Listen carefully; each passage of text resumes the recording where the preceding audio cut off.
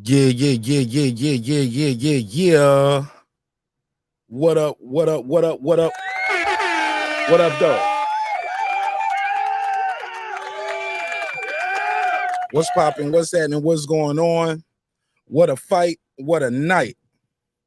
Here we go. Here we go. Here we go. Tank Davis. Still undefeated. Victorious against a very game Ryan Garcia. At the end of the day, it was a body shot. It was a body shot. It was a beautiful body shot that did him in. Oh my God, we got to open the phone lines up. We got to talk all about it. We got to talk all about it. It's your man Martin Nash breaking beats. Man, oh man, oh man. What did y'all think of the fight? What did y'all think of the fight? Let me make sure I got the phone lines open. Oh my God. Round 7, he called it. He called it yesterday. Called it in the fighting meeting. Round 7. Ryan Garcia made some fundamental mistakes in there. He did have some success in there, landed some good shots on Tank Davis, but at the end of the day, it was not enough. Let me open the phone lines up, put this phone number on the screen. We're going to talk all about it. We're going to talk all about it. Tank Davis, Ryan Garcia. We'll talk about the undercard as well. What did you guys think of the undercard? Was the undercard underwhelming? Yeah, a lot of things happened in this fight. A lot of things happened in this fight, even though it was only 7 rounds. It was a pretty good fight, man. I enjoyed it, man. I enjoyed it. Phone lines are open, 404-692-1766, 404-692-1766. Call in, let me know what you thought of the fight. It's your man Martin Nash. Shout out to the homie Stitch Duran who watched the fight with me, man. That was super dope. Matter of fact, let me run this intro. Got to start the show off with the intro. Let's get it. This that squad side. This is madness.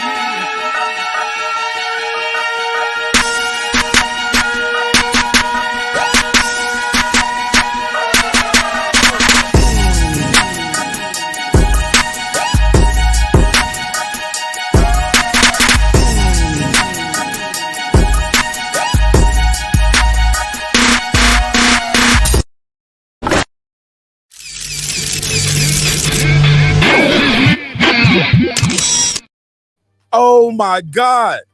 He dropped him twice. Let me make sure I got this phone number on the screen. Oh, yeah, it's at the top. 404-692-1766. Again, that number is 404-692-1766. What went wrong? What went wrong? Everything that can go wrong went wrong right there. Oh my goodness. What's next for Tank Davis? Do y'all think he can be Ryan? Would y'all want to see a rematch? Do you need to see a rematch? Would you want to see him fight Devin Haney next? Shakur Stevenson? What's next for Tank Davis? Let me do a super chat real quick. Shout out to Julio Guzman. He said, thank you for exposing that overrated, overhyped, one-dimensional social media creation. Damn, tell him how you really feel, Julio. Shout out to Julio. Let me give him I got 5 on it. Julio Guzman also said Garcia next fight is going to be versus KSI. Damn. Oh, man. All right. I'll give you the $2. You give him the $2. All right, pay him the $2. Oh, pay the $2. Okay. All right. What a fight. Shout out to Julio Guzman for sending in the super chat. Julio Guzman also sent another. He said, I meant to say thank you, Tank. Shout out to Julio Guzman. He must have won some money on this. I'll give you the $2. You give him the $2. All right, pay him the $2. Oh, pay the $2.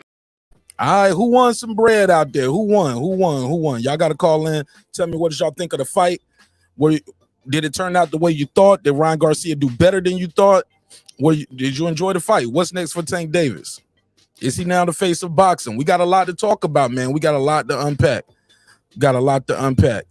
Taylor Bell said no rematch. Shout out to Naughty Zay. Naughty Zay said, I thought Ryan had a chance. He had no chance. Oh man, put a case on it. Man, he did touch Tank up with some good shots, though. He did land some good shots. His best wasn't good enough. Stephen Brinley said it went like I expected. Shout out to Stephen Brinley. Evan Duncan said, y'all think Shakur and Devin can stand that power? Shit. Gotta catch him clean like that. Let me see. Let me get the call. 203, you on the MIC. 203. Tell him your name, where you from. Unbiased fan, man. Put a case on him, man. Talk to me. What you think of the fight, bro? It was kind of, it was okay, I guess. It was cool, you know. I'm glad I didn't pay 85. I'm glad I only paid 60. Yeah. Undercard was very underwhelming.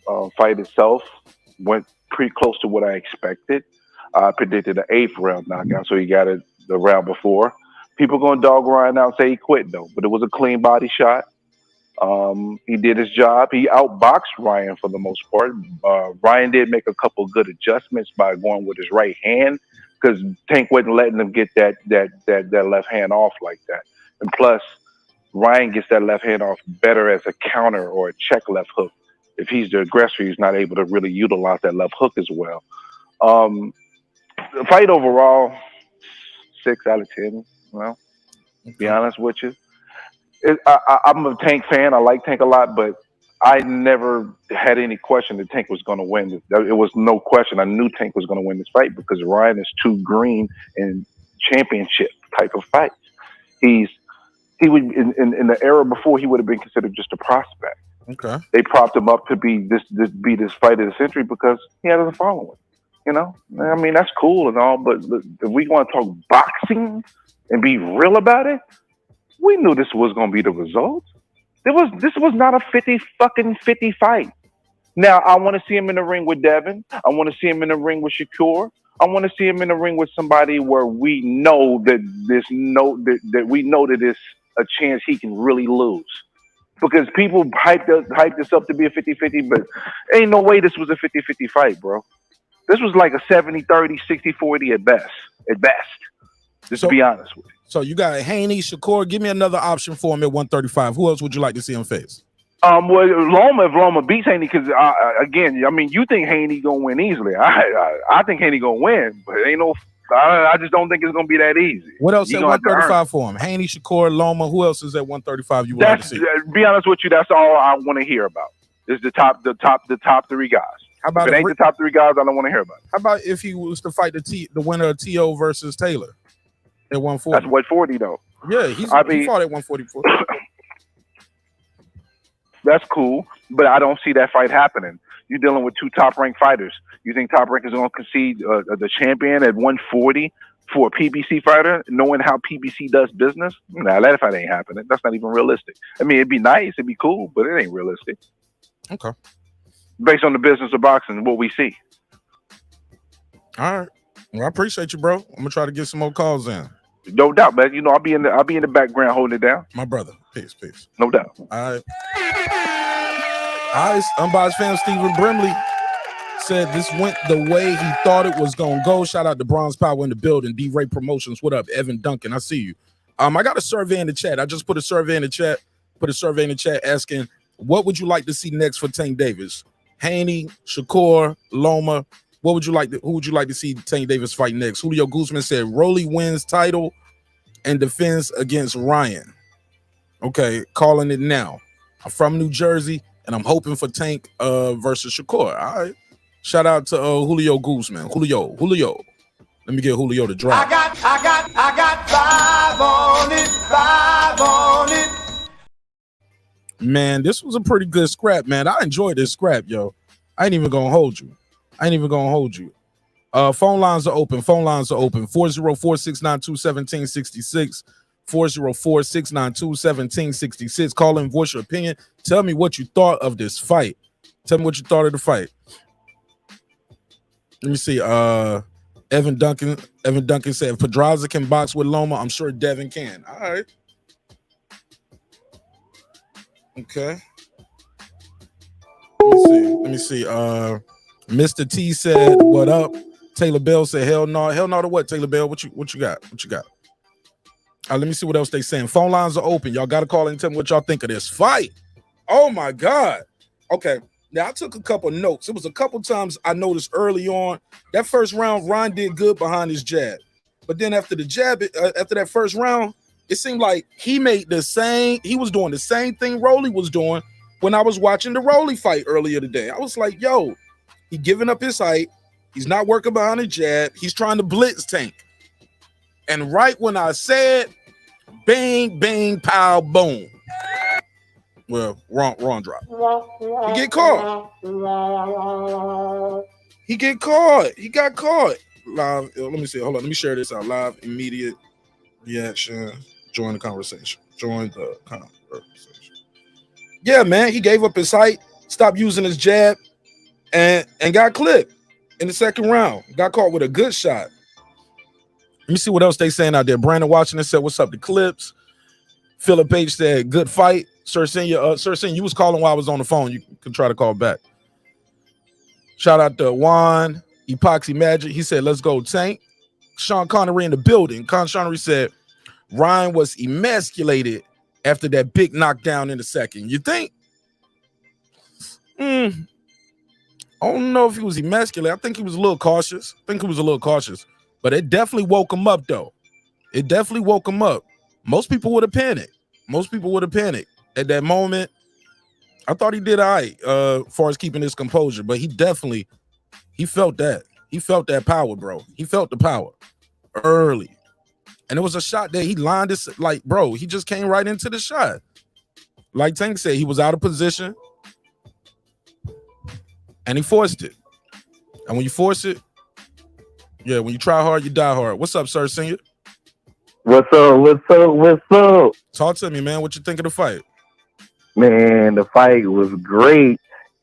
It went down how I thought it would. In 7 or 8, he said 8 is too late. I said, all right, Tank, go ahead and get it.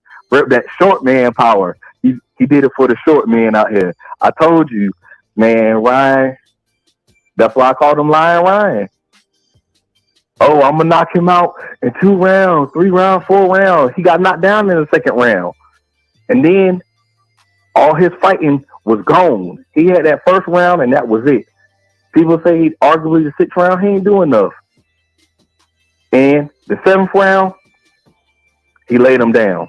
I was telling my wife earlier, I said, you can get big all you want. Eat candy, drink water, even get your muscles the right way.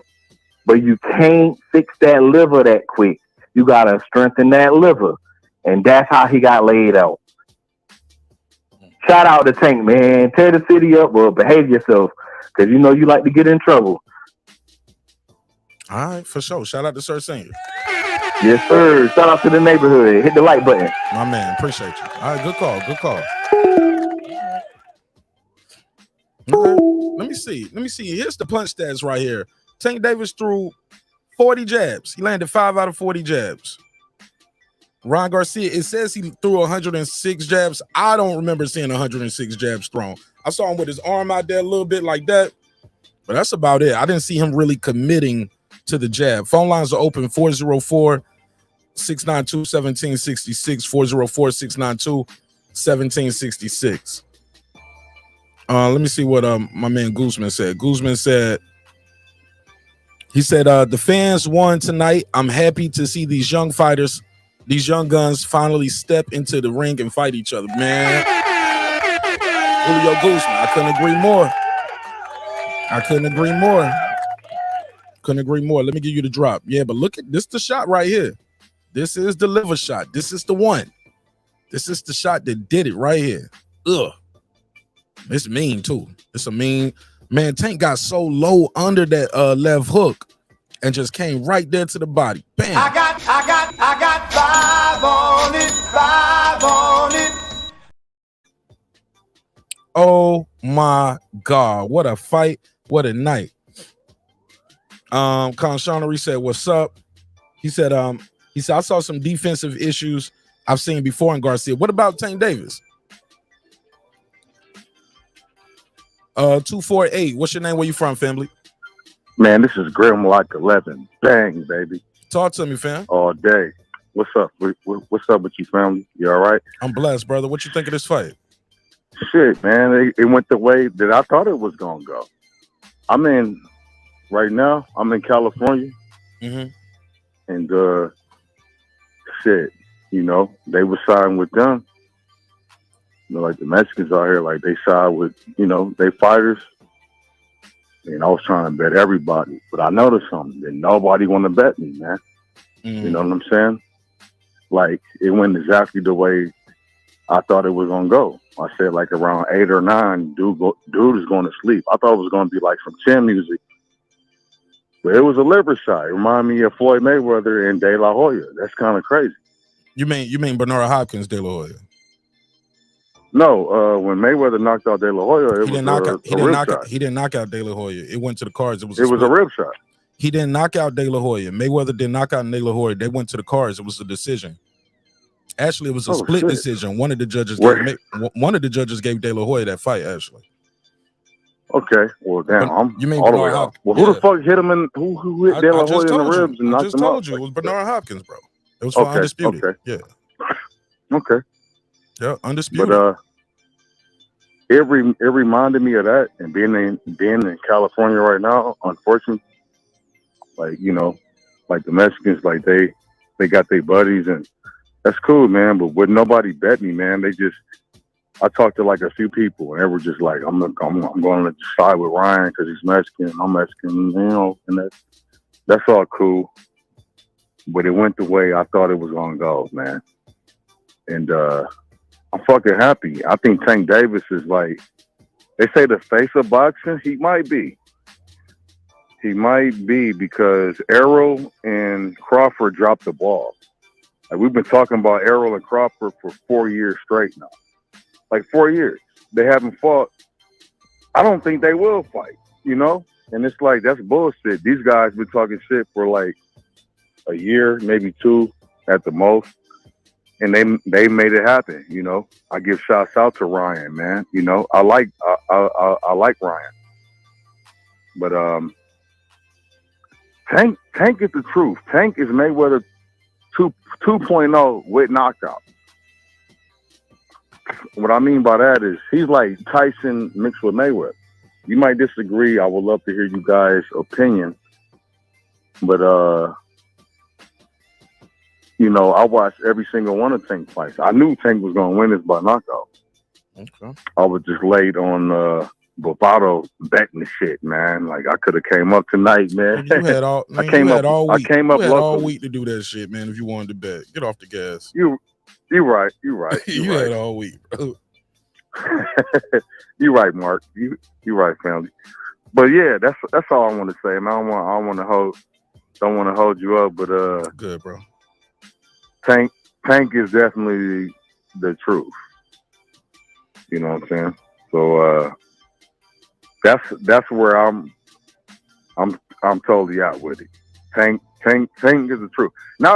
But you know what? I think Ryan Garcia had a lot of hype behind him. We haven't seen him fight nobody, and he's known for ducking people, and we see why he's known for ducking people. What you mean? I mean, he ducks people, bro, for years. Like Ron Garcia is an internet dude. Like I don't want to call him a Jake Paul. I'm not gonna like stoop that low. But well, he didn't have to take this fight, man. He definitely didn't have to take this fight. He made a lot of concessions. I'm glad he did, though. Definitely need a shot in the arm. And what do you want to see next for Tank Davis before I let you go? Next for Tank Davis, yeah. I think he's calling out Haney. I would love to see that. I'm not a Haney believer. I would love to see him put him to sleep too. Silence that and just take over. You know, some people talking about Tank moving up. I think he's cool where he's at. But, you know, that's a different topic. I would like to see him fight Haney, man. Haney or Shakur. Get them out the way and just prove that he's the best. I totally believe in Tank. I always did, man. You know, that dude is fucking crazy, man. Pardon my language. The dude is that dude's a real fighter, man. He can fight you anyway. You want to fight, you want to brawl, you want to play a chess match, whatever, man.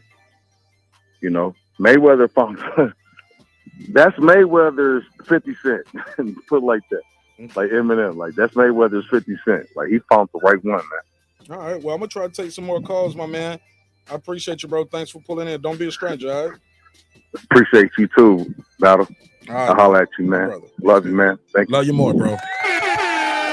Salute, salute. Let me see if I can call this guy back. I think that was Uncle Shelton who was trying to beep in. Let me see if I can get him back on the line.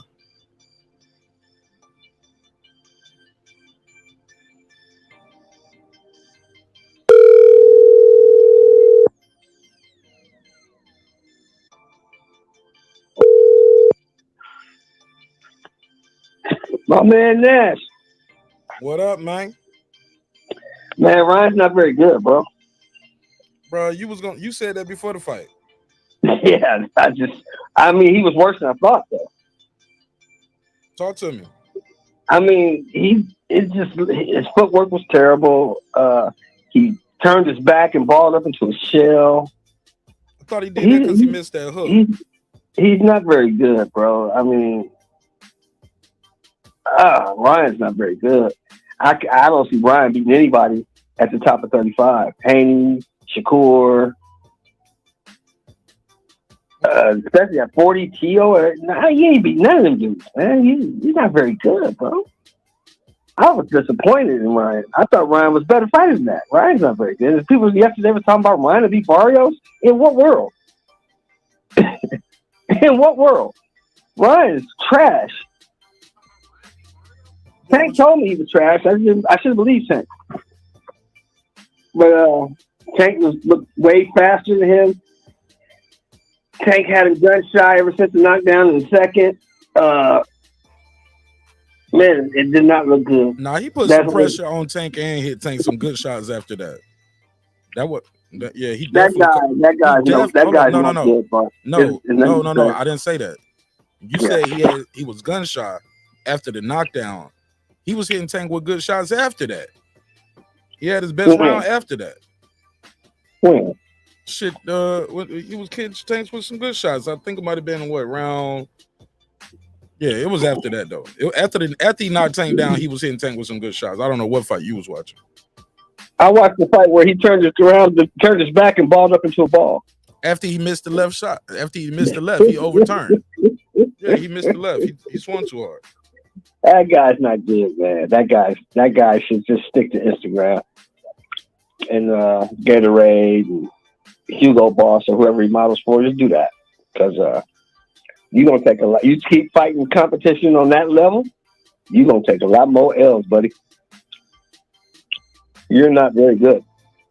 You got anything else you want to add to it? Nah, that's it. He sucks. Appreciate it. Let me take this next call. Thanks, bro. All right, bro. All right. Caller, what's your name? Where you from? My name's Jordan. I'm from Melbourne, in Australia. Okay, Jordan from Australia. What's up? Talk to me. What's up, man? I'm just listening in right now. I thought I'd just call. Talk about Tank. Talk to me. What you think of the fight? Man, I thought it was a good fight, man. I'm not gonna lie. I think it was second round. Had me nervous because Ryan was coming out swinging crazy, but after Tank caught him, he was reluctant, and he got him to the body. It was a great shot, bro. Okay. Great shot. What you want to see next for Tank Davis? Man, I have no idea. Honestly, I like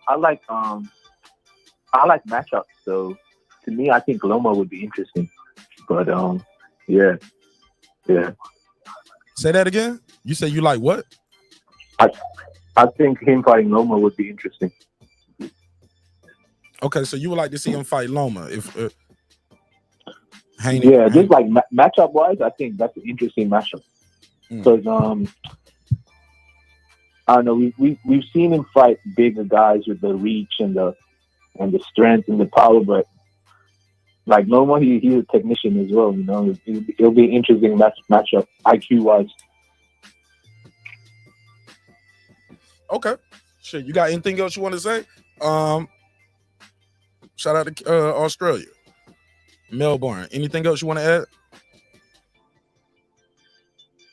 No, man, that's all. Appreciate the show. Man, appreciate you. Shout out to Australia, man. Peace. Later. Shout out to Jordan in Australia. All right. Phone lines are open 404-692-1766, 404-692-1766. Shout out to everyone in Australia, Canada, the UK, America, everybody. Appreciate y'all. Let me see who's next on the line. 831. What's your name? Where you from, family? This is Tony from Sacramento, California. Tony from Sacktown. Talk to me, man. What you think of the fight tonight? I think Ryan was too impatient, and I did say Tank was gonna win, and he just got too impatient. He went in too quick, and that was his downfall. Go ahead. You said that was his downfall. What you want to see next for Tank Davis? Tank Davis versus Devin Haney for the undisputed. Okay, you want to see him versus the winner of Haney versus Loma. All right. Yeah. Okay. What'd you think The of problem is, go ahead. the problem is, who's going to be the A side? Is the champion going to call the shots, or is it the superstar who's going to call the shots? Okay. Put a case on it. Hey, look, they said they ain't doing no rehydration clauses. No, Devin ain't going to do no hydration clause. No. Nah, he ain't gonna do that. No, hell no. Okay. Let's see what else. What was the? It was a body shot that he got him with, right? Yes, sir. It was a good old body shot. Yeah. All right. Appreciate you, Tony. Yeah, that's it. That's pretty much it. My man. I'll see you on the next one. You're more than welcome to call back. All right. 843, you on the MIC. What's your name? Where you from? Man, it's your boy D Jones, man, live from South Carolina, man. D Jones in South Carolina? Man, you already know. Talk to me, man. What you think of the fight tonight? Man, Tank the guy, man. I knew that from the get-go, though. Talk to me. You got some background noise, D Jones. You got the TV or something my on in the bad. background. You get me now? I can hear you. Talk to me. What you think of the fight? Yeah, man. Tank the GOAT, man. I already knew Tank was going to win, man, from the jump already. What you think of that body shot to the liver, man? What you think of that liver shot? Man, he fragile, man. Garcia just fragile, man. Okay. Shit, I thought it was a good shot. I thought it was a good shot. For sure. I think he would have dropped half the division with that shot. Garcia wasn't expecting that, man. He wasn't. Yeah, I think he would have dropped half the division with that shot, bro. I ain't even gonna hold you. For sure. And then when he got knocked out, man, I already know Garcia was already on the ropes for sure. All right. You got anything else you want to say? Yeah, man. Like I said, man, South Carolina from here, man. I like what you're doing, man. I continue to do what you do, man. I'm gonna keep watching you. I've been watching. That been me watching you in the background on YouTube. Oh, okay. Okay, for sure. Hey, when was the how did you who would you want to see Devin? I'm sorry, who would you want to see Tank Davis fight next?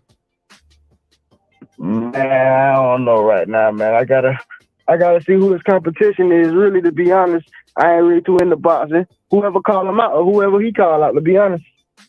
Fair enough. Appreciate you, man. See you on the next one. All right, for sure. All right, peace. 609, you're on the line. What's your name? Where you from, family? Jim, New Jersey. Jim, New Jersey. Talk to me. What you think of the fight? Oh man, I called that one wrong. I Tank Davis, boy, I'm telling you, he showed me something. I mean, he always had something, but boy, I thought Garcia slowed down. I guess he was afraid of that knockout. It was a good fight, but hey, props to Tank Davis. I had Garcia all the way. All right. So you said you saw that one all the way wrong. Who would you want to see Tank Davis fight next?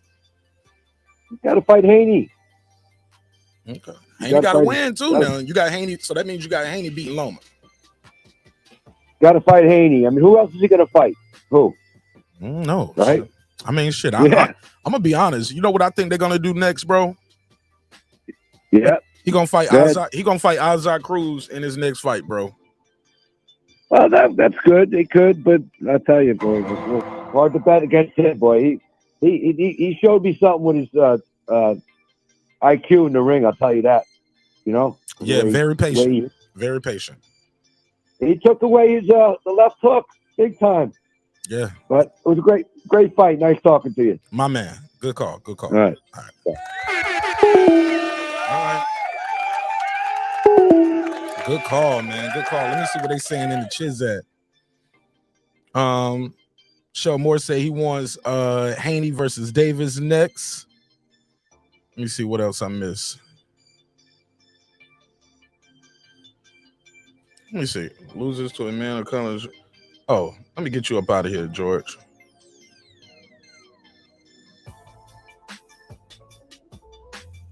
Get George up out of here with all that racist shit. 818, what's your name? Where you from, family? Food Revolution. What up, Mark? Foodie with the beauty. What you think of the fight, What sister? up, man? What you think of the fight?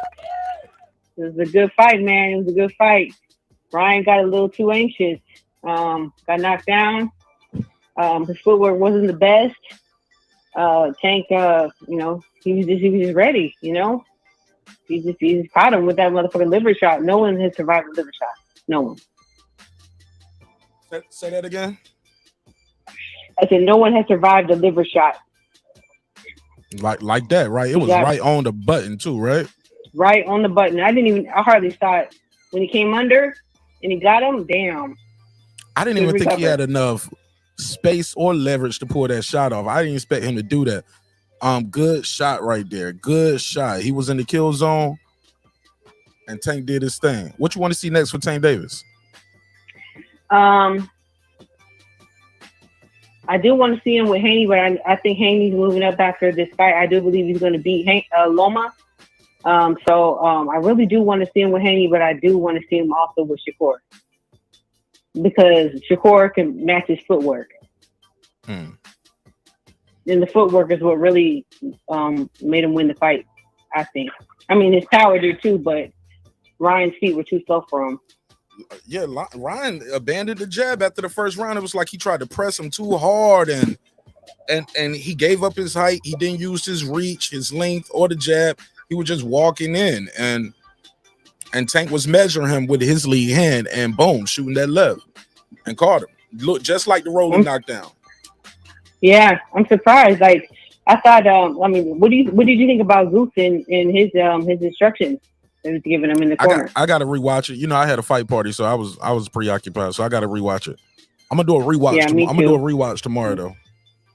Okay, I'm gonna try to catch that. All right. Well, all right, yeah, but good job to both men. Good job. Yes, ma'am. All right, peace. Okay. Shout out to Food Revolution. 410, you got the flow. What's your name? Where you from, family? Hey, what's up, buddy? It's Jerry. Jerry the Terror Tasker. The Roach Killer. That's right. Raid. Talk to me.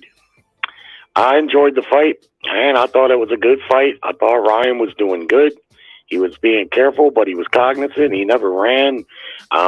He took a hell of a good shot there in the second round that a lot of fighters probably wouldn't have got up from. But he showed a good chin there and got right up. And the fight was a lot of anticipation there, you know, because very well could have ended with Tank catching a body shot like that and not getting up.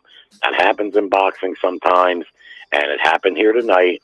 But, you know, and Tank's power, I mean, that everybody knows. I mean, the guy, I've never seen a puncher below 140 like that. I mean, he's a devastating guy. Even that hook, or even that straight left that Ryan got up from, I mean, he uncorked that thing with like a lightning bolt. Boom. So, yeah, man.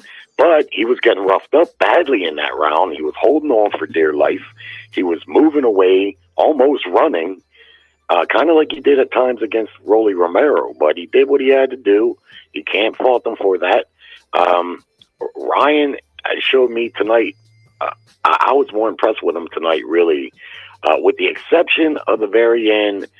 And again, you know, it's kind of like that fight a couple weeks ago with Fondora where he didn't get up. Ryan just took that full 10 count and he didn't make an effort to get up.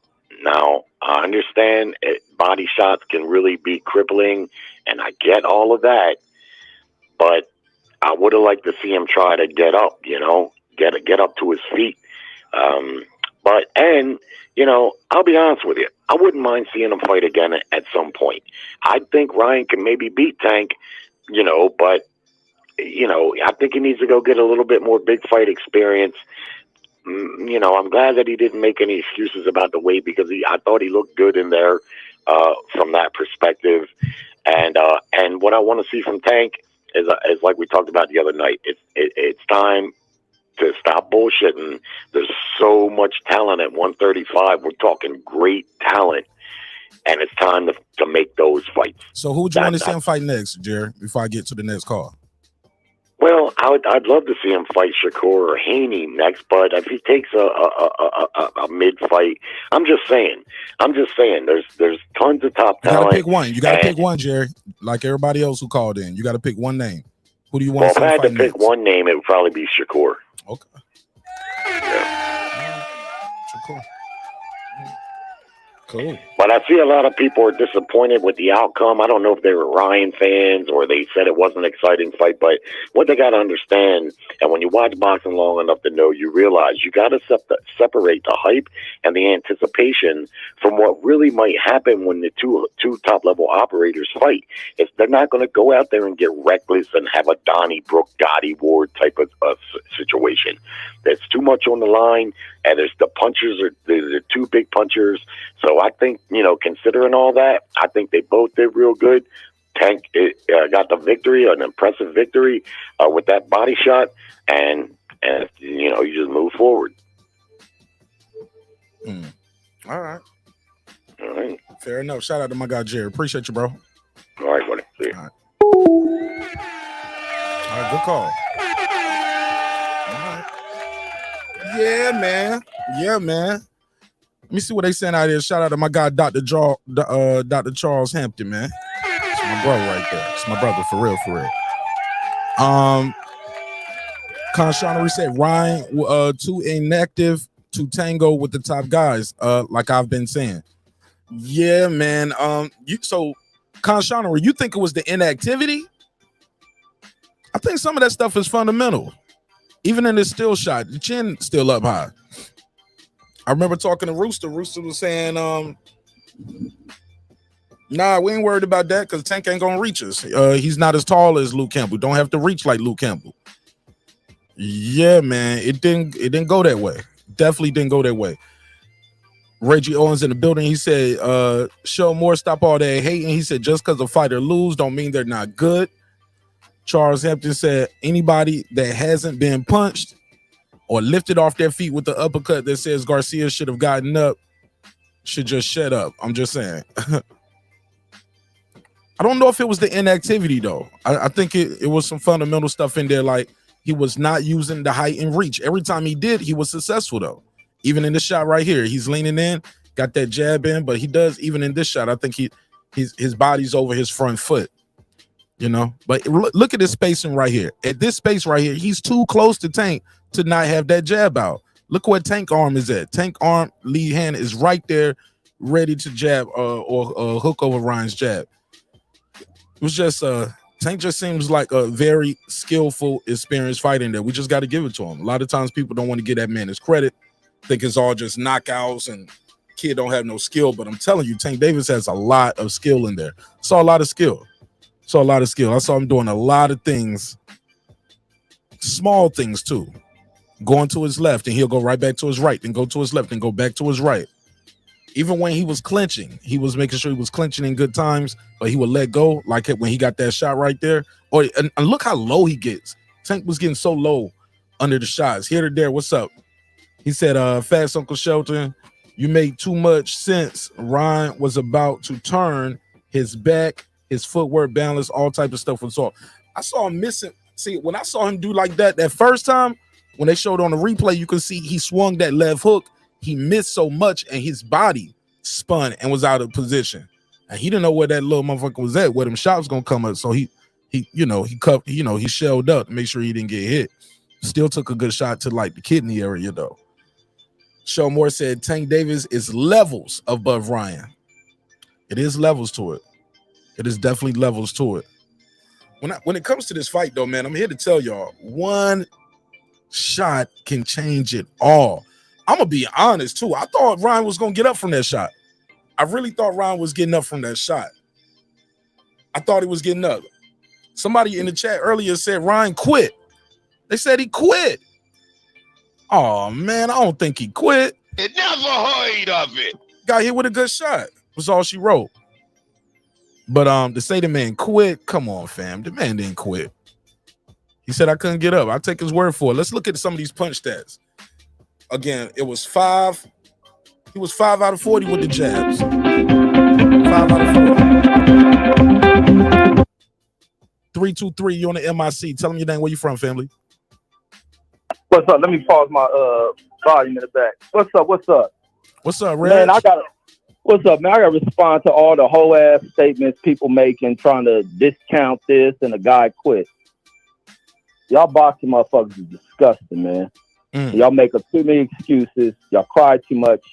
And they got girl cheerleading out there that's televised on TV. Some of y'all should watch that shit. But this is a good fight. Great victory for Tank Davis. Proved me wrong, but Ryan also showcased a lot of what I thought he was going to do, and he did a tremendous job in that ring. He stood up, made Tank work for this victory. Tank showed a lot of high-level thing. That's the one thing I was watching and just impressed with what Tank was doing.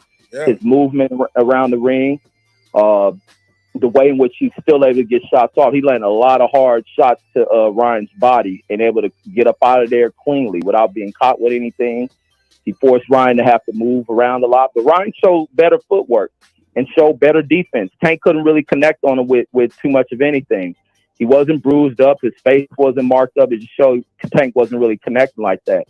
Tank dropped him with that shot where he stepped on the inside and was able to throw that left hook. Tank can throw tricky shots, especially gets underneath on you, do that left hook, and able to drop Ryan. Really just having his feet out of position as he knocked him back and causing a knockdown. But Ryan got right up from that shit and walked right back at Tank. He walked right back at him. But in that round, I could not give a 10-8 round for Tank in that round because Ryan was just too dominant. And Tank was hurt a couple of times in that round. It showed where Tank was out there reaching to grab him. I thought Tank was going to go down, to be honest, in that side of that round. When he had him in that corner, when you talking about when Ryan caught him with that right hand or something, he caught him with like some good shots in the corner. This after the knockdown. That's why I was like, when people say he was gunshot after the knockdown, I was like, he hit Tanks with some good shots after that. Yeah, he was like Tyson Fury after he got dropped in that first fight to Wilder. He got right back up and walked that Tank because Tank was still hurt. Tank was hurt in that round. I don't know what people want to ignore, but Ryan was putting a lot on him, and that's why I was like, it was too dominant of a round to say that's a 10-8 round for Tank Davis. I can't do that. I don't know if the judges did on it, but going on from that. Even in the third round, he still tried to fight, but Tank started to really get his work off. Tank started moving forward at him, touching him up with good shots. But Ryan did a lot to protect himself from, taking too much damage. That final shot, and I'm going to end with this one, so I don't hard the line. That final shot was a good punch thrown by Ryan, but better selection from Tank. Like, I didn't even see what punch he hit Tank with. I mean, what Tank hit him with. I didn't see that. I saw Ryan connect with the shot to his head as they show it, but I did not see Tank land anything. I'm like wondering, like, what the hell just happened? Yeah, I'm like, what the hell he hit him with? And I thought maybe Ryan threw his shoulder out or something because that's all I seen thrown, but he hit him flush right there in them ribs, and like I say, that's that delayed pain, man. He couldn't, like you say, he tried to get up, he couldn't get up. And Tank in that post fight was like psychological. He was toying with him. He said, "Get up." And Ryan already knew what it was. It was just the way Ryan promoter got stopped by his other promoter. It was beautiful. Great work, beautiful work, great boxing event. Some fans loved it. And what you saw in there was millions of dollars sitting around that ring. I love the embrace that Tank and Floyd had, and it proved all these other scumbags out here who put out content are wanting to see Tank break away from Floyd, do his own thing, and blah, listen to they dumbasses. And it just ain't happening.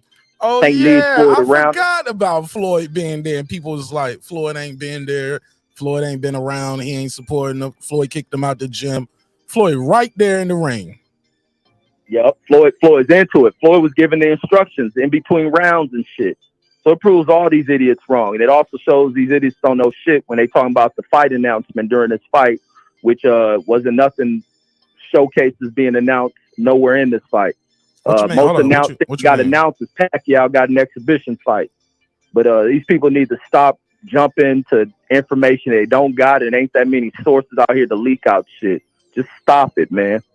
Focus on what's next in this fight game. Stop wishing people break apart. Now, what we did see, as far as a guy who didn't take mentorship from somebody they should have took it from, rather than thinking they above everybody, is Adrian Broner ass, who can't even show up to his own damn press conference.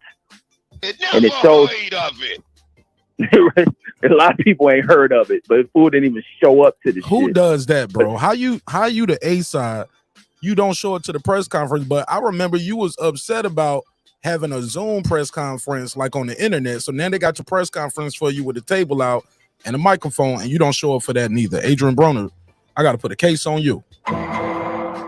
Yep, and put a case on that wrinkle banner. You know me and wrinkle banners. I proved you wrong on that. You didn't hold Showtime accountable for their wrinkle banner, and that's Showtime. And they had a green screen of a wrinkle banner. Never heard of it. Play that for me, because I never heard seen of it. I caught you with it, and you was on the chat that day. I put your comment on the screen, and I brought it up another time when you was on the panel and had a screenshot of your comment on the screen. I already knew how. Never heard of it. You BLK Prime employee. I'm trying to spin that bullshit. Nah, I'm holding you accountable. If you got a problem with their wrinkle background, you got a problem with everybody wrinkle background, nigga. No, if you show me, then I'll talk about Showtime. So, like I say, the wrinkle banner they had a green screen of a wrinkle banner. I was like, hold up, that ain't even a real background. Green screen is technology, as long as it ain't buzzing through. You put a green screen of a wrinkle banner. You could have put a green screen that said Showtime or Brian Custer, like anything. No, nigga. Brian Custer. I see that. The other two that stood out. Wrinkle banners. Whatever. Nigga. Reggie's always right about that. Follow where I'm going with it. But once again, this dude AB is another showcase into why you gotta have mentors around you, and especially Tank about to come into a lot of fucking money. I like what Tank said in this fucking post fight. He gonna keep his head down. He gonna lock in, and he gonna continue on, because this kid fuck around, and it's just beautiful to see that shit where he comes from, being a dude who comes from extreme levels of poverty, and then now he's moving into all this type of money. And the one thing is to have someone to teach you what to do with it. You got Al as advisor, got Floyd there, and as flashy as Floyd is, Floyd knows what to do with his money. And there are other people starting to come in line who will mentor him. Magic Johnson, who's great with investing his money. And they just show Tank what to do with this shit. Don't listen to niggas on YouTube. But that's all I got, Mark. I ain't going to hold the line up. You good, bro. All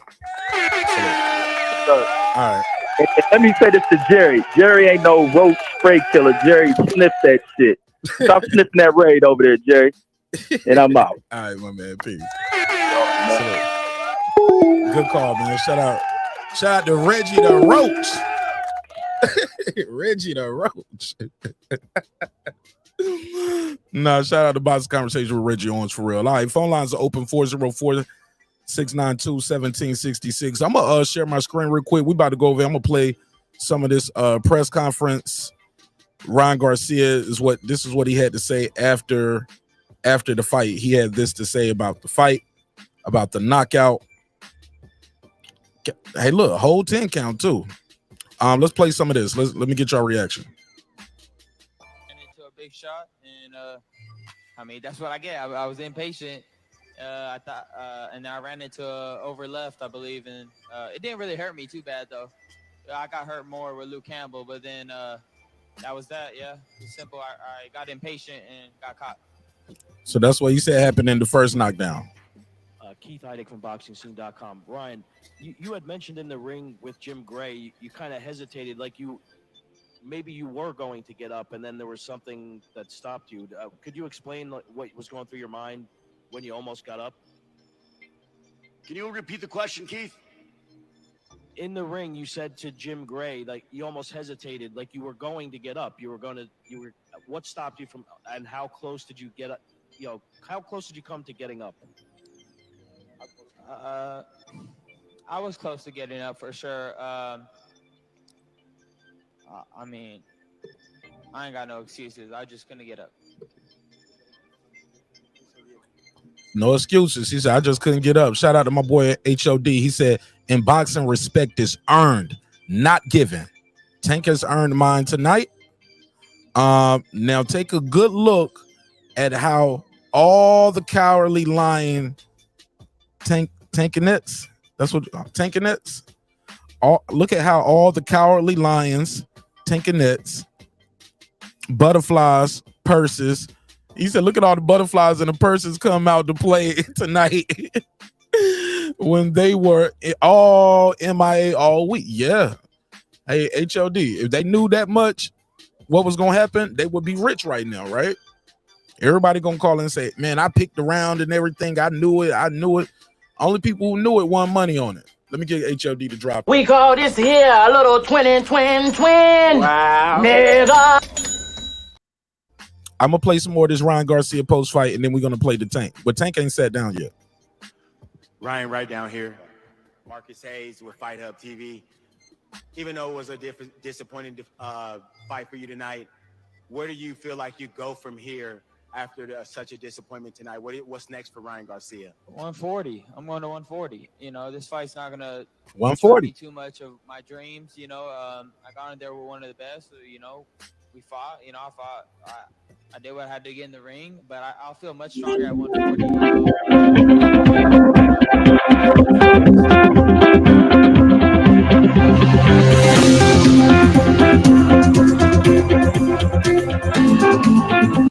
424. You got the floor. Tell them your name, where you from. Puro Sur Central, right now in La Puente, California. Talk to me, man. What you think of the fight? It was a good fight. Fucking Ryan, you know, did what people, a couple of particular guys that thought was going to be the difference was the fucking experience. You know, fucking, yeah, man. Good shit by Tank, though. It was a nice liver shot, bro. Hey, yeah, a lot of people didn't pick the liver shot out of all things to knock him out, huh? No. We did it. Well, the thing is, it's like, you know, pre-fight, we don't know, like, nobody knew how the fight was going to play on, blah, blah, blah, yakety yak, but, like, Tank had to be in the danger zone to land a body shot, you know? So that's why a lot of people didn't pick it. Yeah. What would you want to see next for Tank Davis? Who you want to see him fight next? One opponent. If Devin wins, Devin. Okay. If Devin wins, Devin. All right. Yes, sir. And if he doesn't win, I want to see Ryan versus like a William Cepeda or Isaac Cruz at a rematch would be nice, actually. All right. Well, I appreciate you, bro. I appreciate you, Mark. All right, man. I'll see you in the next one. You open up the panel, or what? You gonna keep it like this, or I'll keep that? I'm gonna open it up in a second. I'm gonna finish playing this part right here. All right, cool. I'll make the excuses then. All right, cool. I feel good. I'm gonna go up and fight this. Even though it was a disappointing fight for you tonight, where do you feel like you go from here after such a disappointment tonight? What's next for Ryan Garcia? 140. I'm going to 140. You know, this fight's not gonna deter me too much of my dreams. You know, I got in there with one of the best. So, you know, we fought. You know, I did what I had to get in the ring, but I'll feel much stronger at 140. You know, or even 140. So I'm gonna feel good. I'm gonna go up and fight the top fighters at 140, and that's what I plan to do. Right back here. All right, so that's what he said. He going to 40. You want to go to 40. The link is out there if you want to pull up. Hey, Ryan, Dan Rayfield here. I wanted to know, you said you felt good and you felt strong. I wondered, was the fact that you had to make the 136 pounds and then only the rehydration up to 146, did that in any way sap you of any power or energy, did you think, in the fight? I mean, from an honest, perception of it, I didn't feel too good. I mean, I felt a little weak, you know, going into the ring. My legs didn't feel too much under me, but once the fight got going, you know, it kind of all came together. So I can't really pin that too much. You know what I mean? It is what it is. I signed the contract, and that's that. And one other Very, very responsible young man right there. I signed a contract. That's that. question for you, Ryan. A lot of people talked about this fight. The winner would become the face of boxing. Jim Gray asked him, Gervonta, about that in the ring. He said it's him now. Do you agree with that, or do you think that because you guys gave the fans this big mega fight, that even if he is the face of boxing, that you're still, with a loss, pretty much right there? Yeah, man. I feel like I'm still a big attraction in the sport, and when moving up to 140, I think whoever I fight is going to be big. So it's gonna be exciting to see where our careers go. Kudos to Gervonta. I hope the best for him, and he's gonna do great things at 135. But I plan on moving up to 140 and doing my thing. Hey Ryan, how's it going, Ellie? First of all, you're a great fighter, a great warrior. The lead into this fight was amazing. What did you and Tank tell each other after the fight? I pretty much just told him he's a good man. He's good at heart for sure, and just didn't want him to think that I really felt any way towards him. It's all business. We sold the fight great, and it was nothing personal. And we're gonna be cool. We're gonna be cool, and it was a great fight. I hope to get a rematch one day. Obviously, I got to pile up some wins, and hopefully we'll meet down the line again. And that's that.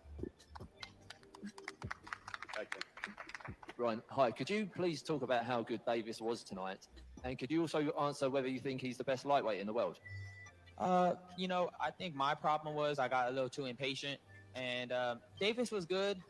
I think he does struggle with activity. I know he caught me with a good shot, but I think somebody that is just a little bit more disciplined than me and has a little bit more activity can give him a lot of problems. But you can't count him out because he has great power. So you just got to be careful with Gervonta and play it smart. I didn't play it smart. I started getting bored in there, and I just started trying to press, and I ended up getting knocked out. So that was my mistake. Right here, right. Ryan, Colin McGuigan for IFL TV. Will you become world champion at 140? I believe so, for sure. Yeah, 140, I feel strong. I feel fast. 140, I'm coming for you. And who would you like to face? All the top guys. Anybody. I know a lot of people are going to want to call me out, so bring them all on. Ryan, right here. Big Yacht Motivated with Fight News. First of all, man, how draining was it? Did it play a factor? Obviously, there was a body shot. And how quick do you come back? When do you plan on returning? How fast? I plan on returning whenever I can, as soon as possible. I want to get back in the gym, start working on my skills, and so whenever I'm cleared to fight again, I'm gonna try to fight. So 3 months I believe it is, and I'll get back to it. Okay. Ryan, you always mention, no puedes jugar boxeo here, Ryan. You always mention that you are really proud of your Mexican blood. Tonight, the arena at some point sounds like a Mexico. What can you tell to the Mexican fans that are yelling, giving you the support? Honestly, at that moment, I felt so proud, man. I never felt that in a fight before, them screaming Mexico. And honestly, it warmed my heart, and I appreciate all of them that came in support. I thank you guys from the bottom of my heart. I try my best as a Mexican warrior, and I try to make you guys proud, and I thank you guys for supporting me in the fight. I do appreciate you. Got 2 more questions for Ryan Garcia. Yeah, Ryan back here. Early on, right here. Early on, it looked like you were jabbing, work from the outside. And like you said, you were trying to push, maybe get aggressive on the inside. What was that like, knowing that it looked like Tank was trying to catch you with something? And why did you feel like necessary to take that risk in a fight of this magnitude? I just wanted to make this fight, a little bit more exciting. Again, that's my inexperience, I guess, at the biggest stage. I definitely messed up.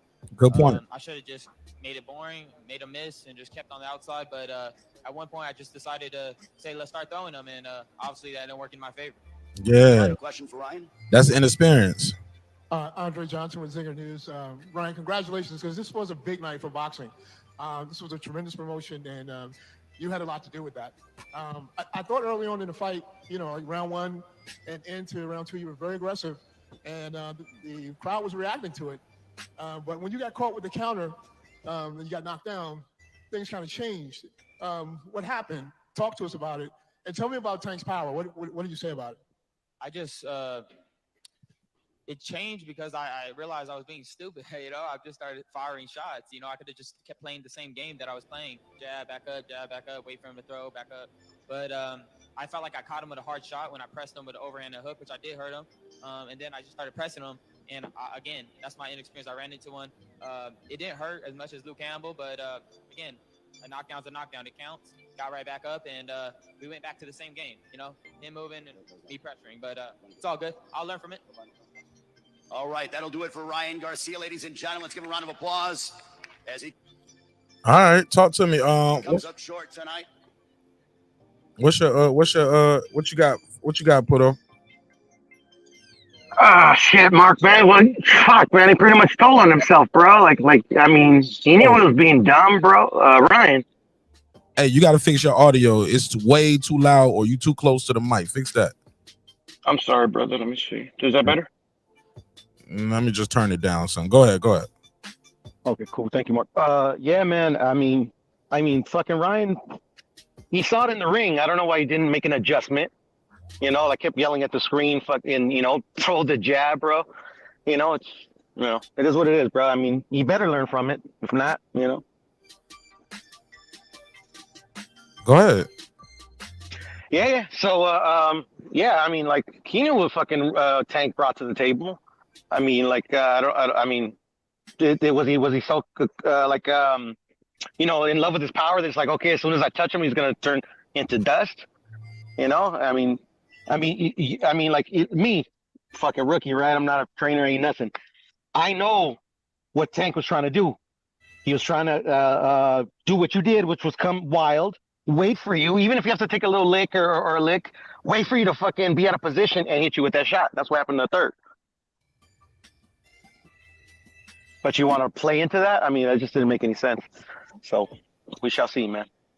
But yeah, I'm proud of Tank though. That was a great win for him, and I'm proud of both of the young men. Finally we got to see two of the so-called four kings, fight each other. First time. One lost. First time, and so like to me, I call them the four queens because they weren't fighting each other. So now these guys have graduated to kings, in my opinion. So they still got two more queens that need to nut up. Nah, they ain't no queens, dog. They grown ass men, dog. And they'll beat I'm you. sorry, Mark. I got to, bro. They compare them to the original four kings, bro. Nah, you ain't gotta like them. You ain't gotta like they moves, but they ain't girls, bro. They grown men. No, I'm not calling them girls, bro. Just literally in the term. Just literally the term. They're the opposite. I'm saying that they're opposite. That's what I was trying to say. If anything, you can say they a prince. Then you know what I'm saying? Like still a man, but you're not a king yet. You get what I'm saying? They're not opposites of each other, though, Mark. Yeah, right? but that's woman, bro. I'm just saying, bro. That shit whack right there. I don't respect that. He's grown ass man. Bro, it's just a word at the end of the day, bro. Yeah, and I said, and I just said what I said. Called kings. I mean, like they can't stand like a little criticism of a queen. I don't know. I understand, but it's all good. I understand. I understand where you're coming from, brother. Not no little criticism calling a man a woman in these climates too. Like back in the day, maybe, but in these day and times. Nah, that is what it is. But Mark, I didn't call them that. I called them queens. That doesn't make them automatically women. Whatever, bro. Whatever you go. However you want to go. That's all I'm saying. I just think that it's important not to gloss over that I call them the opposite of what a king is, not that I call them, female. Whatever, nigga. Yeah, you could have called him a prince. That's a young man before he becomes the king. All right, Mark. Prince. All right, the date of princess. Okay, cool. Oh no, you call him whatever you want to call him. Let me play my next clip. No. You give me all this spiel about now I can call him what I want to call him. But go play the spiel. My bad. My fault. I've been saying whatever, nigga. That's you. That ain't me. Fair enough. Victory over Ryan Garcia. Tank, as we are removed from your victory here tonight, how are you feeling? I'm feeling great. All right, and now I will turn it over to questions from the media for questions for Gervonta Tank Davis alongside his esteemed trainer, Calvin Ford, as well. Questions for Gervonta Davis. Yes. What's up, Tank? This is Skip from Dante's Boxing Nation. First of all, congratulations on a great win. Thank you. All right, got a quick two-part question. First of all, Oscar said that you're going to need a bodysuit because Ryan is going to hurt you to the body. Ironically, you stopped Ryan with a body shot. What's your thoughts on that? And after you answer that, who do you want next? Shakur Stevenson, Devin Haney, or who else? We just got to go back to the drawing board and then we'll see what's the best decision for my career. As far as Oscar saying what he's saying, I guess that was just a part of the game plan to try to get me out of my game plan, saying he was going to catch me with a body shot or whatever, but it's all good. Tank, straight back. It's Dan Rayfield. Congratulations on your victory. My question for you, Tank, is in the build-up to this fight, there was a lot of discussion about which of you was going to be the better man. Obviously, you got the big knockout. I'm wondering, you fought a lot of good fighters through your career. Where does he stack up in terms of the other quality guys that you have faced? And was he maybe a little better than you thought he would be, or maybe not as good? Where as you at? Straight back. Can you say that again? Oh, that's Dan. Yeah. What's going on, Dan? I was watching your fight. I'll repeat the question. In the build-up, you guys, there was a lot of question. Who's winning the fight? You obviously won by the knockout. And I wanted to know, Is he the best fighter you have faced? And if not, how does he stack up with some of the other quality guys that you have been in the ring with? I would say he the best fighter is Pedraza probably. I say the best fighter. Definitely. We was feeling we was going off each other's energy in there. I say that we was actually talking in there, and you know what I mean. And it was fun. It was fun while it lasted. You know what I mean. I enjoyed. Yo, he said it was fun while it lasted. All right, I'm sorry. Yo, I'm sorry. I say that we was actually talking in there, and you know what I mean. And it was fun. It was fun while it lasted. You know what I mean. I enjoyed every moment of it. So. And I know that the fight is over now, and it's fresh in your mind, and your next fight's not going to be planned for a little while. But coming off this big, huge victory against a very big name like Ryan Garcia, is it anything in your mind about the type of fight or the type of opponent or the division you'd like to fight in next? Not right now. Just Good just shit. going back to the drawing board with my team and everything. And I wish you. I hate that though. I'm gonna play some more of this. Puto, I hate that he didn't say. I want the top guy. I want Devin Haney. What's up? Because I remember he had told Devin Haney before the first fight, if you win, I want him next. I want Devin Haney. Now, then Devin fights him again. We know Devin got a fight in May against Loma. You just fought this guy right here. Like, he's gonna be free and clear. You're gonna be free and clear. I wish you would have kept that same energy right here and said, yo, I want Devin Haney next. That's what you said before when both of y'all had a fight coming up. Like, why not say that now? That's my only thing. I'm gonna play some more of this. I think they ain't got a lot of questions for him. Then we're gonna react to it. we sit down and we make a decision as a team. You know what I mean? Can't really say right now because I just fought, but I'm gonna try to rest. You know, I fought twice. I'm gonna try to rest and hopefully we'll come up with a good game plan in the next couple months and head on again. Gervonta Keith Heidick from BoxingScene.com. Congratulations. Earlier in the second round, before you knocked him down, it seemed like he might have caught you with a shot. Can you tell us kind of what happened in the beginning of the round when you kind of held him a little bit after that? He caught me with a shot? It seemed that way. With the brick hand. Was his right hand or something? I think so, yeah. Yeah. I mean, it's boxing. You know what I mean? He probably caught me with a good shot. It was no shots that caught me today, and I felt like I was in trouble. You know what I mean? I just stay calm. Yeah. I felt like he was more anxious than me. You know what I mean? When you have somebody like that, you want to stay calm at all costs because you don't want to make a bad decision. And that's what he did. You know what I mean? He came in and he was rushing and then he ran into a shot. So I knew off the get-go, like, I don't want to be that. You know what I mean? I want to stay calm and stay collective and stay humble. Poised, very poised in there. Fight and very poised. I was doing picking my shots. Taking your time. Ride in the top, ride in the way. This question is for Calvin Ford and for Leonard Allerby. I don't know if you guys have taken a look at the scorecards, but in the second round, the round that Tank knocked Garcia down, one of the judges scored it 10-10, and the other two judges had it 10-9. How do you guys feel about that? Oh, that's what Reggie said. Reggie said, I still didn't give. Shit, I didn't know that. That's crazy. My bad. Reggie said, I still didn't give Tank a 10-8 round when that happened. He was like, I thought Ryan was doing good before that, and he was doing good after that. So, but one judge had it a 10-10. How they do that, Puto?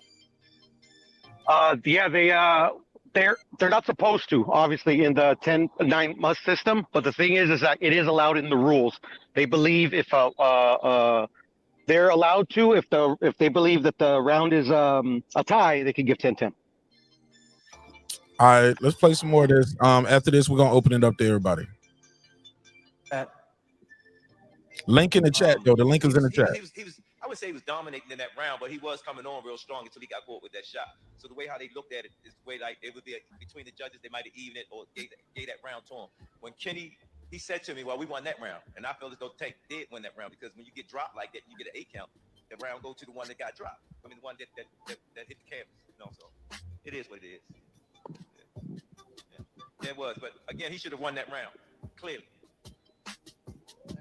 That's crazy. He didn't win the round. Gervonta, Adriana Noriega with ABN Sports and Fox Deportes. I'm here in the back.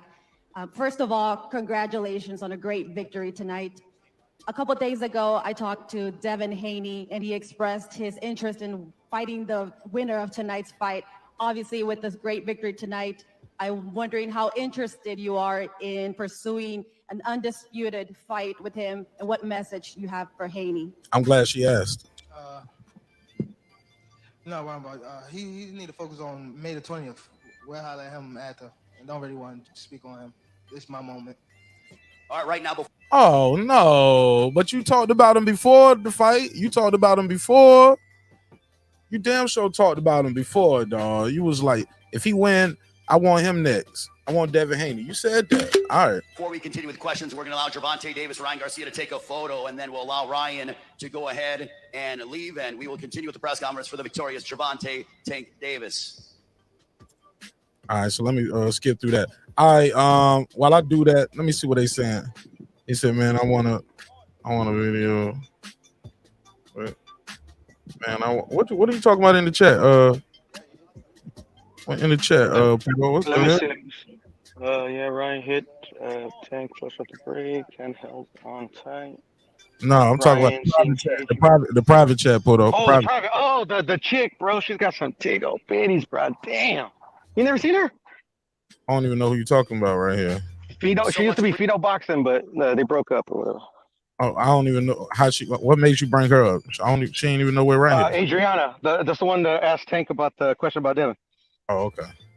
Yeah, that's all. Like, damn, play the Two more video. questions for Gervonta. All right, let me play. Worried about the bet. Hi, Tank. I'm from LA Taco. So I want to talk about how you're going to keep Ryan to his word about the bet that you guys have placed on the Instagram Live. Are you still going to keep it to the book, or are you just going to let that slide? Huh? The bet that you guys had placed, are you going to keep that money in the bag like you guys said? Nah, he can take the money. He can take the money. He can take it. Two more questions for Gervonta Tank Davis. Ronnie Duncan, CBS Detroit. Gervonta, several times right here in the middle. Several times in this fight, you demonstrated your IQ to a superb level. He was turning his back on you at one point in the fifth round. You did a pirouette to say basically you can't do that. When you saw how aggressive he was becoming, was that your cue to turn it on? You knew that that left hand was going to do damage? Nah, he was just I don't know. I just felt like I was like a step, a little like a level above him. You know what I mean? So everything he was doing in the ring, I was already aware of. You know what I mean? Everything. Like I was already aware of like a couple steps before he did it. So I was mostly calm and just let him make his mistakes, and I just, I counted off his mistakes. Yeah. Final question for Gervonta. Tank Davis. Oh, sorry, in the back. Hi, Michelle Joey Phelps with Behind the Gloves. Drake bet $1 million on you. Damn, you wasting the last question to talk about some damn Drake betting $1 million. Come on, shorty. You know what I'm saying? That's what the other lady. I hear you, bro. The other lady asked the question about keeping Ron's money. Y'all got one question. Y'all asking about some bullshit. Tonight, how does it feel to have evaded the Drake curse? No, I need half of that. No, but it's pretty cool to have people like that that believe in me. It make me push harder and stuff like that. So shout out to Drake and the rest of the people that that back me. And it's only the beginning for me. You know what I mean? I have a bright future, and I'm staying humble through it all. And what can I say? We done it again tonight. We got one more question for Tank. I promise. Tank, one more question. Hey, yo, Tank, what's up, my bro? It's Najee from Cigar Talk. Yeah, because she jumped in. She didn't want it. Wasn't supposed to be her next. She just jumped right in. Great win. Congratulations. A lot has been made about you and Floyd's business over the last couple of fights, but obviously he's still here supporting you. We saw it seemed like he said a couple of things to you before you guys started. I just kind of want to know, like, what was the advice he gave you, or kind of what he said to you prior to the fight starting? He just gave me good, great words. He was telling me to stay calm. I always like to listen to Floyd when it comes to big stages like this, because he's the only one that been in my shoes and been like in these type of fights. You know what I mean? So I always try to stay close to Floyd when stuff like this happens. You know what I mean? Just to keep me humble and like have me on the right track. You know what I mean? So I always appreciate Floyd for being in my corner and having my back. Always, you know what I mean? So it's always there'll be love for Floyd Mayweather. All right, as we get ready to let Gervonta Tank Davis go, Tank. So I know y'all feel stupid. Hold on, let me see. He got the last word. Again. Thank you all for coming out. I appreciate everybody. Everybody that tuned in on Showtime with dazn. Please keep supporting me. I fight for y'all. Hopefully, y'all see me in the next couple months. Congratulations to and his entire team. Okay. Talk to me. Thank them motherfuckers, bro, for making the fight, bro. Hell yeah. Absolutely. So it's an open panel. It's an open panel, open channel, open dialogue. Long as we keep it respectful, we can come back and do it again. Emphasis on respect. Emphasis on the respect, yo. You know what I'm saying? Motherfuckers out there putting their life on the line. And we on YouTube, so you know what I'm saying? We ain't about to fight each other, so let's not be up here cussing and calling each other out their name, talking crazy. If so, I'm gonna have to see you on the next episode. That's Lottie Dottie, everybody. What's up, family? What's poppin'? Shelton Moore is in the building. HLD, my boy Puto. Talk to me, man. These dudes went in there, put it on the line, man. They did not have to fight this. They did not have to make this fight. They did not have to fight each other. Could have fought a lot of other people, both guys. Who wants to go first? Actually, HLD, you go first. Who just got here? Everybody else already called in or either spoke before. Go ahead. Mark, man, I'm coming for all the smoke. Man, bro, it was a good fight, Mark. It did show Tank's ability of adjustments and IQ, and much more important, his patience in the game.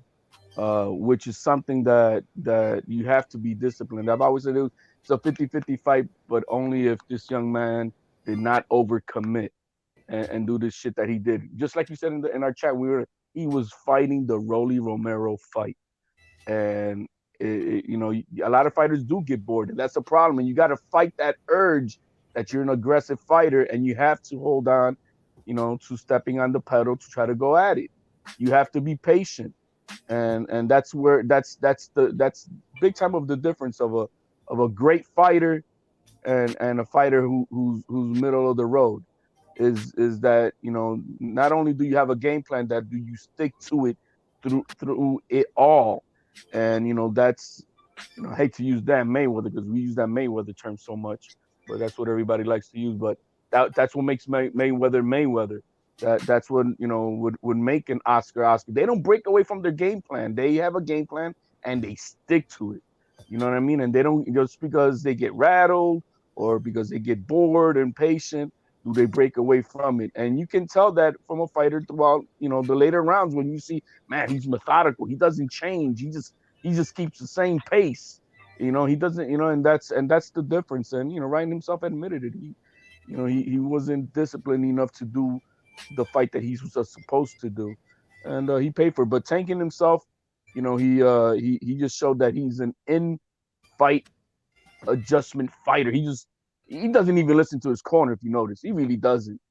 He just naturally knows what to take advantage of at the moment that it happens, and he does it.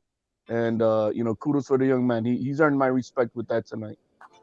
Man, these dudes make the same mistake with Tank Davis, bro. This dude, when he got dropped, HOD, tell me it didn't look like the Rolly shit you and I watched earlier today. Oh, it did. It was exactly the same Hippity Scott, same thing. He was Hippity Scott following him and shit. I'm like, what are you doing? Gave up his height, abandoned the jab, just trying to blitz him, trying to rush in, trying to I just want to get right. You trying to get that perfect distance for the shot and trying to rush him, but the kid too quick. Hey, look, this guy is what? How tall is Tank? Like 5'4", 5'2"? 5'5". He's 5'5". You know what I mean? We give him the 5'5". So he probably 5'4", right? This dude been having bigger guys fight him his whole life. You're not gonna intimidate him by just being bigger than him. He's seen it his whole life. Everybody's bigger than him. You feel me? Everybody's taller. Everybody got the reach. Everybody got the height. They got all these advantages. This dude uses his size to his advantage. He gets even smaller in the ring. And when he gets under Ryan Garcia with this shot and hits him with that liver shot, he was so low under that shot before he exploded with it. But I passed the mic. Show more Puto HOD in the building. Y'all, it's open. Y'all go ahead. Yeah, I'm pointing with that, Mark. I mean, you know what else is to be said? The young man did what he had to do, and he did it. And I got something, man. I just thought, now I'm gonna ask a question. I'm gonna make a statement with a question. Is Tank Davis just that good, or is Ryan Garcia not as good as we thought he was? Because he did not look good tonight. I say Tank is that good, and Ryan is the goods. He's just not disciplined. I think that he has the talent to do what he's supposed to do. He just doesn't have the discipline. I saw athleticism to do what he's supposed. Because when he was on his game, he was kicking Tank's ass. Let's not play. When he was there, he was on him. He was. I don't know what you was watching, bro, and I can't tell you. Man, even the dog is telling you to be quiet. I can't tell you what you was watching because I wasn't there, but he was never kicking Tank's ass. That's what he wasn't doing.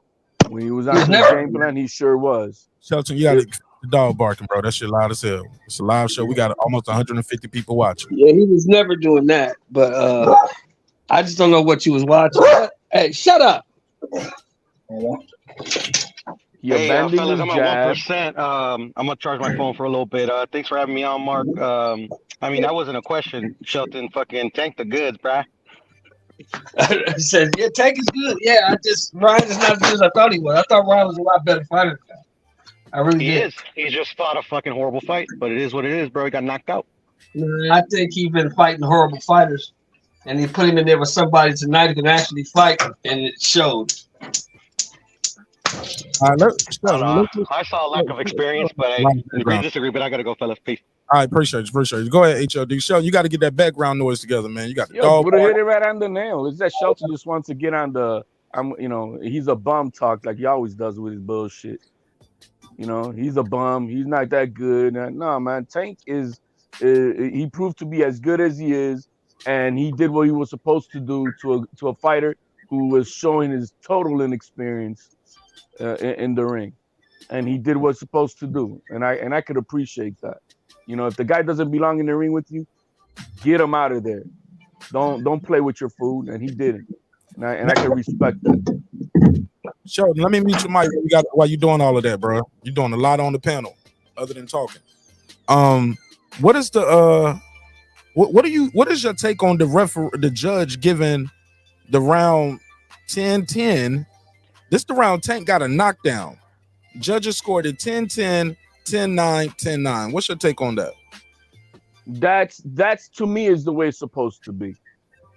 Either if a fighter's winning most of the damn round and you get a knockdown, it shouldn't be. I don't know about the 10-10. I don't know if that's the way. I'm not sure, but I think Buddha just said that that's allowed within the rules. So the scoring itself is the same then. It's 10-10 or 10-9, I guess, because he doesn't take away a whole point away from the fighter. That is what it is, and that's what I had thought when there was another fight that somebody was beating the brakes off of somebody, and because of a last 15-second knockdown, you're gonna score 10-8, and I didn't think that was right. But here it is. They proved it tonight. Not a 10-10 round. Go ahead, show him more. That wasn't no 10-10. You got to get that man his round. 10-9. 10-9. Should have been a 10-9. Yeah, I don't agree with none of that. I don't know what they was looking at. I've never seen a guy get a knockdown and then get a 10-10 round. That just makes no sense. What's the point of it? But I think Buddha explained it last time that if the judge is not 100%, then they could do the 10-10 or the 10-9, which I think the 10-9 should have been probably fair. What's up, Reg? What's up? Salute to those judges, man, because they scored it just the way I said that second round should have been scored.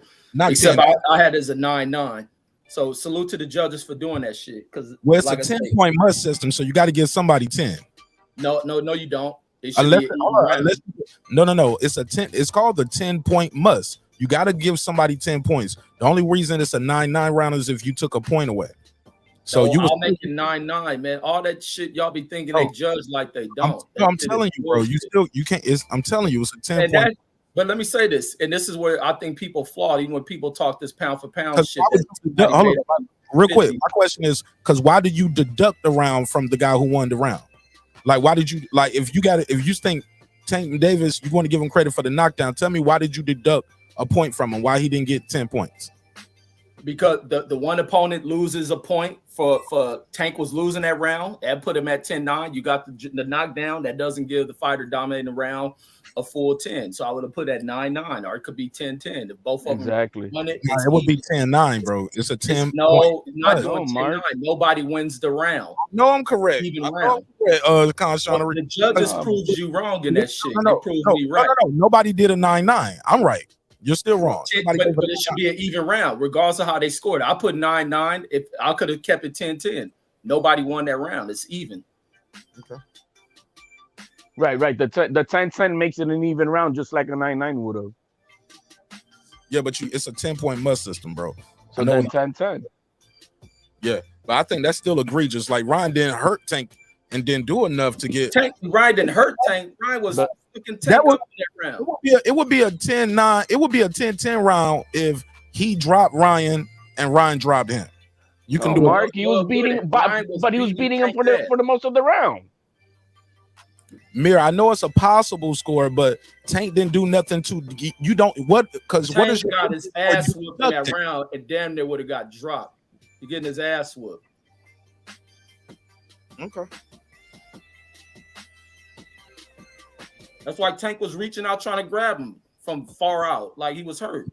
He was doing that a bunch of times throughout this fight. I didn't understand why he was doing that. He did that the second. He did it like in the third round.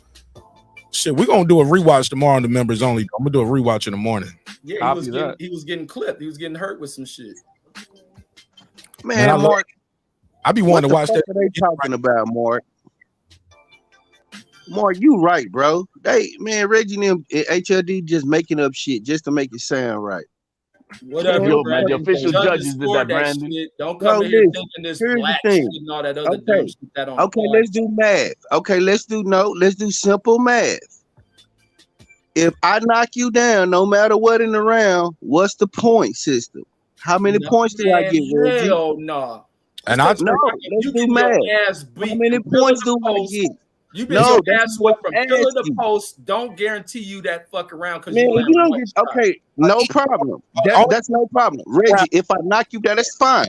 That is what you talking about is perception. I'm asking you something. When I knock you down, how many points is that? 10-8. You just all it is you deduct a point. That's it. Okay, so right now we starting off. That's 10-8, correct?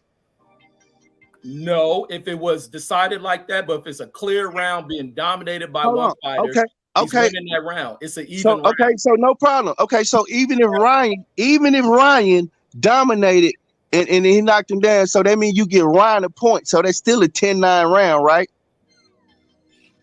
I still can't give Tank the round for just dropping the dude. There ain't no checkmate. And then Ryan get up and still continue to press. Checkmate where? No, checkmate is what you see on all three you just didn't catch it.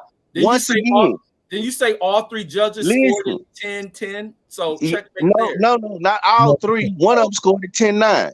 Man, I'm reading this out of the zone right now, man. Who scored 10-9? One scored at 10-10. So you're wrong, Reggie. And the 10 man. You need to learn the rules. I got the rules on the screen. And the winner will receive 10 points, i.e., that's the must.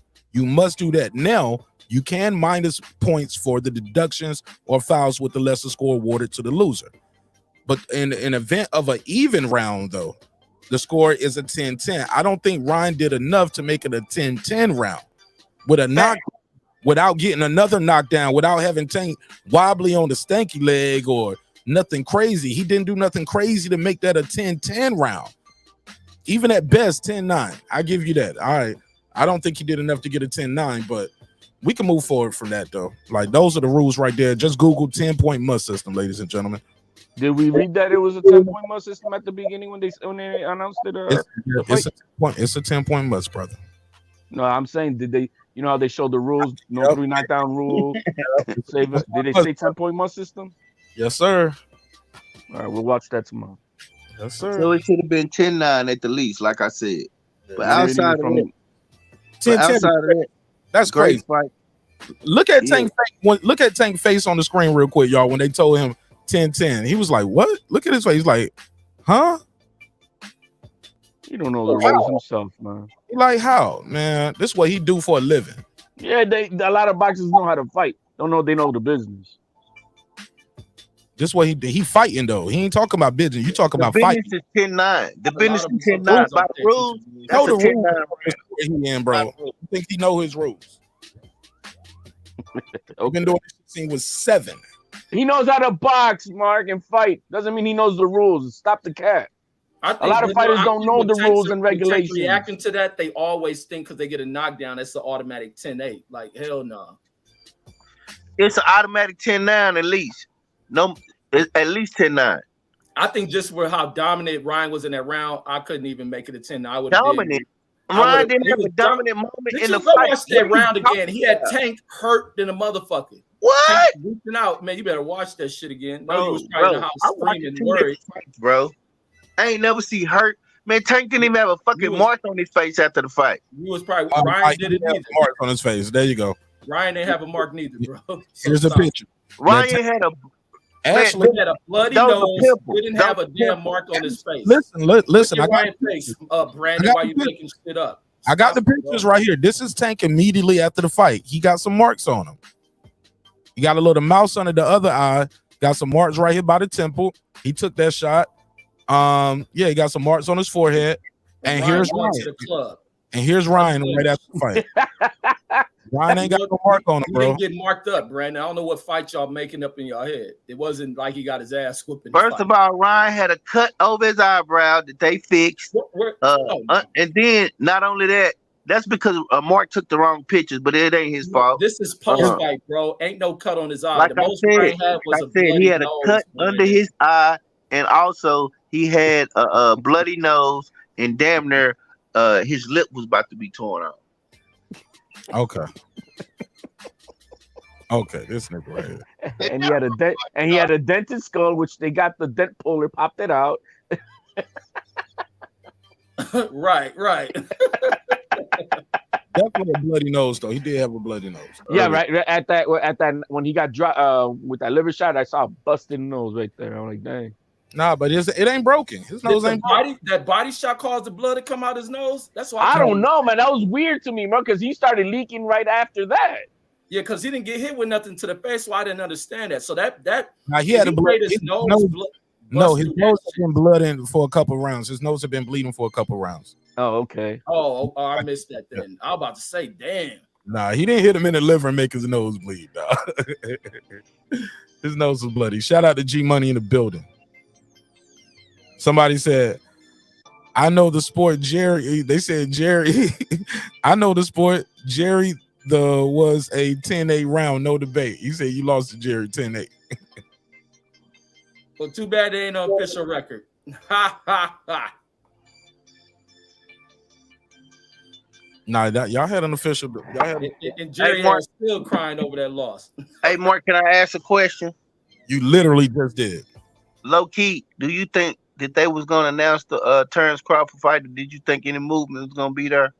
Nah, I kind of got past it when I heard Steven Espinoza say it wasn't gonna happen. Oh, okay. Facts. Yeah.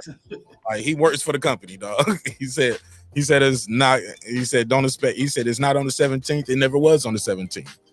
You know what I'm saying? So I believe the people that cut the checks.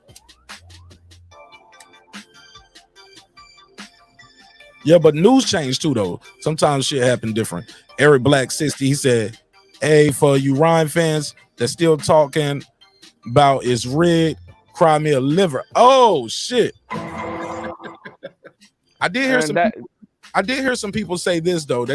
I don't know if y'all saw it in the chat. They was like Ryan cheated.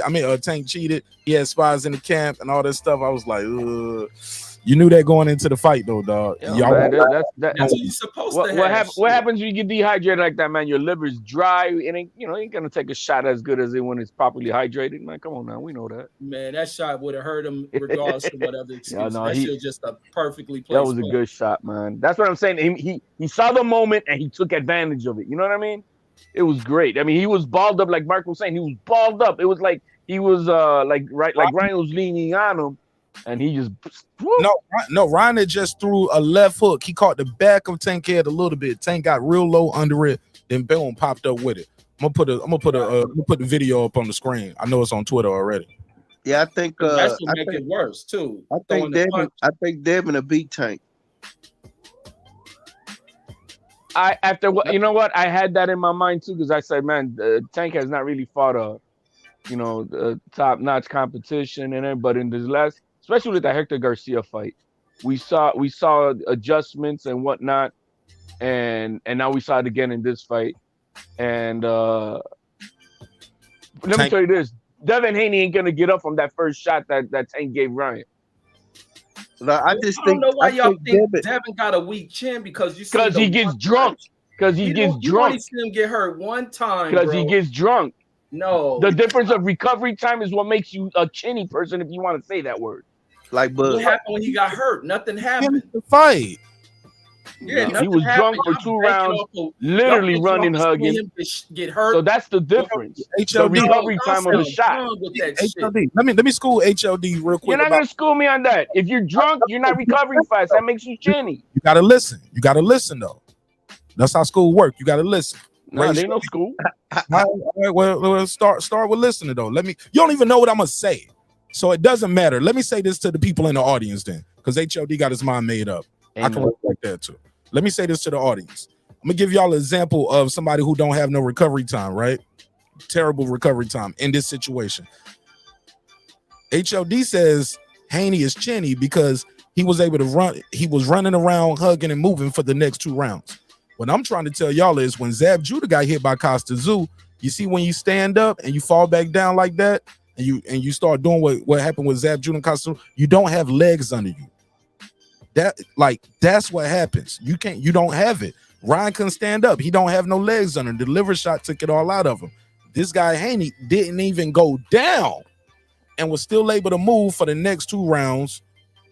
And HLD thinks he's chinny. Mark, you bullshitter using the liver shot. Why don't you talk about the knockdown? The first knockdown. That's what we're talking about. You're talking about he got up from. Man, you capping up in here, man.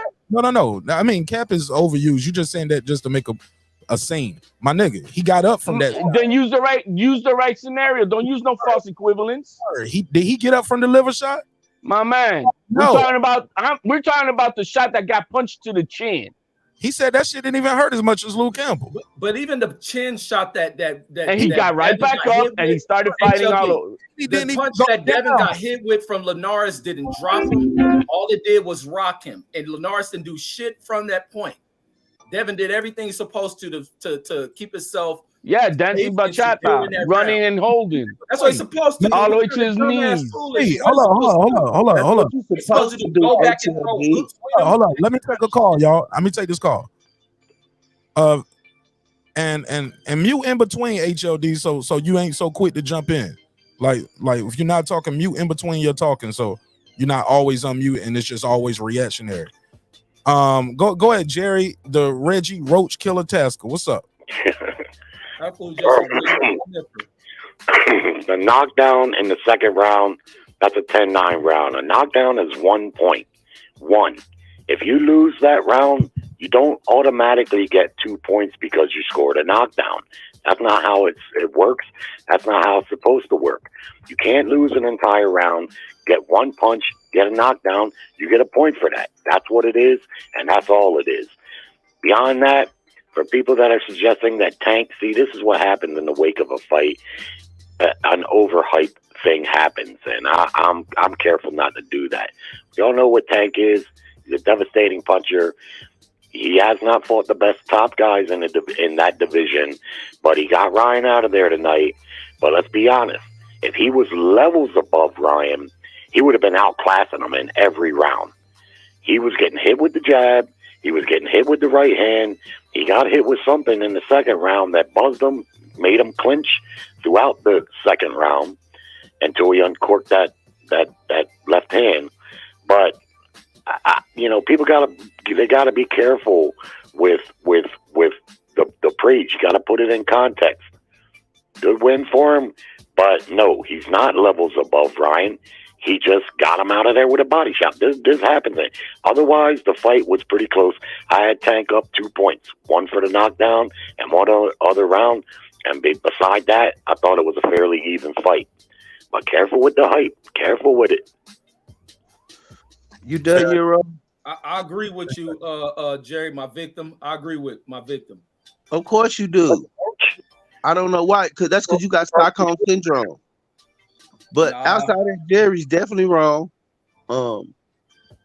When he talking about hype, he talking about he had it damn near even fight. I don't know what he was watching, but of course, I'm pretty sure Ryan speed and agility was blinding him. So I had it like the one judge had it. Right, the one judge had him up like how I had it. Jerry, all the judges look like you too. You had your turn, bro. Go ahead, Brandon. Yeah, and I believe all the judges look like Jerry, so I wouldn't be surprised if they saw what you saw. But that fight wasn't even a close fight. Steve Forhood had it. I damn near think he had it 55 to 58 or something like that. So I'm more in line. I just seen Ryan win the first round. Outside of that, I ain't seen Ryan do shit but throw little bullshit. Pitter pat. His footwork was horrible. And also he became gun shy after his ass hit the canvas, and then we just seen him basically survive and take a weak little liver shot that didn't even look like punch. It don't even look like Tank turned the punch all the way over. It looked like he didn't even turn the punch over. And then this dude took a step back, looked, laughed, and then winced, and then failed. I didn't appreciate that, but outside of that, good fight. But the way it ended, melodramatic. But what Jerry saw as far as close fight, not even close. Man, I had Ryan up 1 point on my scorecard. Of course you did. I told you, man, Brandon, that's pitiful you to say that the man, it was a weak shot. Look, man, just like that's the same way that he took out Rolly, and nobody thought it was it, but ask the guys who took the shot. You know what I mean? He hits hard, man. This is just the bottom line. That's his skill is knowing how to do adjustments to use his best attributes to his advantage. And he knows who the fuck he is. That's what's good about this young man. He knows what his best attributes are, and he knows how to use it well. And so that's what makes him as good as he is, taking these guys out, because he knows what he's got to do. He knows what he has to set up. All right, and so good for. I mean, but to say that that was a weak shot. That's crazy to hear Brandon say that shit was a weak shot. Like, I gotta jump in after this. Let me play this clip of Ryan Garcia. This is immediately after the knockout. Let's hear it. Guys, obviously I'm disappointed after the fight. He don't look marked up, by the way, too. Tried my best. He caught me with a good body shot. Come back stronger. And, yeah, man, hopefully one day to rack up a couple wins, we could do a rematch at maybe 140 or 147. But thank you guys for all the support. Love you guys. Peace. All right. Go ahead, Reg. What was you about to say? Yeah, I'm about to. Damn, what did I say? I forgot what I was saying. I forgot. One thing that has to be said about Ryan Garcia, man, his maturity is levels, man. I mean, it's levels. He knows what to say and how to say it properly, and what he did tonight without, trying to take any corners of anything to diminish Tank's win in any shape or form, and the way he praised it, it was total class act. I could appreciate that. He was a fan. Yesterday on ESPN, while Tank was doing all this bullshit about trying to play around with his morals and whatnot, and Ryan could have went all to the deep end talking about his bullshit morals, and he bit his tongue. You know what I mean? He could have played him dirty, because we all know where Tank is, right? And he didn't do that. So I think this young man, I do praise for his maturity that we don't see so much often in the ring. Let me jump in, bro. Let me say something. I don't know if y'all can see this for the people who just riding and just listening, don't see the screen. I got the scorecards on the screen. Tim Cheatham, Dave Moretti, Steve Weisfeld, in this order. Tim Cheatham gave Ryan the first round and the 6th round. Everything else was Davis in between. Dave Moretti gave Ryan rounds 2, and I'm sorry, Dave Moretti had round 2 even and gave Ryan rounds 3. 4, 5, and 6 was all Tank Davis. And Steve Weisfeld only gave Ryan Garcia the first round. Go ahead, Brandon. I just want to read it. Just like I said it. I don't know what the hell Reggie was looking at, talking about he had him up one round. Like I said, I think the speed was blinding him.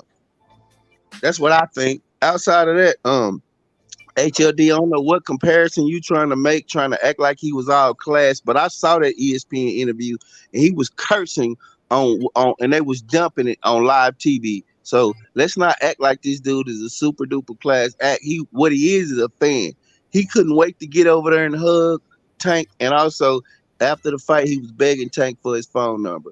And so we already know. You're a fanboy, man. Stop the. Hey, stop man, the what they fanboying, supposed bro. to do? These niggas don't hate each other, Brandon. You watch David Benavidez and interrupted me.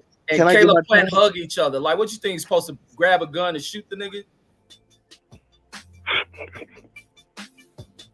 Shout out to Ty Bully. He said the fight was a farce, like I said, Reggie. Tyrese a fucking boxing fan hater if he thought that was a farce. Stop.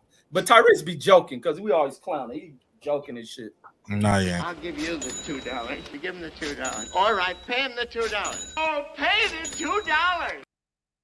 He ain't joking about this shit, Reg. He mean Nah, that. he joking. Tyrese always be clowning. You don't tell the same joke over and over. If the guy keep telling you that, he mean this shit. It ain't no joke. Thank you. If you know Tyrese on my show, you know Tyrese on my Instagram. That's what he does. We be clowning. Can somebody just call this show the Reggie Wrong Again show? Make sure you title that.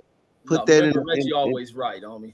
After tonight, I think I think Shakur is the And most thank you for the disciplined guy cash app, who be at a beat Tank Davis. Thank you for the bread, HLD. I appreciate you for being a man of your word. I enjoy seeing that. You don't cash even app. don't do that, bro, man. That's how it is, man. Just do what they got to do. You don't have to praise me, my man. It's all Yes, good, sir. man. Absolutely. He said you ain't gotta praise me. He praised you. Well, yeah, you know what I mean. You don't praise somebody for doing what they're supposed to do. You know what I mean? Like shit. Oh, I took care of my kid. No shit, motherfucker. That's your job. You know what I mean? So it's I don't need a. Yeah, I cookie, feel man. you on that shit, HOD. I can't stand motherfuckers talking about you a good dad. Man, he'll go somewhere with that shit. You know, that's what I'm saying. So yeah, man. He made it fun and interesting. This the first knockdown. And he did the same thing like 2 or 3 times. Like, that's what happened. Let me take this other call. Damn, Jerry's still up here. Jerry, I'm gonna holler at you later, bro. I'm gonna take this other call. One last thing. I gotta take real this quick. call, Jerry. Call back then. Yeah, get your cabin ass up out of here. 810. You got the flow. What's your name? Where you from? My name Raymond Williams. I'm from Detroit, Michigan, east side of Detroit. First of all, I gotta say the Garcia dudes look stupid. You know what I'm saying? Tank won. You know, he hit him with that punch. You know what I'm saying? It took everything up out of him. You feel me? So I'm just looking at it like shit. Niggas was saying like Garcia was gonna win. I had a dude just was telling me when the fight started, like Garcia was like doing his thing and shit. Then it turned the other way around. Tank beat his ass. They can't see Tank, man. All right. Well, I appreciate you, Detroit. Tell people again your name, where you from. My name Raymond Williams. I'm from the east side of Detroit. I feel like this. Tank made him throw the gloves in and he threw the ropes in because there wasn't no towels. What you want to see next for Tank? Who you want to see him fight next, Raymond? I want to see him fight Haney next. I think he should go after David Haney. You know what I'm saying? Because I knew he was going to beat Garcia. Garcia wasn't nothing for him. They were saying Garcia fast. He got speed. The fastness and the speed ain't do nothing for him tonight. You know what I'm saying? So they learned their lesson. Appreciate And, it. All right. Shout out to Raymond Williams, man. You got anything you want to plug and promote before I let you go? God bless all my people from the east side of Detroit. You know what I'm saying? And y'all have a good night, all you fans out there. Y'all seen what happened. So next time y'all speak on Tank, man, y'all know what to speak on him about. Yes, Be sir. great, man. And God bless y'all. Have a good night. You too, sir. Hey, look, what's your take on? I didn't like that about Tank Davis' press conference. I felt like he evaded that Devin Haney shit. Like, now you called that man out before, and now you like, nah, this my moment. He had a fight when you called him out last time. 256. What's your name? Where you from? What's up, man? It's DJ. DJ, why you ain't click the link, man? Just pull up. I ain't see it, man. Oh, I'll pin it up there. Talk to me. All right. Hey, man. First of all, glorious knockout tonight by Gervonta Davis. Something that I don't think a lot of people are picking up on, man. It was beautiful how Tank took away his left hand tonight. Every time Ryan Garcia decided he either wanted to jab or load up on that left hook, he was always pushing that left hand back. I don't know if anybody else noticed that or if I'm the only one, but that's what I was noticing during the fight. And from probably about the second round on, from the time he got clipped and dropped, he was hesitant to throw that left hand. Gervonta Davis made him a one-handed fighter. And you can hear Joe Goosen in the corner, let the right hand go, let the right hand go. And when he finally decided to let it go in the sixth round, he clipped Tank a couple times. Now, this is where I disagree with Reggie. I don't think at any point in that fight he had Gervonta Davis hurt. Did he hit him? Did he clock him a few times? Yeah, he caught him clean. But I never saw Tank hurt in that fight. I felt like Ryan was very flat-footed tonight. He was heavy on the front foot all night long, and that's why Tank was able to explode and catch him. He was able to cover distance very well. The clinching was very smart. He did that just to turn him. That was a beautiful body shot. I disagree with my brother Brandon, because I was the only one who saw it at the fight party. It was like, oh, everybody else, oh, what happened? I didn't see it. It's like he lifted him off the ground. Go back and watch it in slow motion. He lifted Ryan off the ground with that body shot. Beautiful, beautiful, beautiful liver shot, man. And you hear all fighters say, I've never taken one, but you hear all fighters say that's one of the worst punches you could probably take.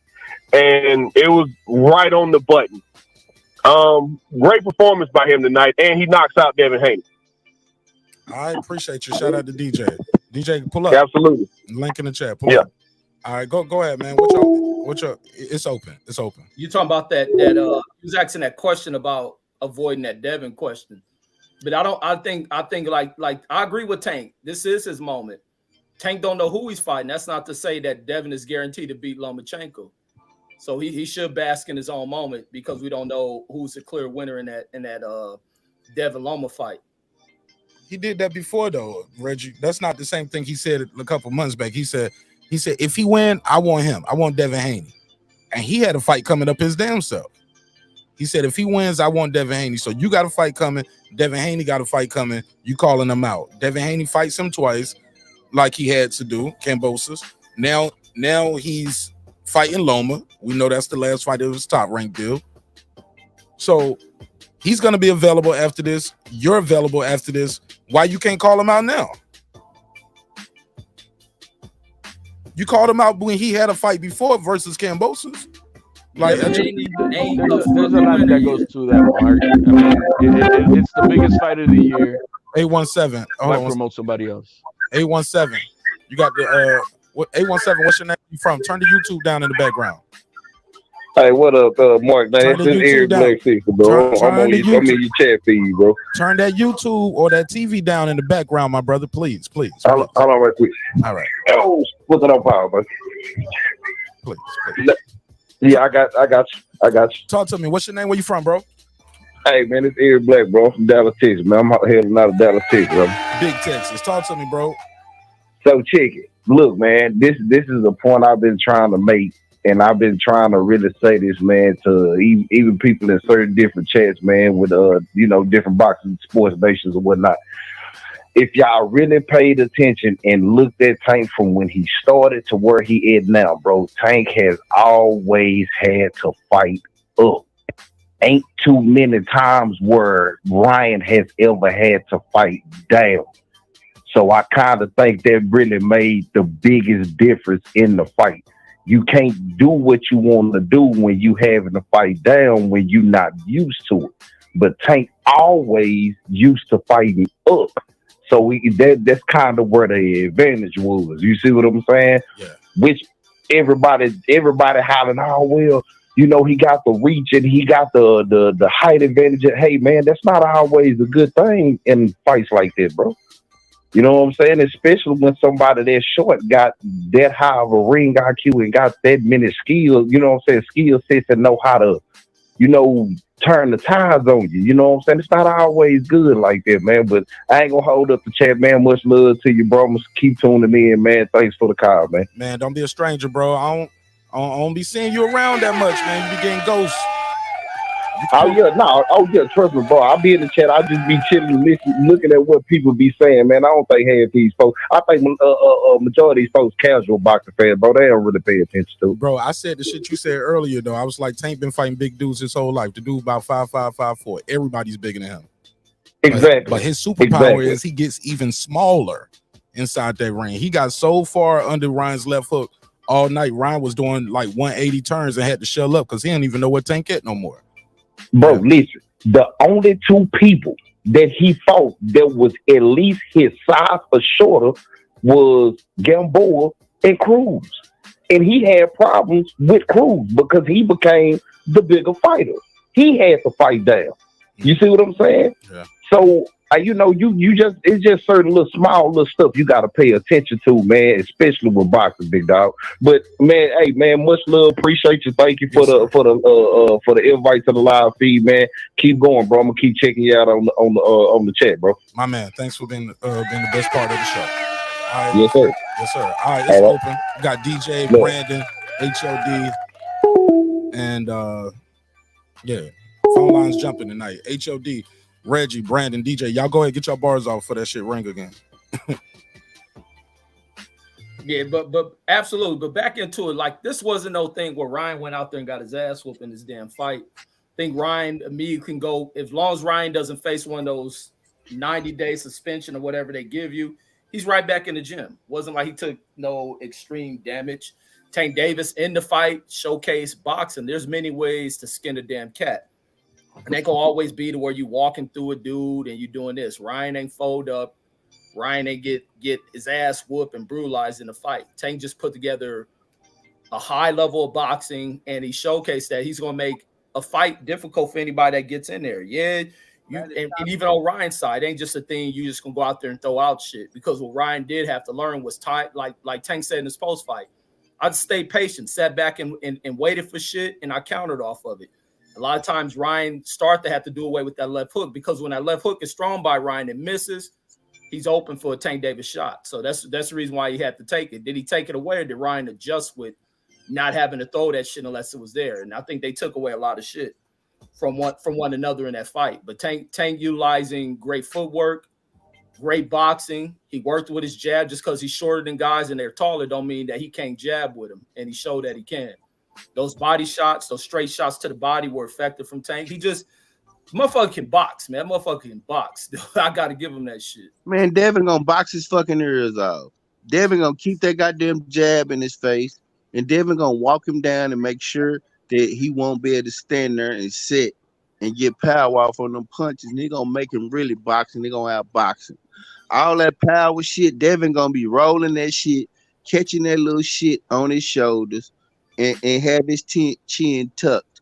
All that shit DJ talking about he gonna knock him out. Man, please. He got to catch him to knock him out. And I believe Devin is accurate enough to tag him to sway the judges to win rounds because he's outboxing. Now, do I think Devin can be hurt? Yes, but I don't think Tank gonna knock him out. I think he's a superb boxer, and I think that Tank ain't gonna be able to keep up with what Devin gonna be doing. He's just not gonna be able to keep up with that jab. That jab gonna keep him busy. I don't think it's gonna be that damn easy, even with Dev doing it. It's gonna be a tough fight. I don't think Tank knocking Dev out. I think people going overboard with Lenars hurting him. That being caught with a shot shit don't mean shit. Don't mean the next guy gonna do it. Many people thought Ryan was gonna get his head knocked off. He leave his chin up, and Tank couldn't connect to it. So I mean, people go overboard what they see somebody else do, think that the next guy gonna do it. It probably ain't gonna happen that way. They're gonna battle for that shit, and it's a lot on the line, belts and all that shit. It's gonna be tough. But Tank knocking him out, if Tank do it when I see it, then yeah. But I got Devin beating him in that fight. But I think it's gonna be tough for Devin as well.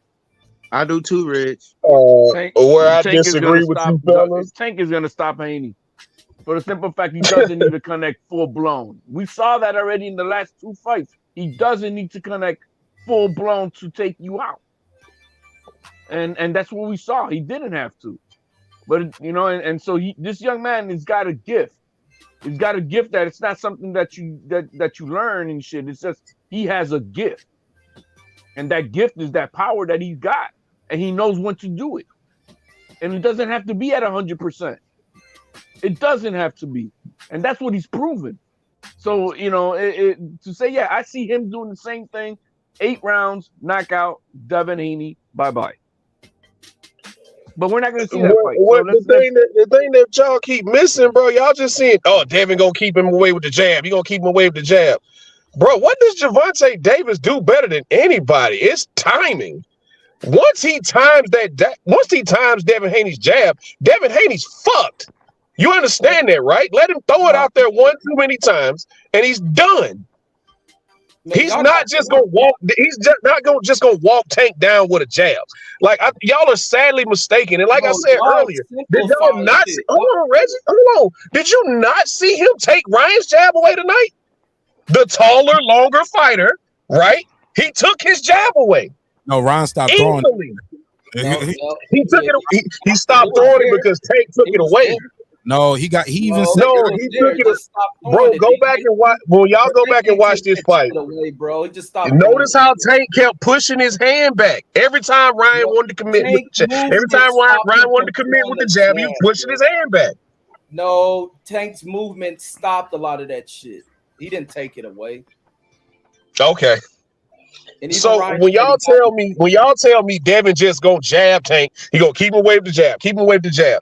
All it takes is for Devin to throw it 4 times when he should have only thrown it 3, and he's done. It takes Tank probably 3, maybe 4 rounds to get your timing down. It took him 2 rounds tonight to get Ryan's timing down, and it was over. Is Ryan Garcia better? From the second round on, it was over. This was a dominant performance. I don't understand what y'all talking about. Close fight. This was not a close fight. Reggie said close fight. Reggie said this close was fight. not a close fight, Reggie. Bro, they did not connect on each other like that. Neither one of them dominated where they beating someone ass. Tank started doing good shit. Dominating, you can pull up punch stats. Tank outboxed him, Reggie. They probably didn't even land 50 shots on each other. So stop that bullshit. Tank never throws a lot of shots, but what he throws, bro, he landed almost half of his power shots. What are we talking about? It's accuracy. It's never been. Tank ain't ever really beat nobody up. Bullshit. Stop the bullshit. You stop the bullshit, Reggie. Tank never beats anybody up. But when he catches you, he busts your shit up, man. He drops people and gets them out of there. I need to hear y'all one at a time. One at a time. I'll go on mute. Go ahead. Bro, he won 2 rounds out of 7. That is dominance. 6. It didn't go 7. Bro. 6. Well, it was in 7. You put that punch stat back up there. While y'all talking about somebody got their ass whooped. Wasn't no ass whooping taking place in this damn fight, bro. Niggas damn about equal on the power punches they landed, equal on total punches. Like, stop it. Wasn't no dominating. He landed a shot that stopped the fight. But it was a fight where Tank, being a shorter fighter, had to figure shit out. And he made the adjustments, and he did his shit well. Dominating, y'all overblowing that shit. The Devin Haney. So you think this was a close fight? It's gonna be in my score, yeah. I think as that eraser, guys, that's just a big difference. Probably, what is the average on that shit? That's probably like 5-6 punches per round landed. I got a call, y'all. Hold on 1 second. 810, what's your name? Where you from? This Rucci calling from Detroit. Haney can't fuck with Tank. You feel me? Because I think Haney too light for him. You know what I'm saying? And first of all, like Garcia was at first was doing a little something, but I knew Tank was gonna get him because when he looked back and he told him, he like looked in his corner and told him like he had him, like it was over, and he did what he did to him, like he always do. All right. I think if he fight Haney, he gonna make Haney shit out his ribs. Haney came in. You feel me? I'm like, Tank amazing. Appreciate you, man. That's what I say. All right. Hey, That's what look, I this your say second about call. Tank. This your second call, man. You want to call back, man? You got to send a donation. But thank you for calling in. Well, thank you, All right. man. No problem. No problem. No problem. No problem at all. Go ahead. Go ahead. No, I'm just saying. Don't laugh at me. Hold up, man. Cash App rolling at the bottom of the screen, man. We got a live panel up here. You want to have more than one call? Shit, send a donation. I should do like Star off his show. He don't take nobody call unless you donate. Like, nah, y'all niggas ain't sharing my microphone. Fuck that. Go ahead, DJ, Reggie, Brandon, HOD.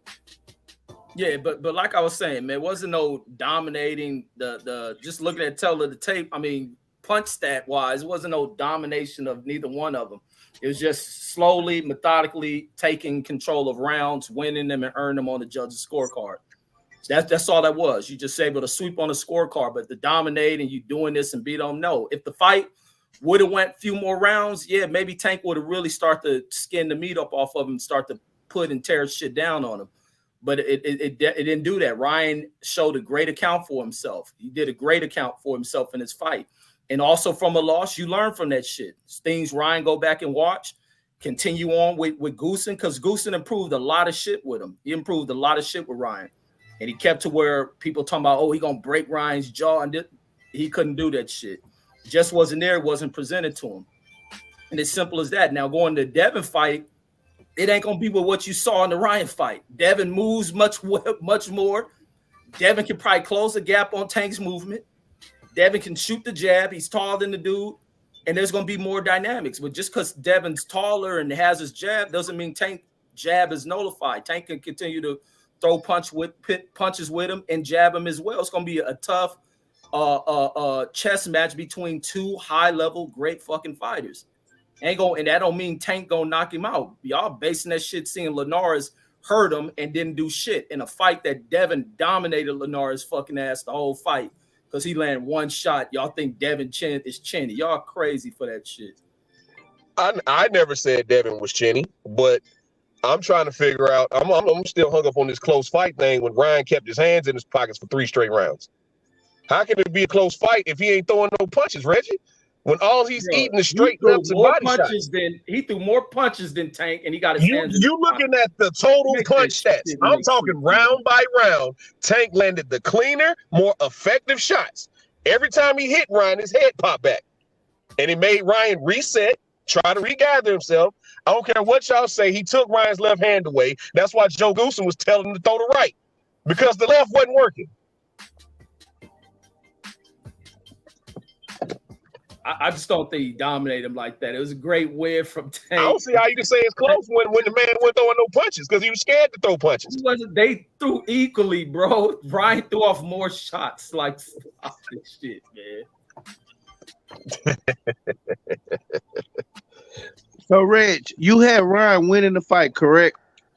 I had him winning by 1 point. Let me see. I got my scorecard. Okay, so yeah, all right. So we can checkmate you already. See how easy that was, DJ? Look, now all of a sudden you like the judge. Before you was telling Jerry that all the judges saw his way because they look like Jerry. No, I said no. I didn't say nothing about that. How they got a 10-10 is beyond me. As long as I've been watching boxing, your ass touched the canvas. That's a 10-8. Yeah, y'all talking over each other a little too much, man. Please, yeah, one at a time. Go ahead.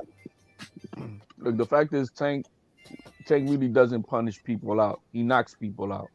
That's what he does. That's his skillful. Mm-hmm. That's the skills of Tank. That he is efficient.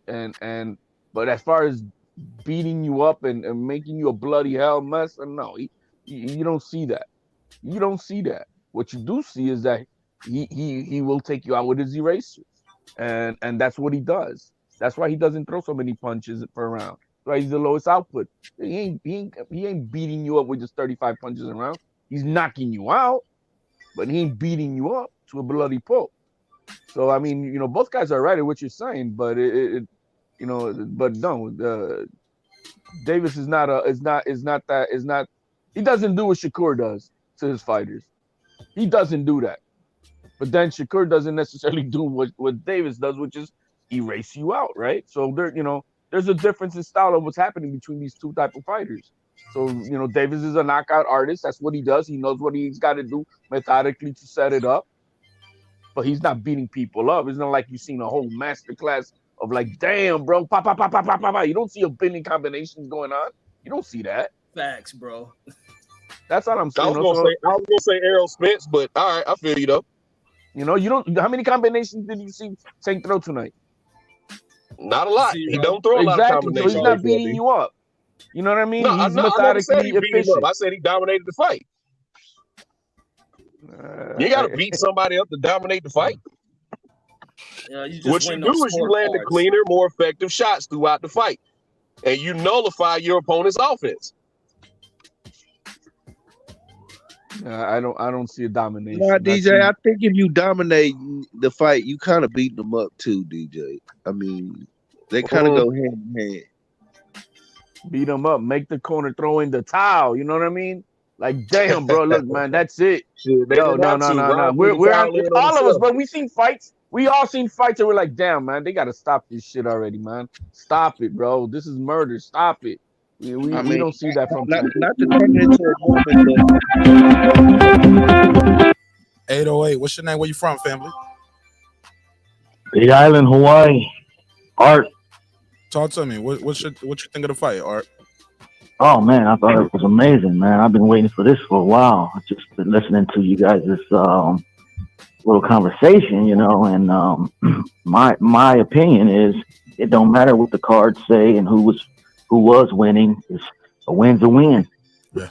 Period. Done.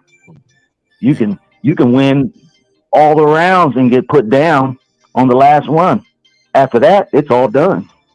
Mickey Bay. I'll never forget. Mickey Bay was winning that fight. He got knocked out in the 12th round right there at the end.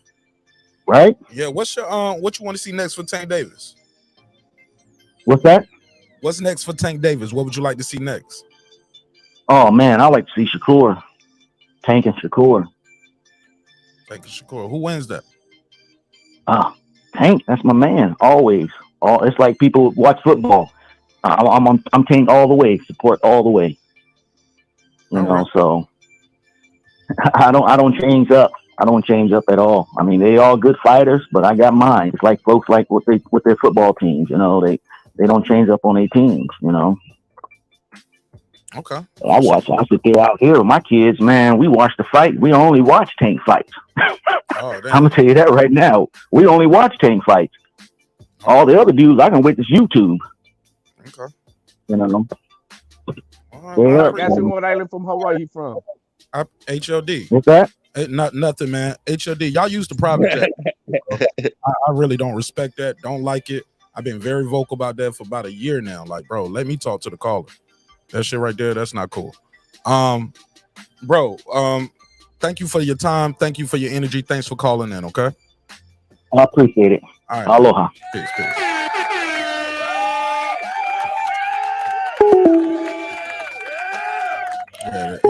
Yeah. Respect the callers, man. If you don't like what they saying, leave that shit in the private chat. You didn't even listen to what I said, Mark. I know he didn't call to talk to you, HLD. Did you listen to what I said? Ask him what island from Hawaii he's from. HLD, I said what I said, bro, and I mean that. All right, I'm saying what I'm saying. I'm just letting you know. I didn't say nothing about disagreeing. Fuck that shit. Screaming at me, nigga. I said what I said. When I said what I said, I didn't say nothing negative in terms of calling. It's a positive. Bro, chill, bro. I'm done with that shit, bro. But like I said, DJ, I want to see the fight. I think that Devin, I want to see it at 140 though. I think it'll be on an even playing field at 140, Devin and Tank. And I got Devin in that fight. I think by that time Devin will be stronger. And I think Devin have been in more wars than Tank. So I think he'll be able to dig a little deeper. Plus, we're gonna get to see more bang. One thing about it, they're gonna be in there banging. They're gonna fight. Ryan hitting the deck and shit should have made him fight harder. That scared the dog shit out of Ryan. Ryan went in there. I think Ryan was damn near delusional walking into the ring. You could just look at it. I said, this boy damn near delusional.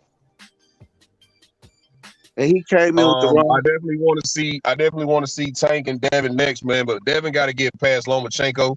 That ain't gonna be a walk in the park. And I want to. Oh man, I hate to do this. I really really want to see what's gonna happen with Tank sentencing, man. I hope that don't affect his career for the rest of this year. But I really want to see what happens with that. And I agree, I wouldn't mind seeing it at 140 DJ, or who name was 135. that you said? DJ, who name you said? Devin. I want to see Tank and Devin. They got to dance, bro. Like, I respect Shakur because I think Shakur can beat both of them. But it's time, man. It's time for Tank and Devin to dance. All the shit they done said about each other. I think this fight is at the point now where it's at its apex.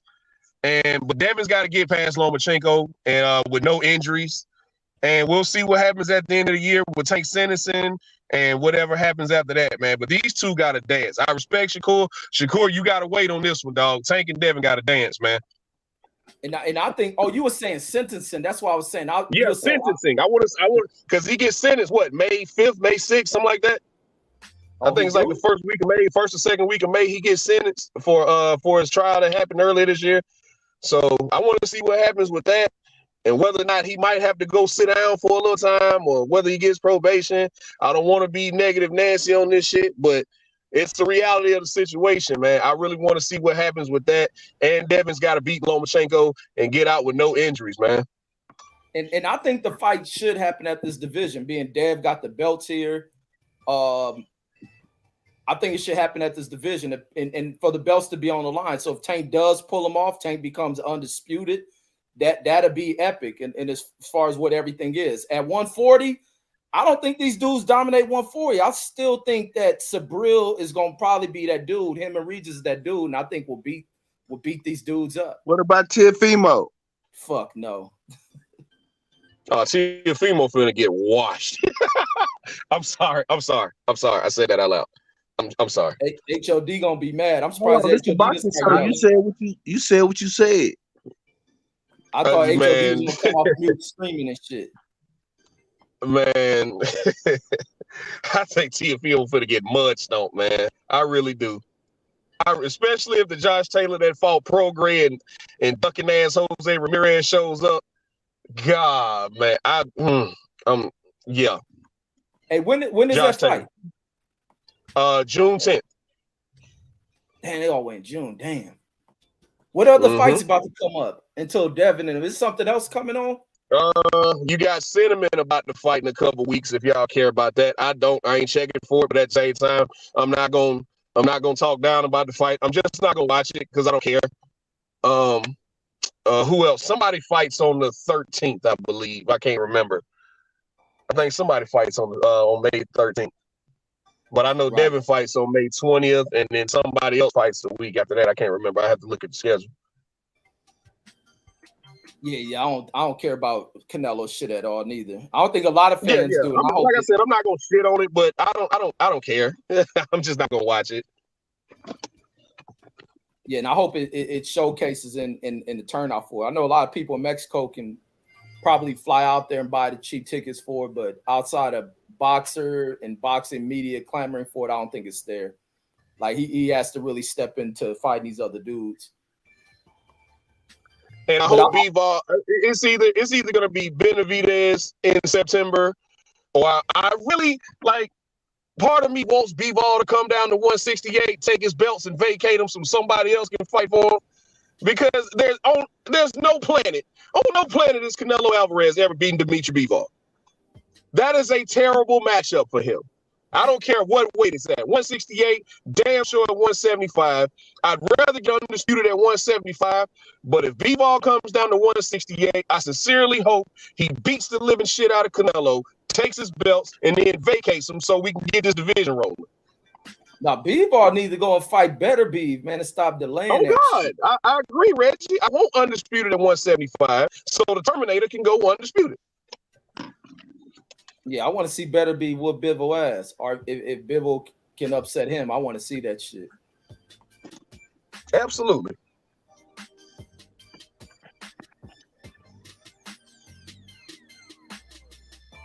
But yeah, but as far as like where boxing is, man, I think it's a lot of great shit about to pop off. I was listening, forgot where I seen Charlo. I don't know if he was on his Instagram Live. I think it was on his Instagram Live.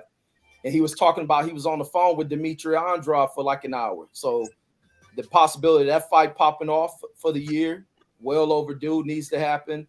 And many of these other fights, man, there's a lot of money about to return back to the sport, man. And that's what these guys just got to provide the fans with what they want to see, man. A lot of people clamor for this damn fight business, man. A lot of people clamor for that shit. It's just like people say in boxing, like especially MMA fans say the motherfuckers over here just don't fight. And they got to fight. And a lot of the news got to come from somewhere else because these YouTube motherfuckers lie too much about shit, and that just puts a bad taste in fans, you know, kind of in the mindsets of fans and shit. It starts to turn to where, oh, these motherfuckers lying. These people don't want to fight. They were supposed to fight this date. Now they didn't turn the fight down. And when you really hear about it, it was never no true shit. Like, but these dudes got to start making their fights and taking to social media. Like I thought tonight was intelligent when Ryan went live from his dressing room. There's like 100,000 people in that fucking live stream. So you're just giving fans access. Fans want to get something from these fighters and shit. Want to feel like they part of some team shit. And I think that was smart for them to see that. And even Tank Davis can level up on his next fight and giving that kind of access to fans and shit. Just open the doors, man. Fans want to hear a little bit from you, even if you're not the most media savvy person. But I think Tank is becoming more comfortable in that space and shit.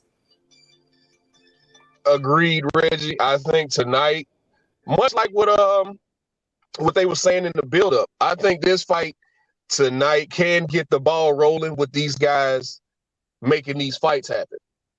You know, I think it showed proof tonight that, you know, it doesn't necessarily have to have, you don't necessarily have to have a belt on the line. Just the best guys in the division, the top guys in each division going at it. Fans really don't care about these belts. We just want to understand that this is the best guy fighting the other best guy. That's all we really want. It doesn't matter. Facts. To me, it doesn't matter. I can't speak for everybody, but to me, it doesn't matter. Like, it didn't matter to me that Caleb Plant and David Benavidez didn't have a belt on the line. It didn't matter to me that Gervonta Davis and Ryan Garcia didn't have a belt on the line. We understand that Fighter A and Fighter B are two of the best fighters in this weight class. That's all I need to know.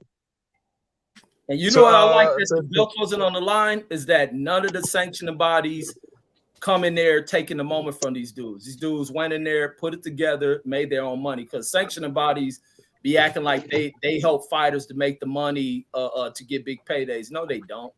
They didn't have to pay not one sanctioning fee to none of these scumbag fucking promotions because nobody gave a fuck about a belt. They care about the fighters. And I think too much value is put on, you know, it's good to find champions and people who reign over the top.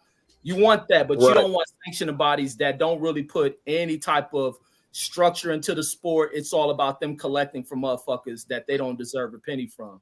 And so that's why I love what these dudes did. They made a hellified ton of fucking money tonight. Right. And as they were being introduced tonight, I'm listening to all the promotional, I'm hearing all the promotional companies. Like, yeah, it's going to be a lot of money being shelled out tonight. Everybody made some money tonight, man. Congratulations to these two guys for putting this shit together, man. Putting their egos to the side and saying, hey, let's run it.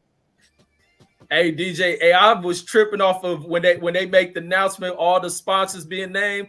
I was tripping on that shit too. Like, God damn. How many more he gonna name in this motherfucker, man? Right. What was it? GTB, TGB, Golden Boy. It was somebody else. Gatorade. Like, damn, there's a lot of people getting paid tonight. DraftKings. Who else? DraftKings, Gatorade. There's a lot of motherfuckers involved. Drinks and shit, some Spanish shit. Yeah. A lot of people made a lot of money tonight, man. And I think that's what boxing needs, man. Just two guys, you know, like I said, the best in the division going at it. But Tank and Devin got to dance, man. I don't care if it's at 140. They ain't about to do it. Your boy just said he only want to talk about it. That was the crazy part. He was calling Devin out before. Now, oh, it's my moment. I don't want to share my moment. I don't want to talk about him. Bro, you was talking about him when you had a fight before. You was talking about it when he had a fight before. Like, now you don't want to talk about him because your schedule clear. This nigga about to fight Pitbull Cruz next. Mark my words. That's what we fight. He might do that because it's gonna be. He might do that because, like Floyd been saying, it's that night after the fight. I said they setting up the rematch. You imagine the money in that shit though? They ain't getting my money for that shit. Man, people gonna pay for that shit. But he can probably make more fighting Devin. Though. Huh? Man, Mark, bro, these guys love, man, these people love pit bull crews out here, man. Facts, bro. I've never seen anybody get this much notoriety off of a loss, bro. What's his what's his Gates be doing? Has he ever headlined? It's about who you match up with. Outside of Tank, though. Okay, so they love him that much. He ain't the headliner. HLD, you still there? Or you mad at me still? You pouting? My nigga HOD man, it's crazy. No, I'm here, man. You I was acting wondering- like a little, I knew little fucking HOD was kindergarten mad girl when up here, man, with that bullshit. When we said something about Tiafimo, you didn't come off mute. I knew you was mad. Yeah, No, man, I'm over here talking to Mark with his bullshit. Still mad at me. You know he's wrong. He acting like I was calling the caller a punk. I'm asking him where the fucking, where the guy's from, what island? Because Hawaii has many islands. So he over here like thinking I'm dissing the caller. You crazy, man. Crazy, you drunk. One of the two. It's irrelevant where you from. I might be both. Yeah, Nigga. that's the problem, man. You just went off without not knowing what the hell I was saying. You know what I'm doing though? I'm gonna host this motherfucking show, and that shit I is know, man. from. It's irrelevant where you from. Does nothing to the conversation to move the conversation forward. I'm trying to wrap the call up, get back to the panel. Who gives a fuck what island he from on Hawaii? Like, who cares? What? Yo, what does Mark Nash always ask the people where they? What does he ask them? He told me where he from. That was it. What's your name? Where you calling from? I don't I need needed to know where he was from too, though, Mark, because I was gonna pull up on his ass. I don't need to know what. Right, nigga. We don't need to know what part of Hawaii he from. Like, who cares? Get him off the phone. Get back to the panel. Well, I needed to know because I was gonna pull up. I was gonna pull up with the AK. Man, when you sober up, you be like, yeah, man, ain't nothing wrong with taking a caller from Hawaii, man. Giving props from Hawaii. Yeah, I mean, I did, bro. I took the call. I let him speak. All right, man.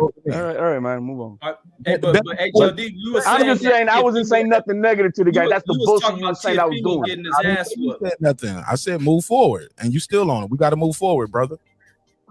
We got to move forward. Man. We can't have grudges.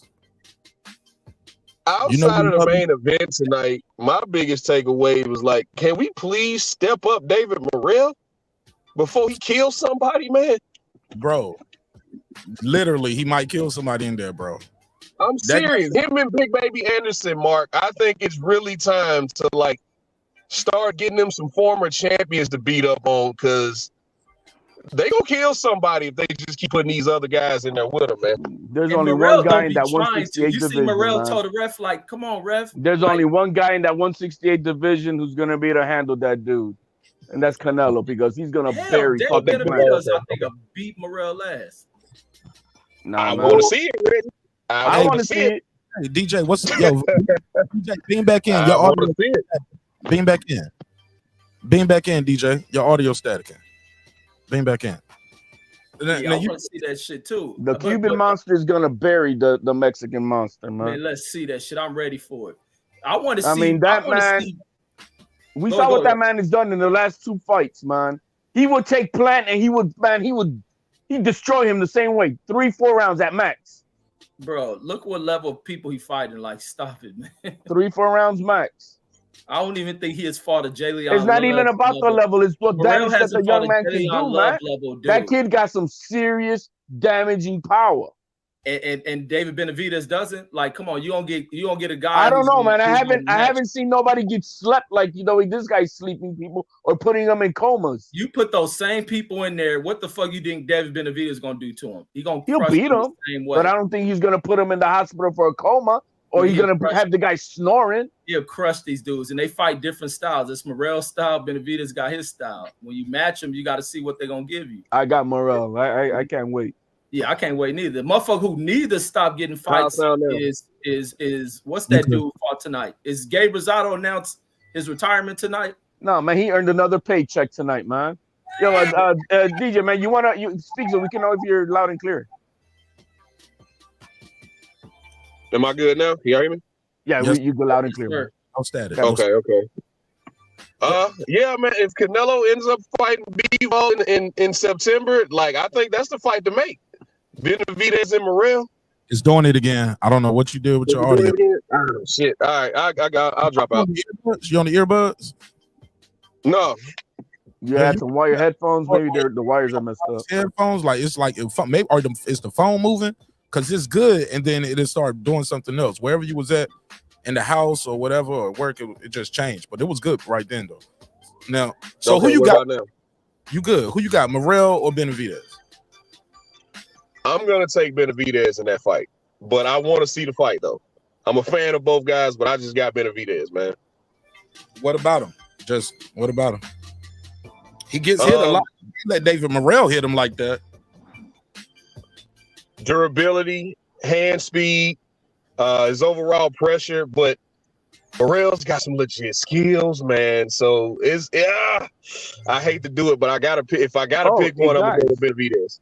Morrell is on the lineup for Benavidez because when he signed the 3-fight contract, it was to fight Charlo, Morrell, and Plant. So he's already, I think that's supposed to happen per the contract that they signed. That's for Benavidez when the father and they say that's the 3-fight deal that they signed. I hear you. Not even on the agenda. Man, make that. I hear you. And it's just because Canelo's such a wild card, HLD. We really don't know what he's gonna do from fight to fight. So I don't think they're gonna sit around and wait for him. Like he's been saying, he's still got that rematch clause with Bivol. So we'll just wait and see what happens after he takes care of whoever he's fighting in a couple weeks. Well, the rematch clause got null and voided after he didn't take it immediately after. It's just that the money talks, man, and it's just they're not going to turn that money down. I mean, if you remember the fight when the last fight with Bivol, they were asking, if he's going to fight, he'll fight him at 175, but he'd rather go for undisputed.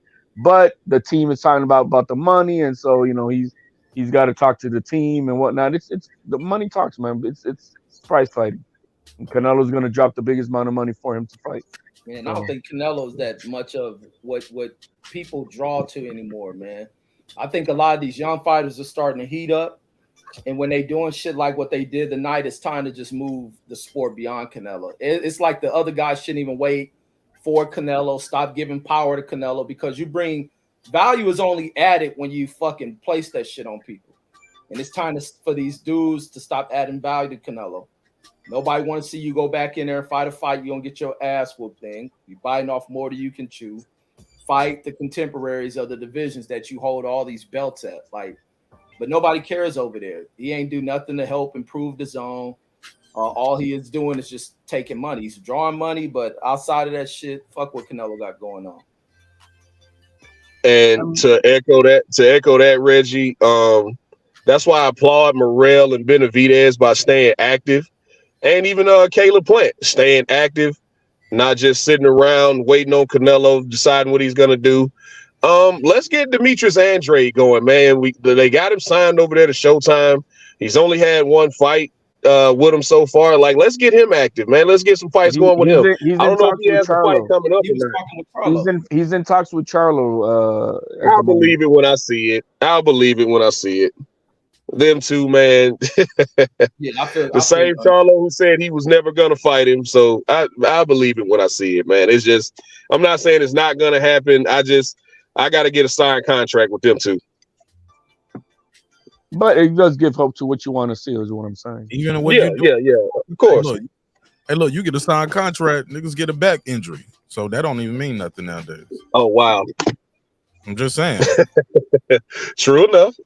Or hand injury. You know what I mean? 18 months, bro. What shoot? He almost said 2 years out the ring. Yeah, it'll be 2 years in June, won't it? Yeah, it'll be 2 years in June. Yep.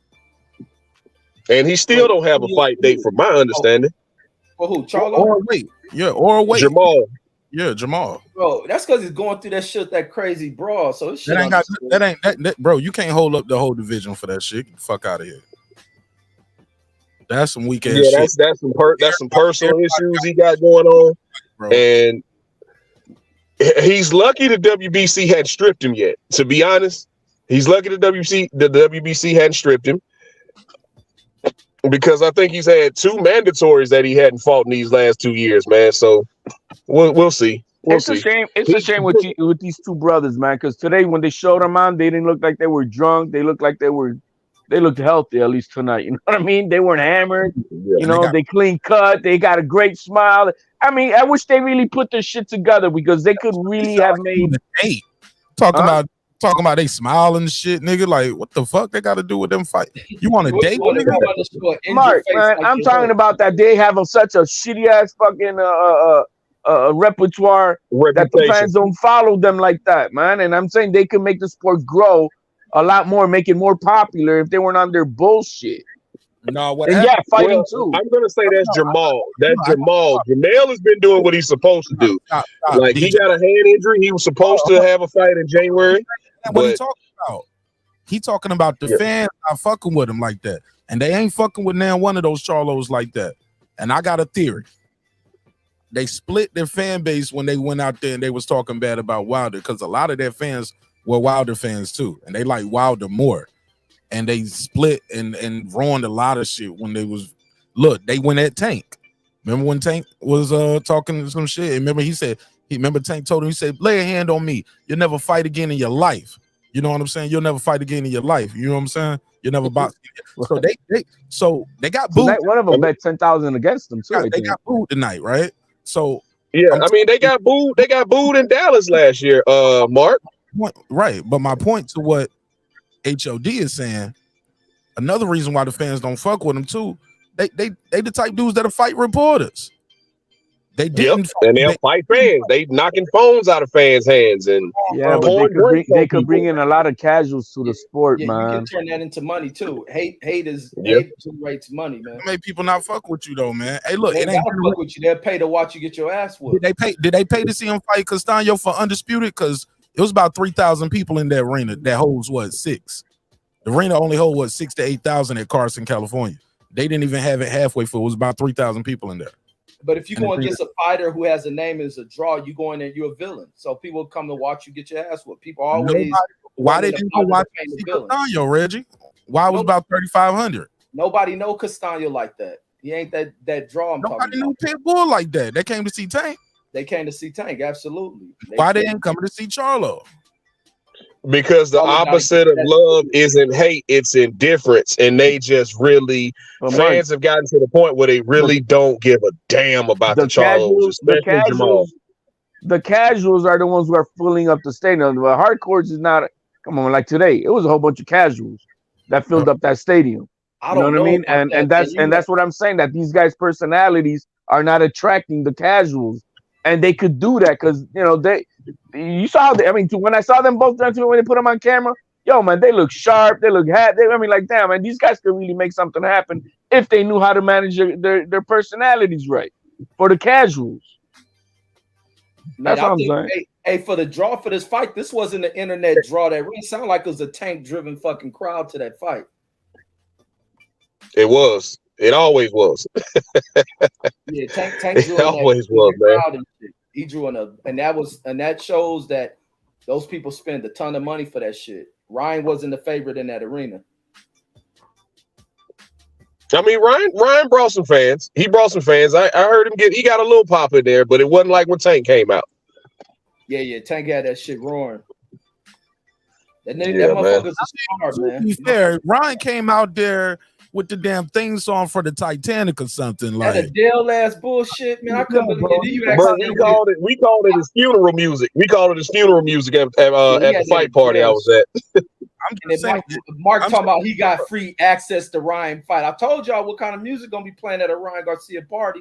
Oh no, but my point to that was that's kind of hard for people to get riled up for some slow ass gospel music. It was a gospel music, man. That was a deal, man. Damn, y'all, let me finish my bar. Versus Chief Keef coming out performing live, talking about La Sosa, singing Sosa, bro. Like, that's a different type of energy. So of course you're gonna hear more people cheering around. You got a guy bringing out a rapper, and he doing a live concert, and he's turned up versus some slow music. So yeah, Ryan has some motherfuckers in there, bro. Don't get it confused. Because for sure he did. And he had some mariachi playing, bro. I bet you would have heard it. No, but Ryan should have came out to some Bad Bunny or some shit, man. even as the fight went on, it was every time he landed a punch, the crowd went crazy. Yeah, I think I heard more for Tank though. But it was like I said, it was a crowd in there for Ryan, no doubt. But Ryan better never play no bullshit like that again. Terrible ring walk music. Terrible ring walk music. I don't know what the hell. Sucked all the air out the building, man. Yeah. Yo, I'm about to. Yeah, you coming out the gospel music and Tank coming out to some murder shit. Like it's not the same, bro. Yeah, bro. Get you going different. Get you going. It's that church shit, man. When them niggas get all that church in them, man, they turn to that kind of shit. Turn the other cheek type of dude. Yeah, man. I'm about to call Rooster, yo. Hold on. I'm gonna call Rooster. Oh damn, Mark. Oh, they gonna be playing that old flamboyant music and shit. But hey, I'm gonna crash out, fellas. It's good talking to y'all, man. Enjoy talking. It's good boxing talk. Until the next one for y'all, man. Yo, real quick, man. What island you from, man? Hey, so who the are what's his name? What's the black cat? Jermaine? Aljamain. I'm gonna go with Henry Cejudo, man. Damn, I gotta go with Henry Cejudo. What? I gotta go with Henry Cejudo. I want Aljamain to win, but I gotta take Triple C in that one. Triple C is the man, bro. You just don't understand. He reminds me of what's this guy's name that left the UFC, man. That Mighty Mouse? Yeah, Mighty Mouse. bro. Mighty Mouse is about to retire too, Reggie. He's that type of skillful type of guy, smart fighter, smart wrestler. Yeah, that's the GOAT. Mighty Mouse is GOAT. Didn't something happen with Cejudo? We got to stay on boxing. People gonna drop off. Oh yeah. Yeah, that's another. And D Bevel, I owe D Bevel $20, man. So we'll have to set that up. Oh, okay. Yeah, I lost the bet tonight. Curtis Blades got his ass whipped tonight, so I owe D Bevel $20, man. But I'll text you his cash app. All right, bet. All right. Oh, hey, Mark, you should call D Bevel for his father. Those gloves ain't worth shit now. Oh yeah. Oh man. Don't stop, man. I'm glad you said that. Because all these Ryan people ain't calling in tonight. They said they're gonna call back regardless. Hold on. I'm gonna call him back. Hold on, let me tell you. 831, what's your name? Where you from? This is Tony from Sacramento. Tony from Sacramento. Did you call in early already? Yeah. Hey, Tony, you need to send a donation, man. I didn't get your donation. Send a donation in, and you can more than welcome to call back again. Okay, for sure. All right. Yeah, I got to get a donation from you. Get one for free. I'm on my boxing voice shit tonight. Let me call D Bevel the champ. Yeah. We're gonna hear his sister. Gloves probably roasting over an open fire. And shit. Shout out to Tony though. Yeah, my cash app scrolling at the bottom of the screen, man. You want to call back more than once tonight, man? Send a donation to the cash app or to my PayPal. No, D Bevel the champ. Don't duck this shit. Oh, they're gonna duck. Been forwarded to an automatic.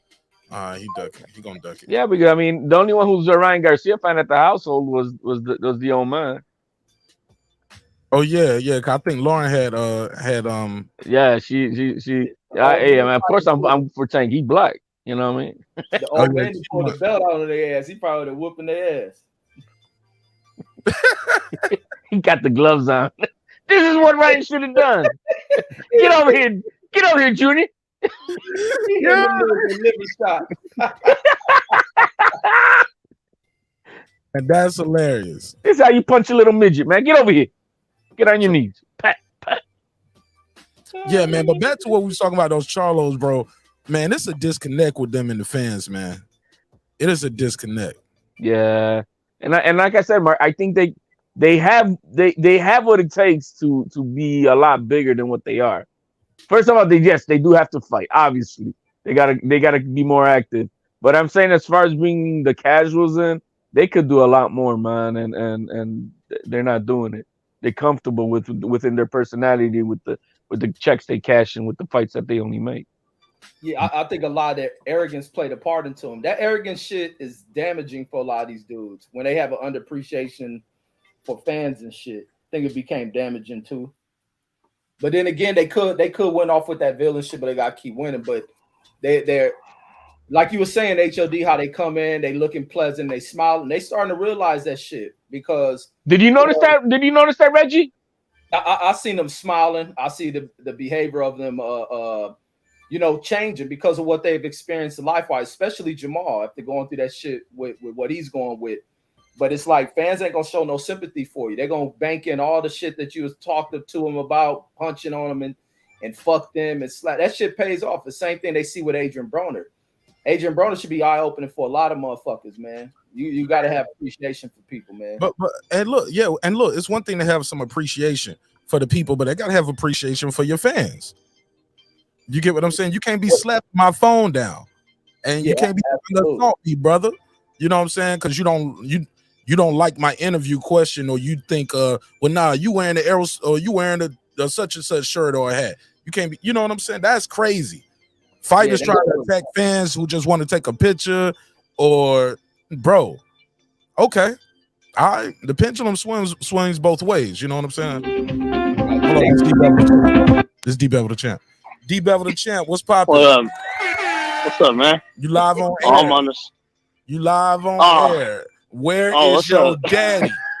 Put your daddy on the phone.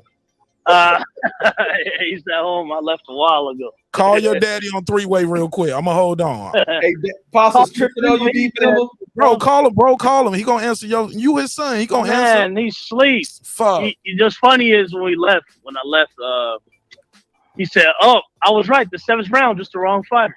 Oh hell no. He ain't trying to whoop your ass. Hell no.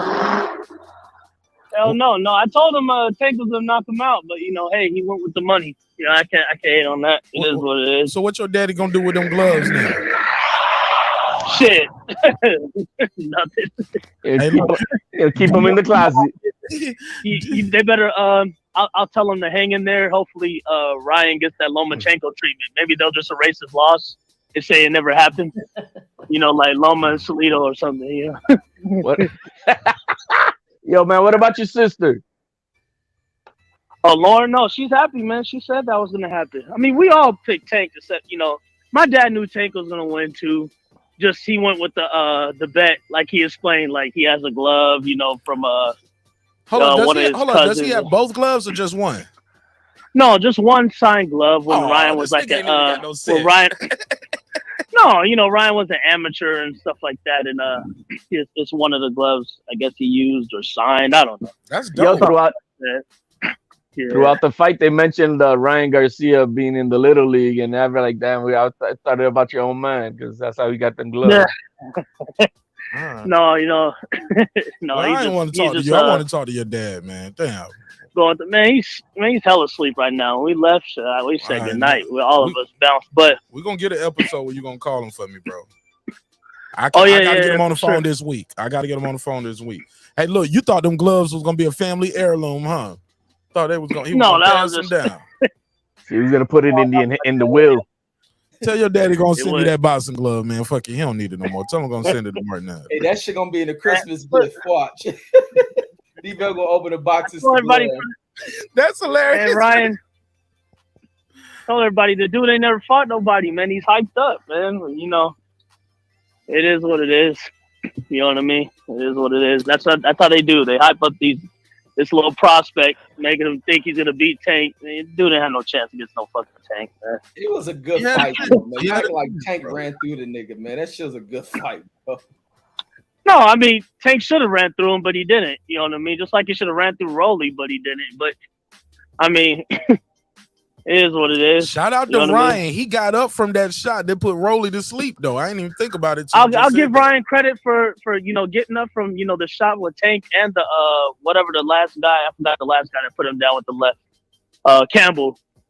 And, shout out to him for getting the fight made. He accepted all the terms and stuff like that. He really wanted the fight. I thought he was pump faking and bullshit for years, but hey, shout out to him for getting in there. But did he put up a great effort? No. I mean, he everything that they talked about, they exposed it all. He's just a left hook guy. You know what I mean? It's what do they call it? The one trick pony shit, I guess. But It is what it is. That's fighting, you know.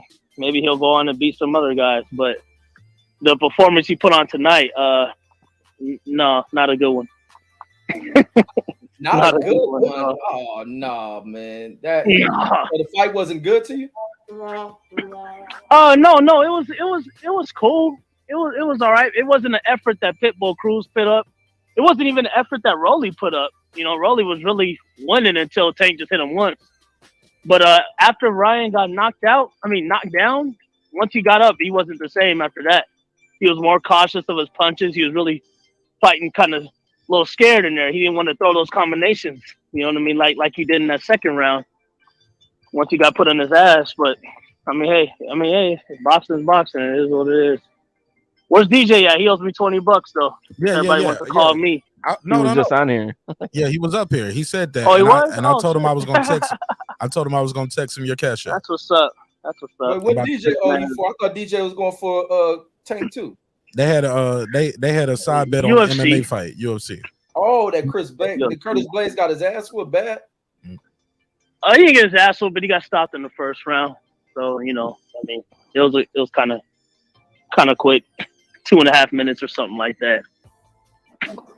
Yeah, I guess Sergey Pavlovich, he's like the heavyweight knockout artist of the heavyweight division. D-Bevel the champ. Put your text me your cash app so I can text it to DJ. Oh, for sure. All right, I'll text it to you. All right, well, man, go enjoy the rest of your night, man. I wanted to talk to your dad about. I was trying to talk about them gloves. No, for sure. Yeah. Play the Next long time game. for sure. I'll get him back on. All right, hey, look, before I let you go, that. 2 questions. What's next for Ryan Garcia? I should have been asking that to the callers too. While I'm up here trying to charge somebody to call back. That'd be offensive, Mark. Honestly, what's next I don't for know. Ryan? You know, What's I next don't for really Tank? focus on what DAZN has over there for him at 135. It don't matter. Maybe if it don't matter. Hold on, real quick. It maybe- don't matter if it's on DAZN. You see how he went over to PBC for this shit? Ryan Garcia can go wherever. That's where I was getting to. Like, I mean, you know, I know when people cross the street and they do those one fight deals, they usually go back home after that. So, like I said, it really depends on if he's still gonna exercise his free agency and just fight wherever he wants to fight. After the night, I really don't see. I mean, put him against Rolly, I guess. You get what I'm saying? But as far as the big dogs, I'm being honest. I never saw him on the level as those guys. I never saw him on the level as Shakur's or Haney's or Tanks in those cats. I just never did. You know what I mean? All they do is when they talk about this guy, they talk about his social media followers and how popular he is. But he was really a hyped up prospect, in my opinion. I've always thought that of him. But hey, wish him nothing but the best. Hopefully he gets a good fight. You know what I mean? What's next for Tank Davis? I don't know. Probably to fight like a few more, you know, unknown guys, some shit like that. Maybe a Pitbull Cruz rematch. But he said he wants to fight, you know, Loma, Haney, Winner, or, you know, Shakur's and them. I just want to see these guys fight the names, not no guys that I know they're gonna beat.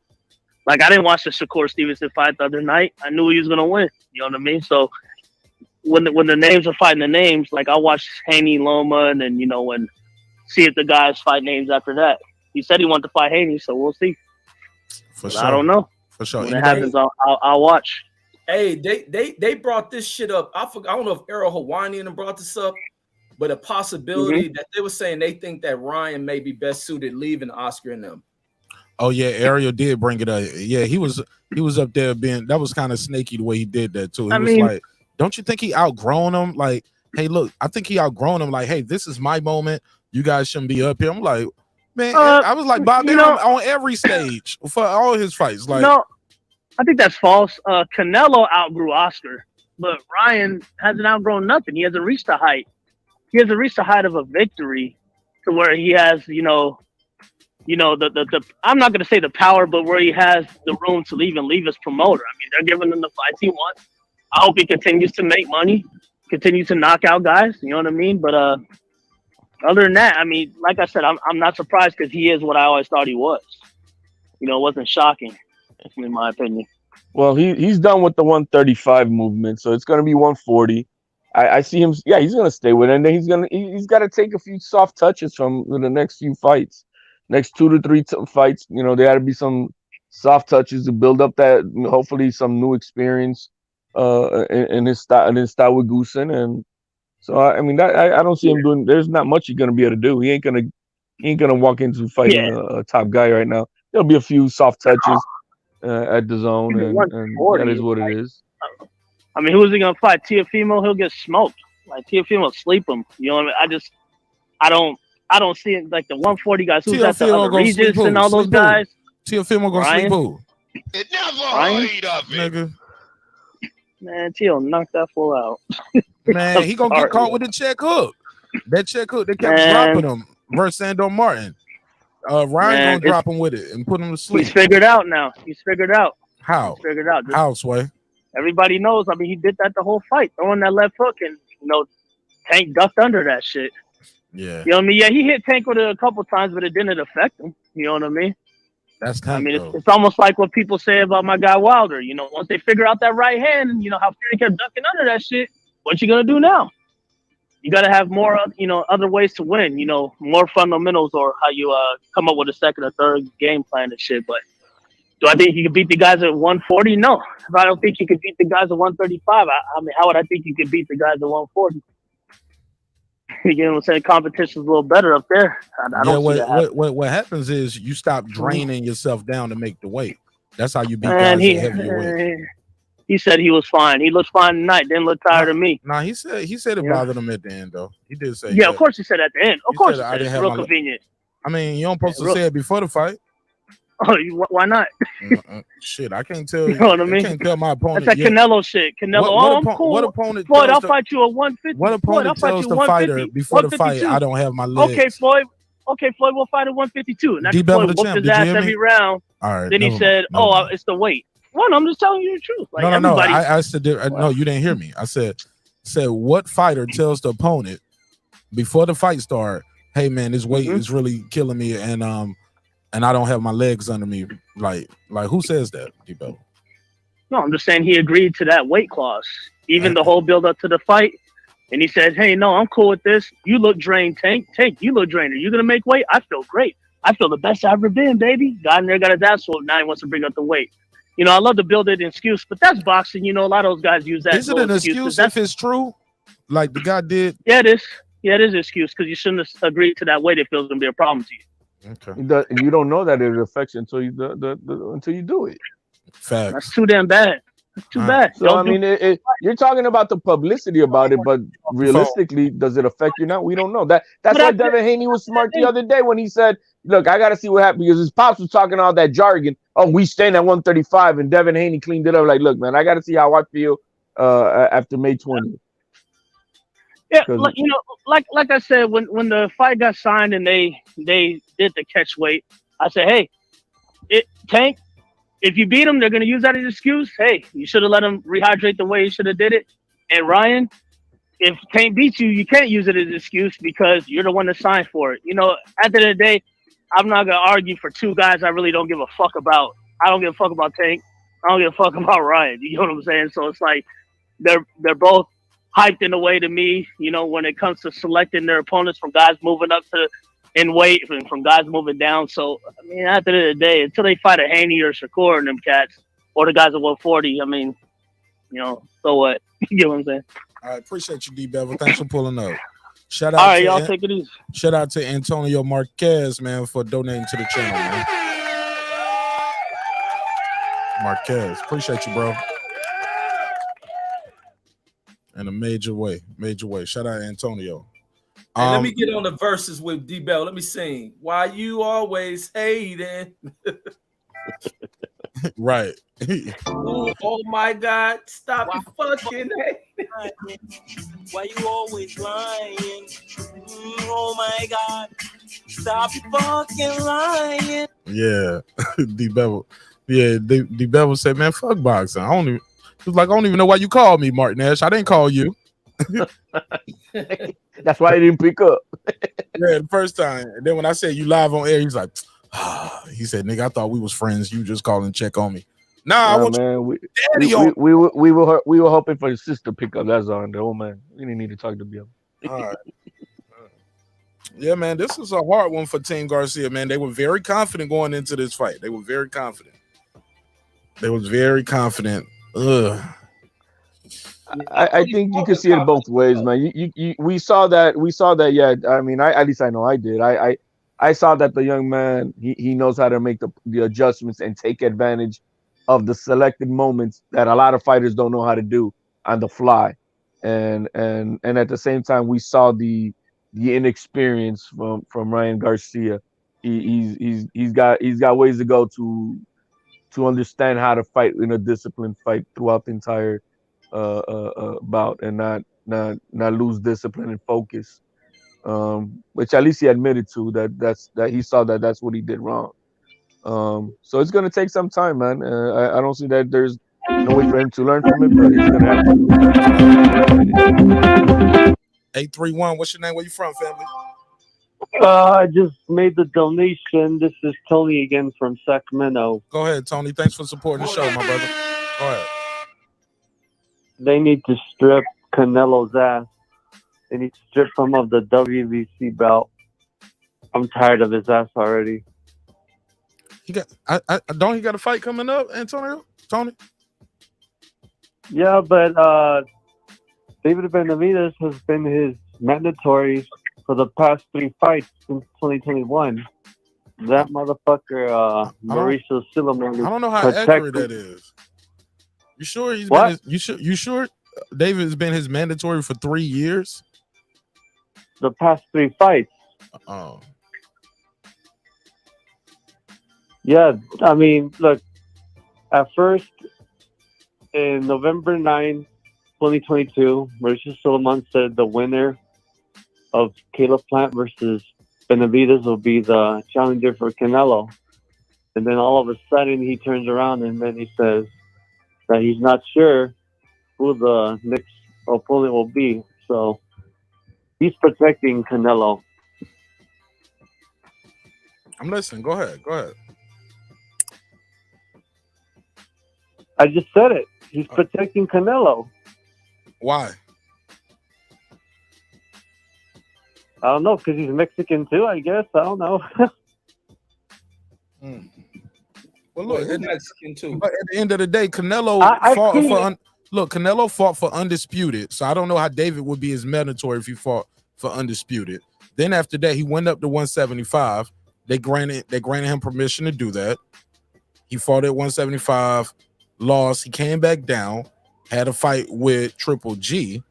Last time I thought Triple G that he had to fight Triple G contractually, and so yeah, that's the last 3 fights. So I don't know how David was his mandatory for his last 3 fights when one of those last 3 fights he was going for undisputed. Well, I'm just reading what it says online right now. Where you reading that at? Mark Boxing. Let me make sure. Hold on. Who? Yeah, Marca.com. Mark Hunt. Marca, M-A-R-C-A. It never heard of it. Okay. Yeah, I ain't never heard of them. Okay. Yeah, this is right here. Mauricio Silverman, the World Boxing Council's president, appears to be backing down from his previous words in which he expressed that the winner of the David Benavidez versus Caleb Plant would be the WBC's mandatory challenger for Canelo this year. So, yeah, he backed out of that shit. Like, didn't they have like a meeting? Wait, hold on. Didn't they? Correct me if I'm wrong. Didn't they have a meeting and then the guy who represents David was there and they said to him that David was going to be the next mandatory. Am I wrong or? I don't know. I gotta do some research on that. I just know he wasn't his mandatory for the last 3 fights though, because 3 fights ago he was. There's a video. I know I saw it. I'm not dreaming this. I saw a video where the representative of David was there, and the WBC had a meeting. But look, undisputed trumps mandatory. 3 fights ago, he was fighting Caleb Plant for undisputed. It trumps your mandatory. I don't have to fight my mandatory if I'm going for undisputed. And that's what Canelo did in 2021. In 2022, he fought twice. He fought Bivol at 175. So they allowed him to do that because, yeah, he going up in weight to 175, came back down and defended against Triple G, which we all knew that was going to happen. When he signed that deal to go over there to the zone, we knew those next 2 fights was going to be Bivol and Triple G. Like we all knew that when he signed that deal. Everybody knew. So Okay, I see and what you Triple mean. G Yeah, and but Triple I G still going feel up like in weight. Canelo. Triple G I still exercised his feel. super champ Yeah, status going up in yeah, weight to fight Canelo. yeah. Yeah. Okay, but I You just don't like I Canelo. just I feel get like it. I just feel like Marcus Solomon is protecting him. Those are feelings, though. Yeah, those are feelings, and I did see an interview with him with the Canelo hat. Which I means mean, what? What's the let me context to it? He was just wearing it out, going to Walmart with his kids, or was he at a No, Canelo he was doing event? the interview. He was doing the interview. I gotta find it. Let me see. No, I'm saying what's the context though? Like, what's the point of that? Like, was he interviewing about Canelo? Was it a Canelo fight? What was going on? You just at the crib Let me chilling? see if I can find. Let me see if I can find it. You just yeah. Let me It's see. not that serious, bro. If you ain't got it queued up, it's all good because you can't play the interview. Yeah. Okay. Yeah, we can't play the interview over the phone anyway. But Oh, okay. Never mind. yeah, but you brought it up for a reason. Go ahead, finish your call up though. I appreciate you donating to the show. No, that's. I mean, after John Ryder, who's he gonna fight next? Bivol? I don't think he wants to fight Bivol either because Bivol said that if you want no more excuses, 168. That Canelo doesn't want to fight him at 168 because he knows if he loses those belts too.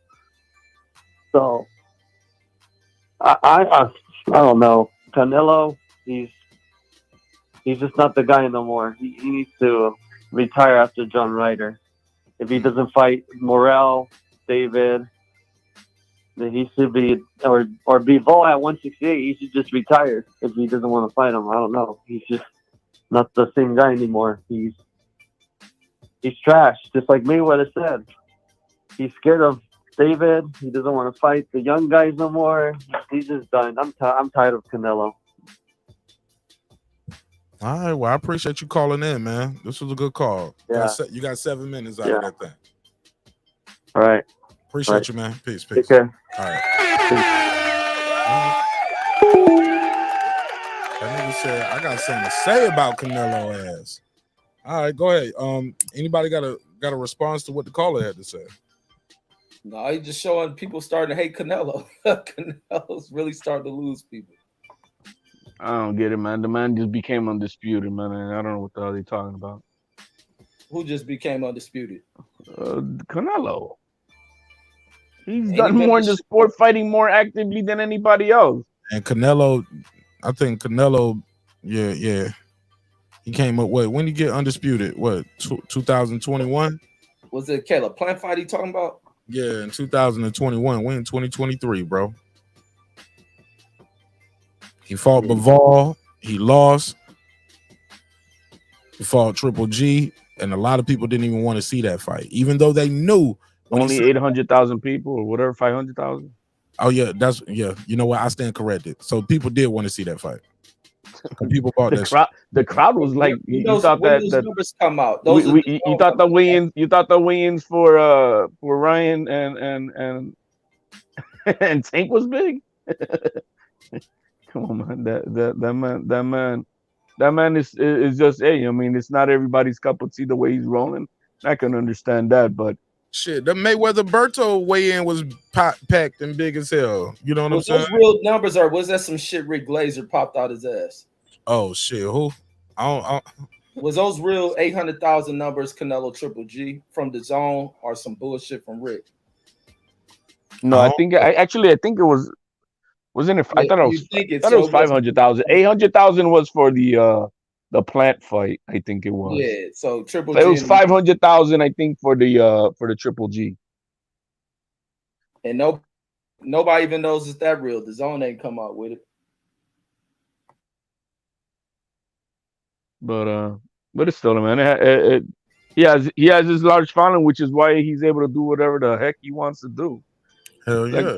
You know what I mean? That's just the difference. Hey man, I could do what I want. I could fight who I want because I'm gonna sell. That's why the WBC probably was wearing that hat. He's bringing in that paycheck. Yeah, but that's why I think it's important for these other fighters to not, because they add value to Canelo when they sitting around waiting and chasing for a fight with him. There's too many options that are taking place now. But that was all on them because Canelo didn't ask them to wait. You know what I mean? Y'all could come. I'm going to the kitchen real quick, okay? I agree with you totally on that. That's not on Canelo. That's on these other motherfuckers because they add value.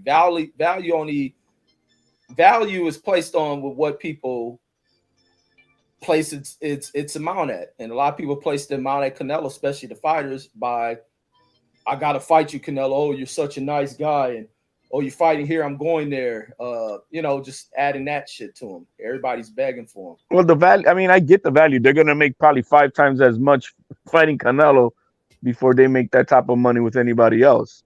So, I mean, I get that part in a sense, but you can't just die out and not do nothing and collect dust. So, I totally disagree with the caller. I mean, I don't it's about retiring all that shit. No, Canelo's doing whatever the heck he wants, and until somebody dethrones him from that, I mean, it is what it is. But he is the most active fighter out there, so I don't, you can't hate on him. All these other guys, they need to fight 2-3 times a year. Do the same thing. Keep busy. But I stand corrected. The contract that Benavidez signed up, because he just re-signed again with PBC. It's for a Boo fight, a Morel fight, and what's the other name out there? There's one more name out there, but neither one of the names were Canelo. So I mean, if we do get a Canelo fight, maybe sometime later next year. Yeah, he don't need to worry about Canelo. Canelo ain't gonna never fight him. No, not unless, I mean, we'll see. We'll see where he's at after he's done fighting. If he fights Bivol at the end of the year. But man, I don't know, man. Where's everybody at? That's what I'm trying to trip. And where's everybody at? Nobody defending Ryan. Nobody overly praising Tank. Where's everybody at? No, I mean Tank done got his praise, man. Tank is that dude, man. Tank is that dude, man. The sport is his. He's proven it to me, man. I was never, but I mean I do respect. I can say I do respect now the skills.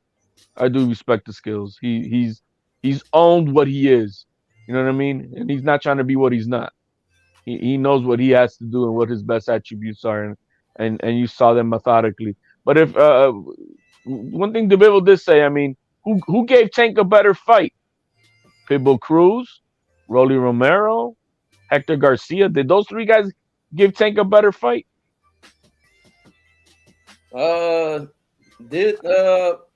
Pitbull probably did, but Tank also had an injury in that fight. Pitbull came to bring the fight. It's just styles. You're really dealing with the styles of guys. Pitbull can take a punch. I think Pitbull is one of the guys who really can probably stand up to Tank's power, and they just have to go blow for blow. I think Tank separate and be able to be in the fact that he has better movement than Pitbull can get out of the way of some of this shit. He can probably see Pitbull punches coming because Pitbull gonna go in that fight over aggressive, and Tank could just slowly start to pick him apart and pull away from the fight. But I think Pitbull can take the power from Tank. I'm thinking those 3 guys gave looking back at it, but even Rolly, I think, gave him a better fight than Nah, you can't. Fights are style wise. I thought Ryan put up a greater effort. Being Rolly was just super aggressive. He's known for his power. Tank's just patient, like Tank put in the post fight, and even Ryan was saying he's just very patient dude, and he'll wait for you. He has to. He's a shorter fighter. Sometimes you're gonna wait for. You can wait when you see. That's the thing with dealing with them aggressive fighters, and the fighter with great enough explosion and timing and can see shit. All you gotta do is just give his time, not to rush until you're gonna walk into something. And he's blessed to have enough power on him to touch you one time with some shit. The dude just knows what he is. He knows who he is, what he is, and what he has to do. And he's thinking in that motherfucker. Absolutely. I think that's what I walked away with it tonight, Reggie. That's what I walked with the young man. He He definitely knows his style and what he's got to do to execute. And it's a gifted thing, man, because I'm sorry, he's not really listening to that corner, man. He's very instinctual. He has it just naturally what he's got to do. He feels the fight. Right. So, That's I mean, come good. from all them years he been fighting. Yes, exactly. So good for him, bro. I can't shit on the man anymore like I used to.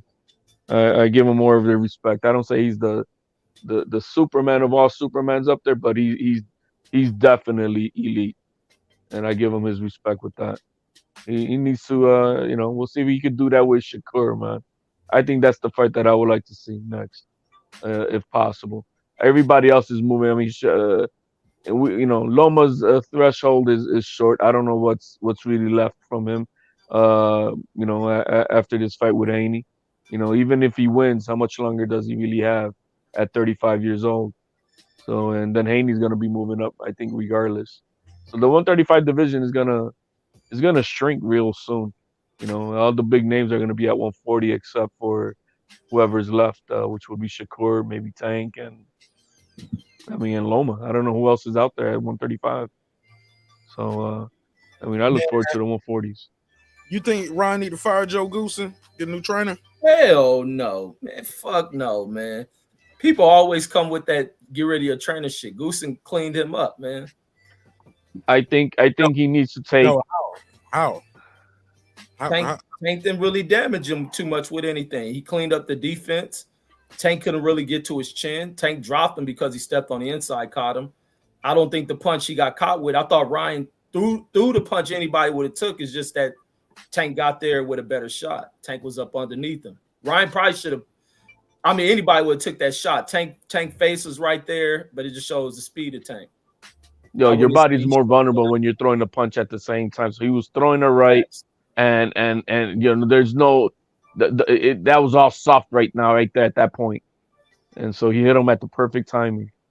So that has a lot to do with it. But to fire Joe Gooden, no, I think they really need to take the next 4 to 5 fights, some good soft touches to clean up his shit, get more experience, but he has to stay active. Yeah, he can go back in the gym in a week. He can let his body rest up a little bit. 2 weeks, he can get right back in the gym. Yeah, he could get back in the gym immediately. He just can't fight for the next 3 months or anything like that. But I think he could probably start just keeping himself in condition and start working on the shit that he needs to keep on working on. This one loss isn't devastating for him. Yeah, no, he can hold his head up high off of this shit. It's just that you just got to reward Tank for who he is. The kid is bad, man. And for all these young dudes, man, people putting a lot with Shakur and stuff. I see Shakur as that skilled dude, but I don't know what he's gonna do against the other two top guys. I like to see there's many ways that 135, 140 thing shapes out. I don't think these 135ers are ready for taking the top spot at 140. They're gonna be dodging a lot of the top dudes. They ain't going after them belts. Why Sabril and fucking Regis holds those titles. They just not gonna do it. They'll probably go after Taylor's belt, but they ain't gonna go after Regis and Sabril's belts. Nigga. You man, you talking about still the man who's undisputed. Who undisputed? I thought he gave the belts up. He gave it up, man, but he didn't lose those belts in the ring, man.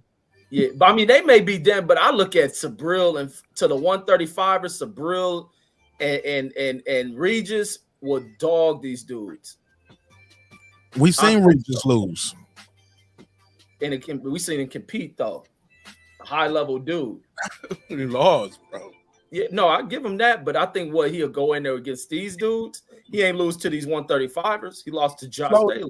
He slowed down since Josh Taylor. He looked slower in his last fight. He won. You think so? Yeah, he out-muscled that dude. He was stronger than that dude. But Regis was slower, man. He done lost a step, bro. Now, I always thought Regis, I never looked for Regis for like his speed off. Regis is a grueling ass dude From what I observed, from my opinion. I think he's just a grueling dude that just goes in to break a guy, and he's mean with his shit. Same thing with the Sabril dude. They mean with they shit. Man, I don't think none of these dudes scared of Regis, bro. He has power, but I don't hear none of them calling his ass out. Cause he ain't no money. It ain't no money in fighting Regis. I think if Bobby Arum ends up signing Regis, that would be great for the sport in itself. Because then we could have all these guys from 140. You could have Devin Haney, T.O., Taylor, Regis Prograis. You got still Ramirez. You still got the Barboza guy. I think it'll be a good nucleus of fighters that Top Rank could put together to fight amongst each other. What's that? I bet you T.O. won't fight Haney. Yeah, you're right. You're right. He's too boring for him. So he won't fight him. He already said never. That's his dad about it. He said never, man. Which means you asked his dad? He said never though. Like he ain't say it a different way. I had asked him in the contest because he had said Devin hadn't fought nobody. I said, Mark, man, you talking about something from here. What happened after that, bro? He still ain't said, yo, I will fight him. Is ass juice, bro. He never said, he still ain't never said I want to fight him or I will fight him or if he come up to 140, yeah, he gonna have to go through me. He ain't saying none of that stuff. Actually, he did say that. Actually, on Friday, he said they all got to go through him. He said Devin Haney? He said everybody's got to go through him. All right. We'll see, man. He's got a bigger fish to fry, man. Those guys ain't at 140 yet. And he gonna lose to Josh Taylor, bro. We'll see, man. Reggie, you got T.O. beating Josh Taylor? Man, I got T.O. winning another big fight. I love it. I love it. Man, I just think Josh Taylor got that. Hey, look, now Josh Taylor has been inactive, been out for a year. T.O. has been active. That's the one thing that's working in T.O. favor. He's been active. That's about it. He's been active, and that's important. I think T.O.'s learned from his last fight, man. Josh Taylor gonna make 140. I'm gonna be honest. I think this nigga might blow trial. Nigga. This nigga go this way. Don't blow trial, Reggie. This nigga can't. Are you basing off how big he was next to Terrence Crawford and shit? I'm just how much he blow up in weight, period, bro. And then he's been out for a year. I think some of these dudes, when they fight once a year, I think they spend 1 year, bro, gaining and losing weight, bro. See, I like way be hating on Josh Taylor lately because I feel that he dug Catterall for that rematch, and I he did kind of lost a little respect for. He did though. It was more money fighting T.O. I'm sure it is. Yeah, I mean, it's more money fighting T.O. Is one part of it, absolutely. And if he wins, what he get for that? You beat the guy coming up from 135. That's what they're gonna say. They may, but they don't. People gonna always discount the shit. But I just didn't like that he didn't give Catterall the fight when I thought they had a fight, and then all of a sudden but Catterall signed now with DAZN. I thought he signed with Boxer.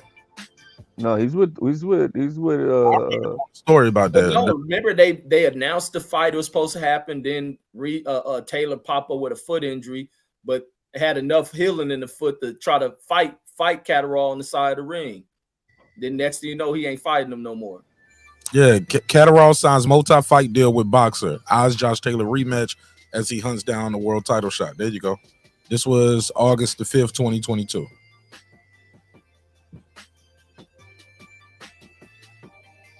And their contests are shown on Sky Sports. So he did not sign with DAZN. And Luke Campbell never won a world title. HOD.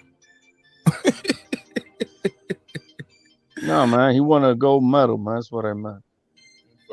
Hey, why did Dave Morrell being fast tracked? He ain't. I heard he not a gold medalist and shit.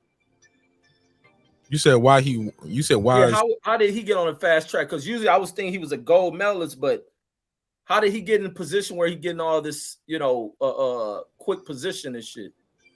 He was lucky to walk into that regular belt fight at 168, and then after that is just what he's been doing, blazing people out. But no, but still, people blaze people out. But I never see nobody just jump on the scene and fast track unless He you ain't like even got 10 Loma. fights. He ain't even got 10 fights. Right. I'm thinking he was like on some Loma shit, but I hear he just defected and shit. Or was he known in Cuba or something? Was he supposed to be on the Cuban Olympic team and left or something? I think he was high praise fighter from Cuba. Yeah. Yeah, I'm like, man, that's the luckiest a Cuban that ever got coming on a boat like that. Like, damn. Yeah, let me see. He got that WBA in his what? 1, 2, 3, 4, 5th fight.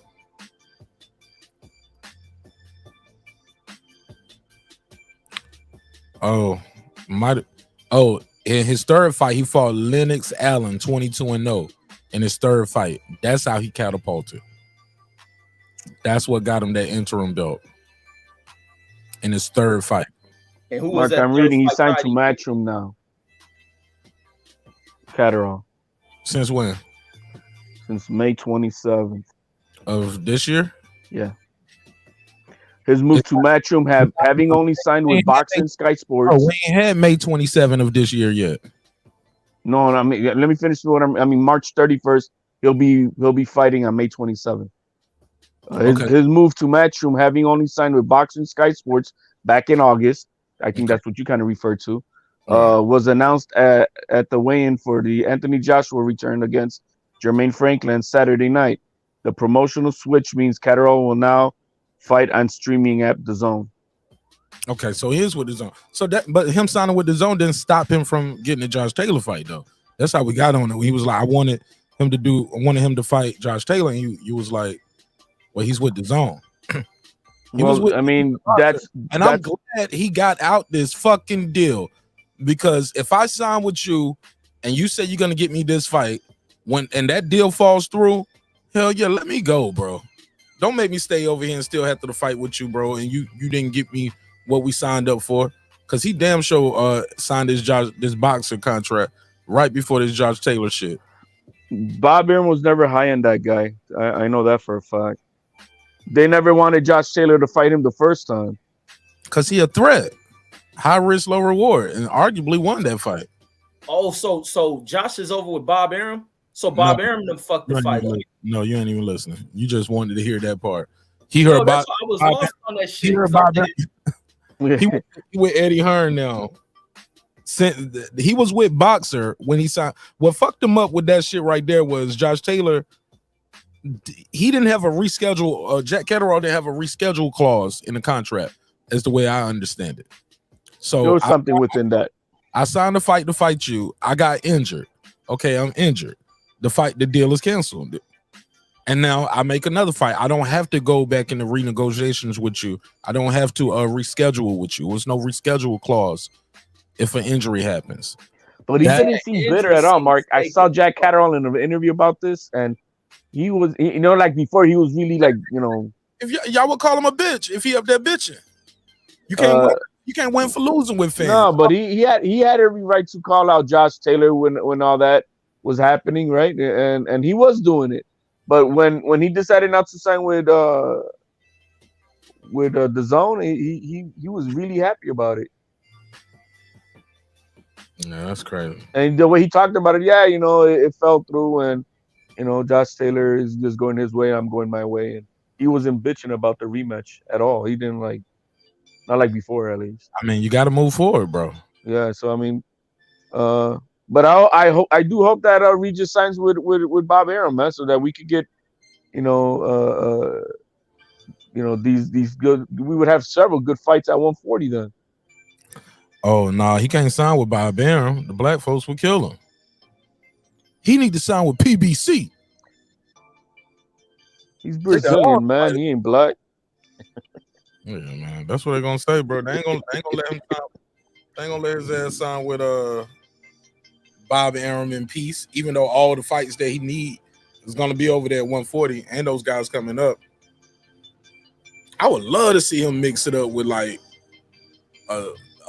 Josh Taylor, T.O., Devin Haney.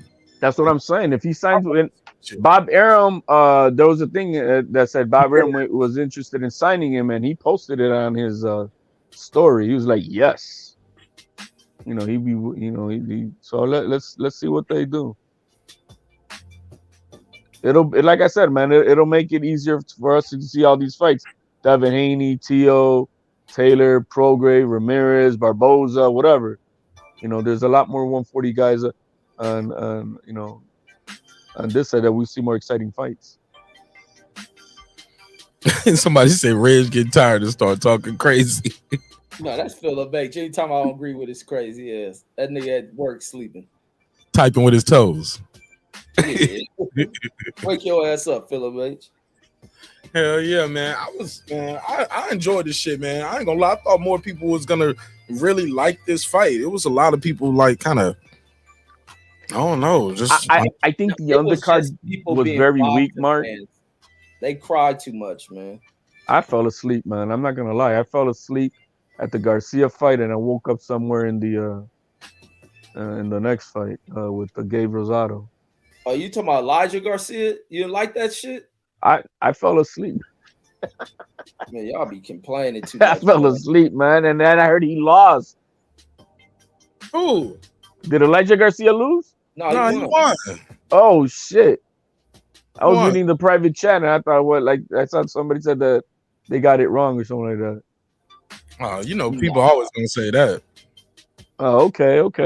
Oh, he won that fight. I didn't even see the decision. So boy slowed down. Oh boy started off real good. He had a spark when he started, but then Elijah started, coming on strong at him. Did he drop him one time? I'm trying to remember. Did he drop him? No, he didn't. No, I don't think. Wait, did he get it? No, I don't think he did. I don't think so. But nah, it was a good little scrap back and forth, man. They took a point from the other dude. That's what happened. They took a bullshit point. Oh yeah, for low blow, right? Yeah, and it wasn't even a low blow shot. Hey, look, the ref literally told him you can hit him here before the fight, and then when he hit him on the belt line, took a point. Rachel Donaire, what up? What's up? What's up, Rachel? You see the fight? Yeah, I didn't really watch the Gabe Rosado one, and then I watched the of course the co-main, and then watched the other fight, the Ryan versus Tank. So talk to me. What you think of the fights? First of all, they gotta stop putting David Morrell in there with these guys. He's gonna catch a murder charge, huh? I mean, at the end of the day, like David Morrell, I fully expected him to do what he was going to do. As far as Tank and Ryan, like, as much as I want to give Ryan a lot of his props, like we had discussions after the fight over here in the Philippines, and they're like, well, Ryan has power, and I questioned it. I go, so tell me when Ryan has had power. And they're like, well, no, Ryan has had power. And I was like, when? Tell me when, right? He has timing, he has speed, but does he have power? And at the end of the day, he doesn't. His stance was way too wide. He didn't adjust at all. He couldn't adjust for the speed that Tank was closing in on distance, and it is what it is. He was leading towards the wrong side. That's how he got caught in the second round. When he breathed wrong, when he threw the right hand, and then Tank had hit him to the body, there was no recovering from that. So at the end of the day, I'm not fully surprised. Like, this is something that at the end, when we look back at like who he's fought, when he's fought them, what the outcomes were, and what we're expecting of him, I think is a little bit silly. I'm sorry, but I'm not sorry. Boo! That was whack, Rachel. Why is it whack? Because you shouldn't on the whole event. I thought Ryan put up. No, I'm not shitting on it. All I'm saying is that, like, listen, like we did. Okay, so were we basing it off like? Okay, so fuck it, whatever. Were we basing it off the fan base of Ryan, who he, is outside of boxing? 100% we were. Because if I gave you anyone else that has fought the exact same competition that Ryan has, you wouldn't give him 2 shits of a fucking dime. Yes or no? Boo! Boo. Did he get his ass whooped in there? Was he getting beat from pillar to post by Tank? Pillar to post? Ass beat as far as what? Technicality wise, to figure out exactly what he got dropped? Why? That's a technical basic move. Many people get dropped, people get up, his feet was in the wrong position. He got caught with his Why? There's nothing that you could tell me. Second round with that punch and then get hit with it again. That was bullshit because of the exact same reason that Ryan Garcia has had the exact same foot placement in the entire time that he's ever fought in boxing. Yes or no? We know Has he changed. changed? We know he ain't got Tank Davis' feet, but you say he got hit with a shot. He never got hit with that shot again. No, I am saying like was his foot placement the exact same? Was it planted in the exact same way? Oh, wrong button. Sorry about that, y'all. Wait, what you mean planting the same way? He never got hit with that shot, never put himself in that position again in the fight. His feet in fighting someone the way that Tank is, was his foot placement changed? Or was it the exact same way that he's been fighting the exact same, like the entire time that he's been boxing? No, he showed difference in this fight than he has in his career. He showed something different. He wasn't getting hit with shit. He didn't get touched up. He wasn't marked up. Again, I asked you if his foot placement was any different. I thought his foot placement was good. Him being orthodox fighter against a southpaw fighter. How? I mean, I thought he fought well. How? Tell me how. Don't tell me it looks pretty. Well, you tell me exactly where did he punch? Okay. How wasn't it? He was on his heel. He was on his heel. He was standing tall. His feet placement was wide. He was on the wrong stance to fight a southpaw fighter. What are you talking about? Tell me exactly what you're talking about. There was no fighting for foot position. There was no tripping over each other. It wasn't none of that. Tank moved on him. Tank moved. His feet wasn't in that fucked up of a position. Tank just caught him. Because it wasn't as fucked up as it has always been, his foot placement has never been good. The dude fought a good fight. Ryan's foot placement has never been good. Yes or no? Ryan has been achieving and succeeding and winning fights. I don't know what else you want me to say. I thought he fought. Ryan has not have Ryan has never had a good foot placement. Is he light on his feet? Is his feet placement wide? Is he on his heel? When he gets caught, why is he getting caught? It's because of that he's wide and because that he is reaching in and the way that he's throwing his punches. I mean, what was he being caught with, Rachel? That he was just doing so many things so bad. He wasn't getting much or nothing. I'm not. No. I'm not saying that he was doing anything that was bad. You're telling me that he's doing this and because he's doing that. I'm asking you so how was his foot placement any different from the last 20 fights we've seen him fight?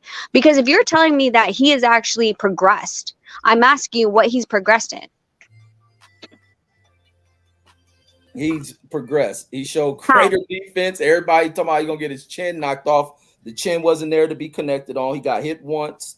Being out of position, got caught up coming under. Why was he out of position? Because of his feet? Because he threw a punch and it put him out of position. No, the way that you throw a punch is because when you're putting your position to throw a punch is where you're supposed to be. No, Brian has that hard left hook he likes to throw. He threw it out of position. It put him out of position. Out of position because he put his feet off the wrong position. And after that, did he get hit with that punch again? No, not at all. Tank just made adjustments. Was the more elite level. Sometimes you get a separation in skills, athletic ability. Tank had it. It was simple as that. So you're agreeing that there was an actual separation of skill, and that's why Ryan was caught in the second round. I'm not shitting on what Ryan did. I thought Ryan put up a great fight. It was a great matchup between them. Tank had to work. Tank ain't going there and run through the dude. Not whatsoever. All Tank really got in there was a shot that the dude didn't recover from. It was a great shot. So you're telling me that the guys that Ryan ran through is exactly who Tank should have been fighting? Who said you said that? I ain't say nothing like that. You're giving a lot of credit for someone. If I was to take out Ryan Garcia's fan following and put that and who he's fought, a lot of fucking credit. I can pick out anybody from Mexico that would give that kind of like all day. I can pick you someone out in the Philippines that has the exact same freaking record. Why are you so hot? But what are you saying? I'm lost on even what you're saying.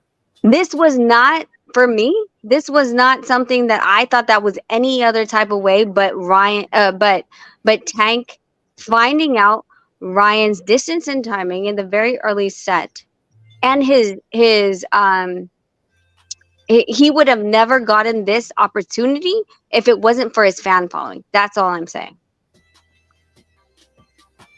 Is that a bad thing though? I mean, that's part yes, it's a goddamn bad thing, because there's people who have worked hard who are not doing TikTok shit yesterday and holding some gymnast, you know, like pretending to hold like punch a bag with his left hand, holding a gymnast with his right hand, doing a lot more TikTok and a lot more fan favorite, and really like grinding in the sport that will never get the accolades, will never get the notoriety, will never get their eyes on them, because they're not focusing on that.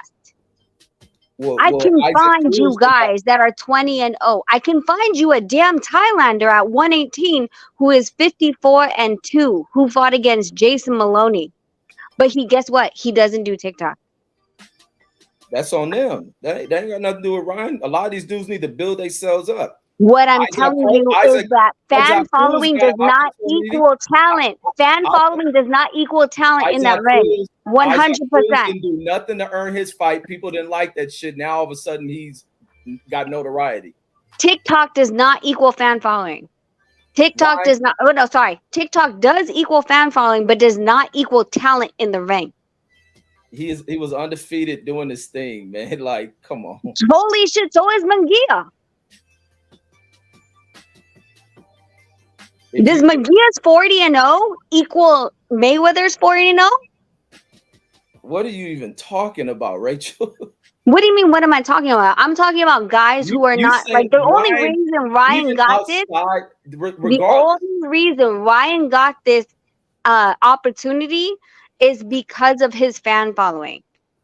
Ryan's opportunity at this time, at 20 and something, whatever, can be found in boxing a lot of the time right now, but they are not worried about none of these other people you're talking about. If you ain't got no following, no promotion, which is bullshit. It's fucking bullshit, because if it's bullshit. It's bullshit. Okay, so that's what you're saying. That's the problem. That's the problem. I'm telling you right fucking now. Because the problem is that some guy who is 20, or sorry, let me break it in half. A 10-0 guy who's balls to the wall that actually can fight, but isn't trying to do your damn TikTok, can fight better than the 20-0 guy or the 40-0 guy who's being protected. Nobody wants to see none of them people you talking about, Rachel. If you ain't got a profile behind you, nobody is going to pile into the stadium the way these two brought people to the table. So because what? Like, so what do you want? You want these guys to like twerk? Like that's what you want? Like you want the fan following? Rachel, you want the guy? What are you telling me? This dude has a record behind it. He has fought guys. He's come out the amateur system. He is known in the amateur system. Wait. I'm sorry. Let me tell you right now. When they said amateurs, right? When they said that he was a national champion, me and Onito fucking laughed. You know why? I was a national champion for 10 damn years. Nonito was a national champion. He was an international champion. When you have to go back to your grade school days and your high school days on what you actually achieved to make it seem like something, it's laughable. No, it's not. No, it's not. Yes, it is. Yes, it is. I was on varsity team in high school. Hey, man, I gotta admit, I love me some feisty Rachel. Get him, Rachel. Yes or no? You're talking about nationals. You're talking about nationals, bro. Nationals is high school. High school. Rachel. So let me tell you about varsity. What has Lomachenko built a career off of? What he done in the goddamn amateurs? All these dudes get talked about the amateurs in the Olympics and all that other stuff. Ryan Garcia wasn't in the Olympics. Why are you trying to even compare it? It matters. Is what No, it doesn't matter. Yes, it does. So you're doing high school, and then like at least like you're trying to compare different places in amateurs. You're being like, oh, so I was on the high school team. You're on varsity, and then you're gonna try to compare yourself to the international stars. You're trying to compare yourself to the Olympic team. Not the damn same. You're like straight up hating on some real shit. I'm not hating, dude. I've been on national team. Davis, you talking about he only got this opportunity with Tank. What's the opportunity? Because what? Tank has fought other guys, right? And they got opportunities before Ryan. The only difference that separated them is that this was the biggest fight that we have seen for Tank in sales, Ryan in sales. Correct. Why? Because of the notoriety, as it should be. And that's the notoriety of what? That's the thing they're talking about with these notoriety other what? That's what they're talking about. Other fighters of what? Building of exactly what they've done? Like, are we talking about someone who is an actual like 5-time world champion? Are we talking about someone who actually held a title? We are not holding on someone who actually had a title, not someone who has actually been to the Olympics, not someone who actually any of this shit. You're talking about someone who had a bunch of fucking TikTok followers. If that's what you're arguing with me, I agree. No, I completely agree. I'm not arguing it. That's what you're hating about. You're I'm hating hating? Ryan and only saying I'm telling you what the fucking truth is. I'm telling you what the truth is. I'm telling you what the truth is. Fight Tank. No, you're hating. How am I hating? Because I'm telling you the truth. He only got an opportunity because he got a TikTok following. And that's not a hate. That's not a fact. Is that a fact or not? Is that a fact or not? How is that not a fact? Because I can bring you 20 guys right now in the Philippines and in Mexico that they wouldn't blink an eye. Nobody here wants to see none of them guys you're talking about. You don't, because you're not actually a boxing. Like you're not actually a boxing follower. All you're doing is you're following what's popular. I watch. Go present that shit to Al Heyman. Go present that shit to Bob Arum, and they're gonna turn you down. Nobody wants to see that shit. Well, that's them. I don't really give a fuck because guess what? I go and watch the grassroots over here in the Philippines. I watch the ones in Mexico that nobody wants to watch. I watch the amateur circuit. And that's okay that you want to watch the people that are like pretty highlights. That I get that. It's amazing. It's fun. But at the same time, I appreciate the ones who are not getting paid that are being ignored because they don't want to shake their fucking ass on TikTok. Rachel, you on some other shit. Like, Rachel, they were fighting for the face of boxing title. That's the title on the line tonight. Wait, yeah, there was no fucking title. Y'all gotta be stupid. The face of boxing. They said it multiple times. Where's the belt? Nobody cares about the belt. What the fans want to see. This is about what pack the fans in.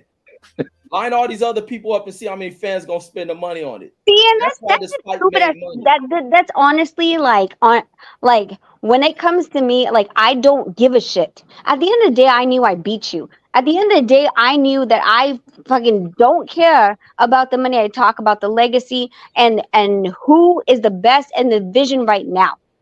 Not catch weight, not freaking any of this other BS that you guys want to play. Like, okay, like, oh, this looks pretty, and we're gonna have like TikToks, and we're gonna dance, and we're gonna do all this stuff and stuff. At the end of the day, it's about who you beat, when you beat them, and what they had. Guess what? Ryan Garcia has nothing. I like Tank. Listen, I called it. Tank was going to beat Ryan under 9. I think I said I said under 8. Nonito said between 8 and 10. My dad said under 9. So I said Tank was going to beat him. But at the end of the day, what was he going to make? Was he going to make money? Okay, I understand that. And I fully respect that. If you're going to do it because of money, yes. Completely 100%. But don't fucking pretend that this is for goddamn legacy. Because Ryan had nothing for you to gain except a fan following. Oh my God. What is he going to gain? Tell me what he's going to gain. It's a fight. Every fan. What is he going to gain, bro? Like, what is he going to gain? Like, he was going to have somebody. He ain't going to gain nothing fighting the Filipinos you talking about. Wait, no, you didn't answer the question. Why do you keep answering my question with a question? Tell me, what was he going to gain? What title was he going to gain? What ranking was Ryan? What ranking? Do you even know what rank was Ryan was? I don't follow none of that shit. See, that's stupid as fucking shit. That's casual shit.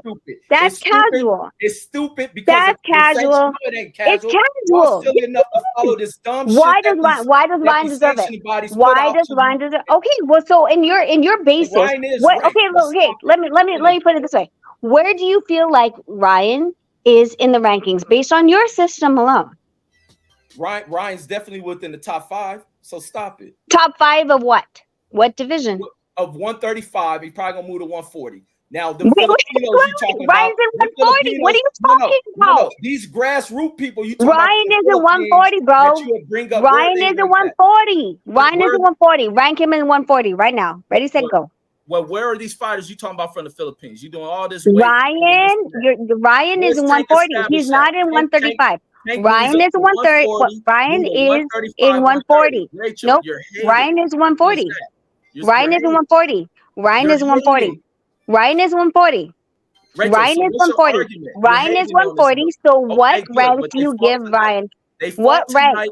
What rank? In a fight that made a lot of sense and a lot of money. Ryan is it?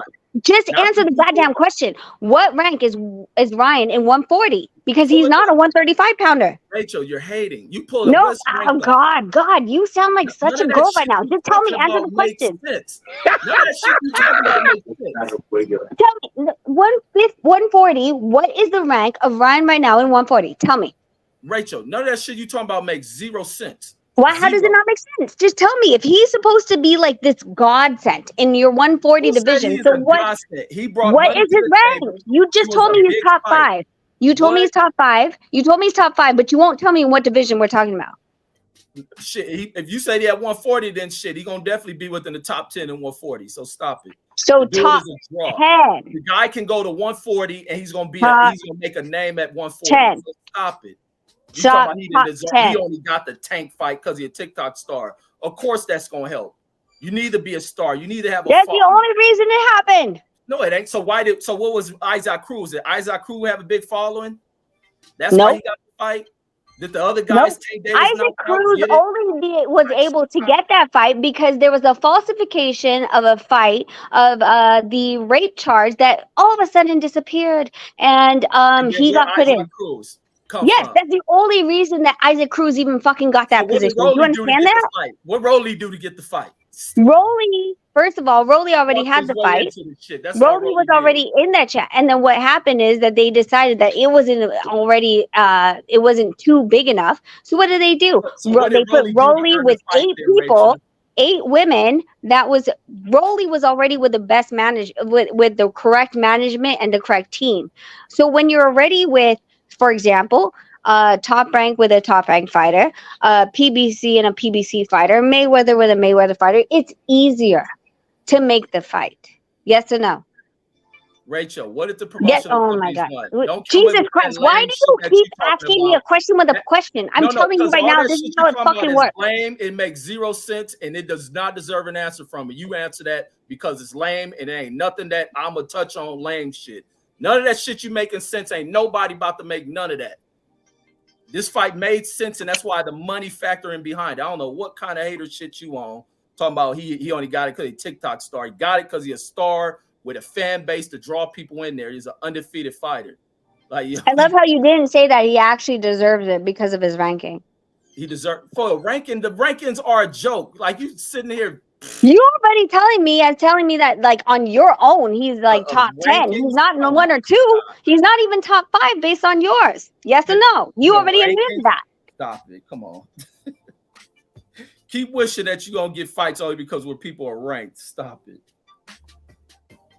Why would I wish anything? All I'm saying is that there's casuals that want to see like, oh, all this stuff because of the fact that you told me on your own ranking that he's 10.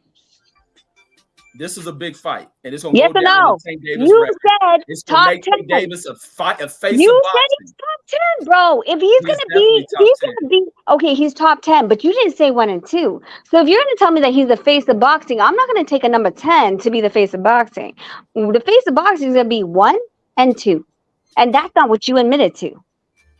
Yes or Rachel, no? I don't know nothing that you talk about. You making 0 sense. You just hate. I'm making 0 sense. You talking about what ranking? None of that shit makes none of the sense. They don't give a damn. I'm talking about your ranking, motherfucker. You're the one that said Who's it. the ranks? Like, stop. You said top 10. Your You top asked what 10 rank he is. That was shit don't mean Ryan. shit to me. You That ranking said shit you bringing Ryan up is top. Okay, fine. Look, In look, your Rachel, ranking, he here, could let be me he clarify could this be for a you. rank 0. Right? His name and value to the fight is what made everything for them to make the fight. He ain't get it Which 'cause is why YouTubers are doing so much better, because it doesn't fucking matter with the it rankings, makes right? you doing better because of people who think like you. Ain't none of that shit. No. They're not doing better because of people like me. They're doing better because of people like you. It doesn't matter for them. It doesn't matter for you what these people actually do. These dudes, y'all got these boxers Nope. got 0 personality. Nobody want to watch Who them. gives a shit? If they're supposed to show up, they show up and they win. That's not what they're supposed to be You know what doing. gets you a rank is who you promoted by. Like, stop this ranking shit. That ranking shit is the most You're flawed so stupid. Have you ever gone into a ranking? is the most flawed shit in Have you any ever done a sport. ranking? Have you ever been to a ranking? Have you ever been to a ranking? Tell me this ranking shit. Have you ever been to a ranking? Have you tell me ever about been this. to a I hear ranking? y'all No, talk about this dumb shit. I'm not. You go Listen, in there, you're hey, not I should paying be in me. this position. You're No, not I should paying move me up. to I tell got you this money exactly for what you haven't Hey, fucking listen, this how done, y'all bro. rank. I got You money haven't done behind the anything. scenes. What? Listen, You let me have show not I been will there. pay you I off. love Put me how in rank every 3. single time you guys want to tell me exactly how the rankings work, and yet you've never fucking been there. Tell you, I don't even talk on rankings. Exactly. So shut the fuck up. You've never been at a ranking, and then you're telling me how rankings work. Ranking. You're telling me how rankings work. You're telling me how rankings work. I Rachel, work the rankings. You're Oh, crying please. about that, not me. Stop it. I'm crying about. You just told me I don't know how the rankings work. Who told you that? I know how the rankings work. You don't know how the rankings work. No, You've rankings. never been to a rankings. You don't understand how this shit works. Since the rank is important for you, so please explain it. It's important to you. You want me to explain it to you? You don't pay me enough for I don't this want shit. you to explain it, but you want to, so explain it. I don't want to explain it. Like, I'm just telling you that you have absolutely no idea. If you've never been to a rankings and you have never been to a mandatory, you've never been to the IBF, the WBA, the WBC, the WBO, you have never actually put in for your boxer and why they should be ranked higher, you cannot say any type of different because you've never fucking been through the system. And you're trying to tell me how rankings work. I love that. I love that. You've never fucking been to a rankings. Tell me how a rankings work, bro. These guys tonight who didn't fight for a belt fought for a big ass fight, and you're complaining about it. Am I complaining? I'm just saying that no, all it is. You're hating. I mean, it's a bullshit fight. You know, people in the Philippines that more deserving. Nobody knows them, and nobody wants to see them.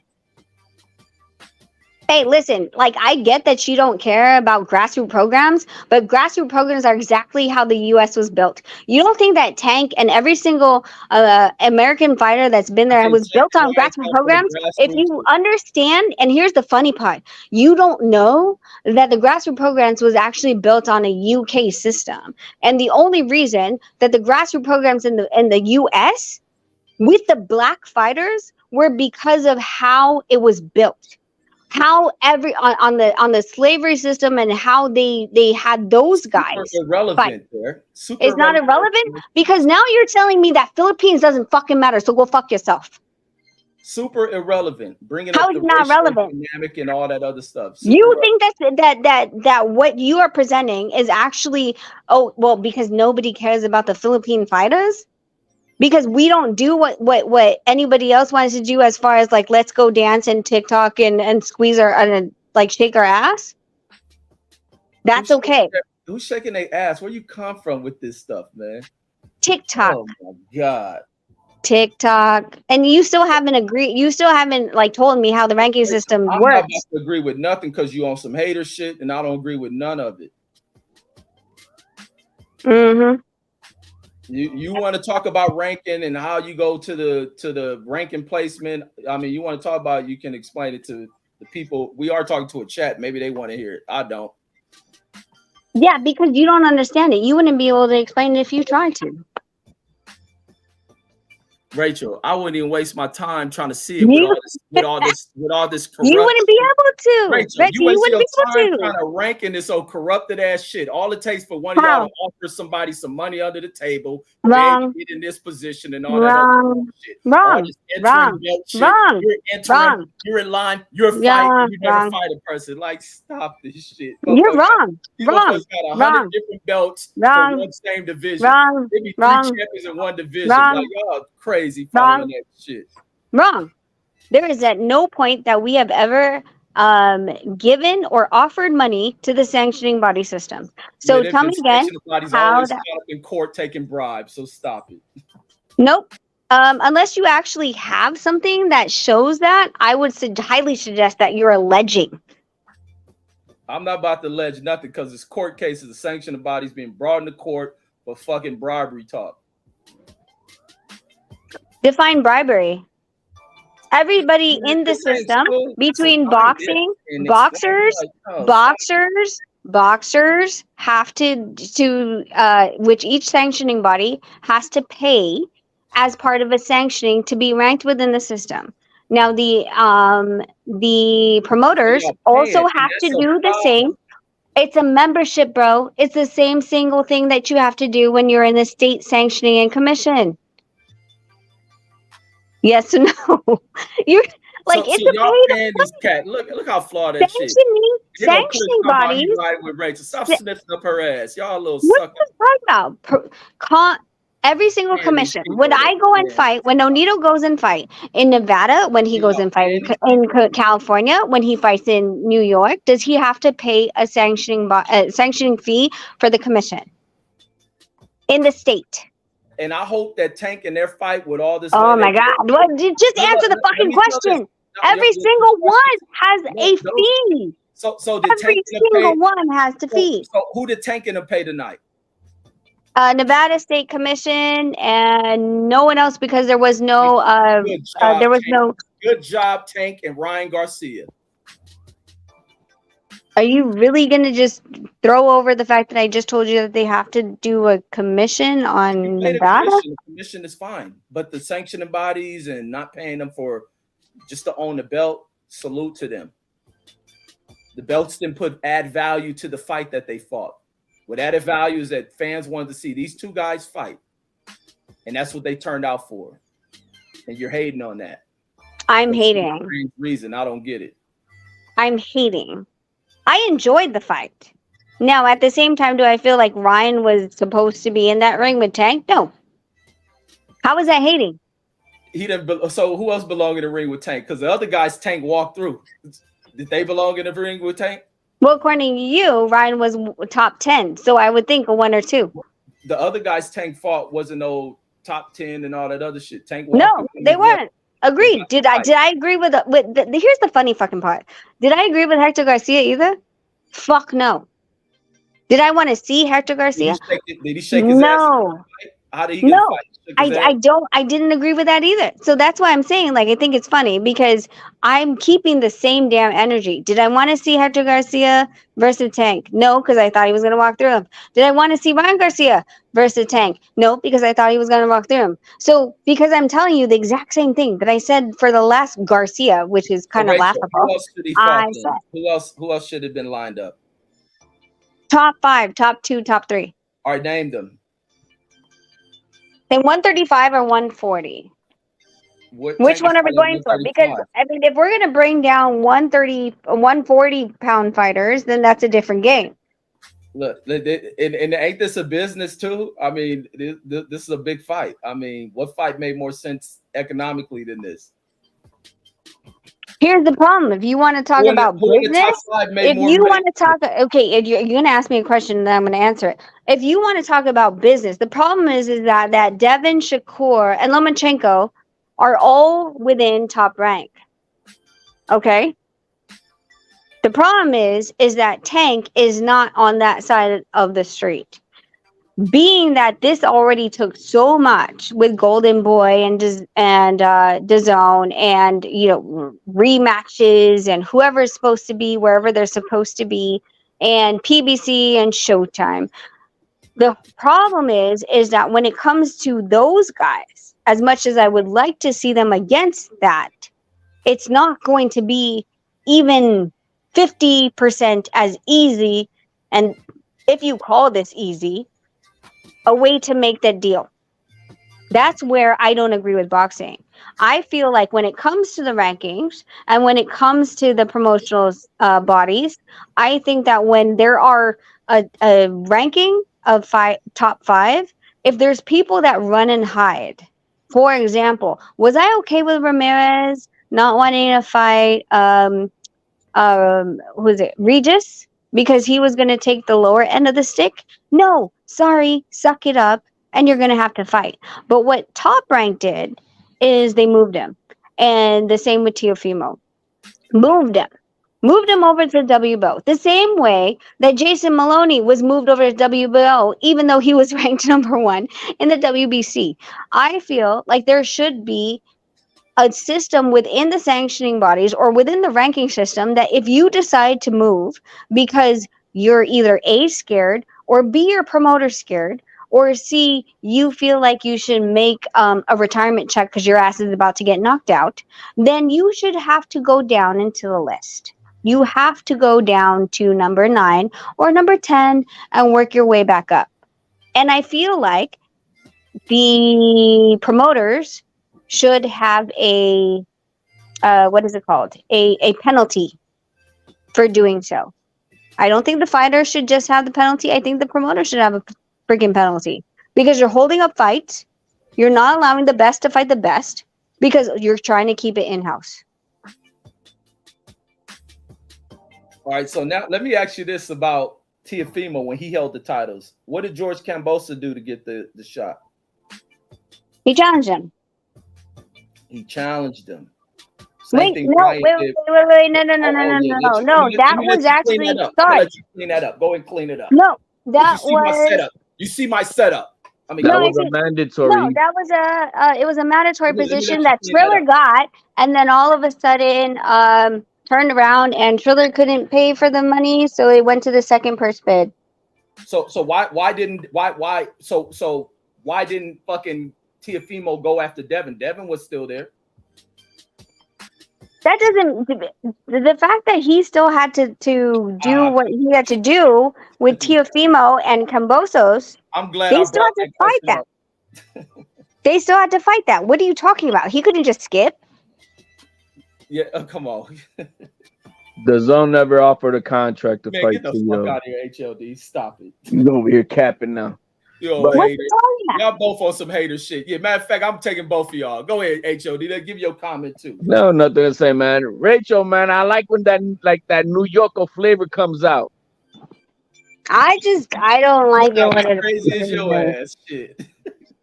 Man, you better put some respect on the don there, man.